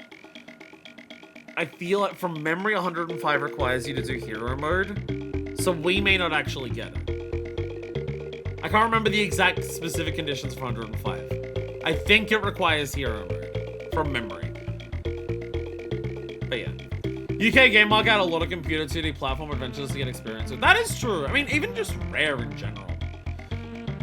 Like, you think of early Rareware console stuff that they were doing. They did have a lot, like, there was a lot of experience to it. Like, you have a look at, like, the Rare Replay stuff and how much of the early, like, Satellivision shit.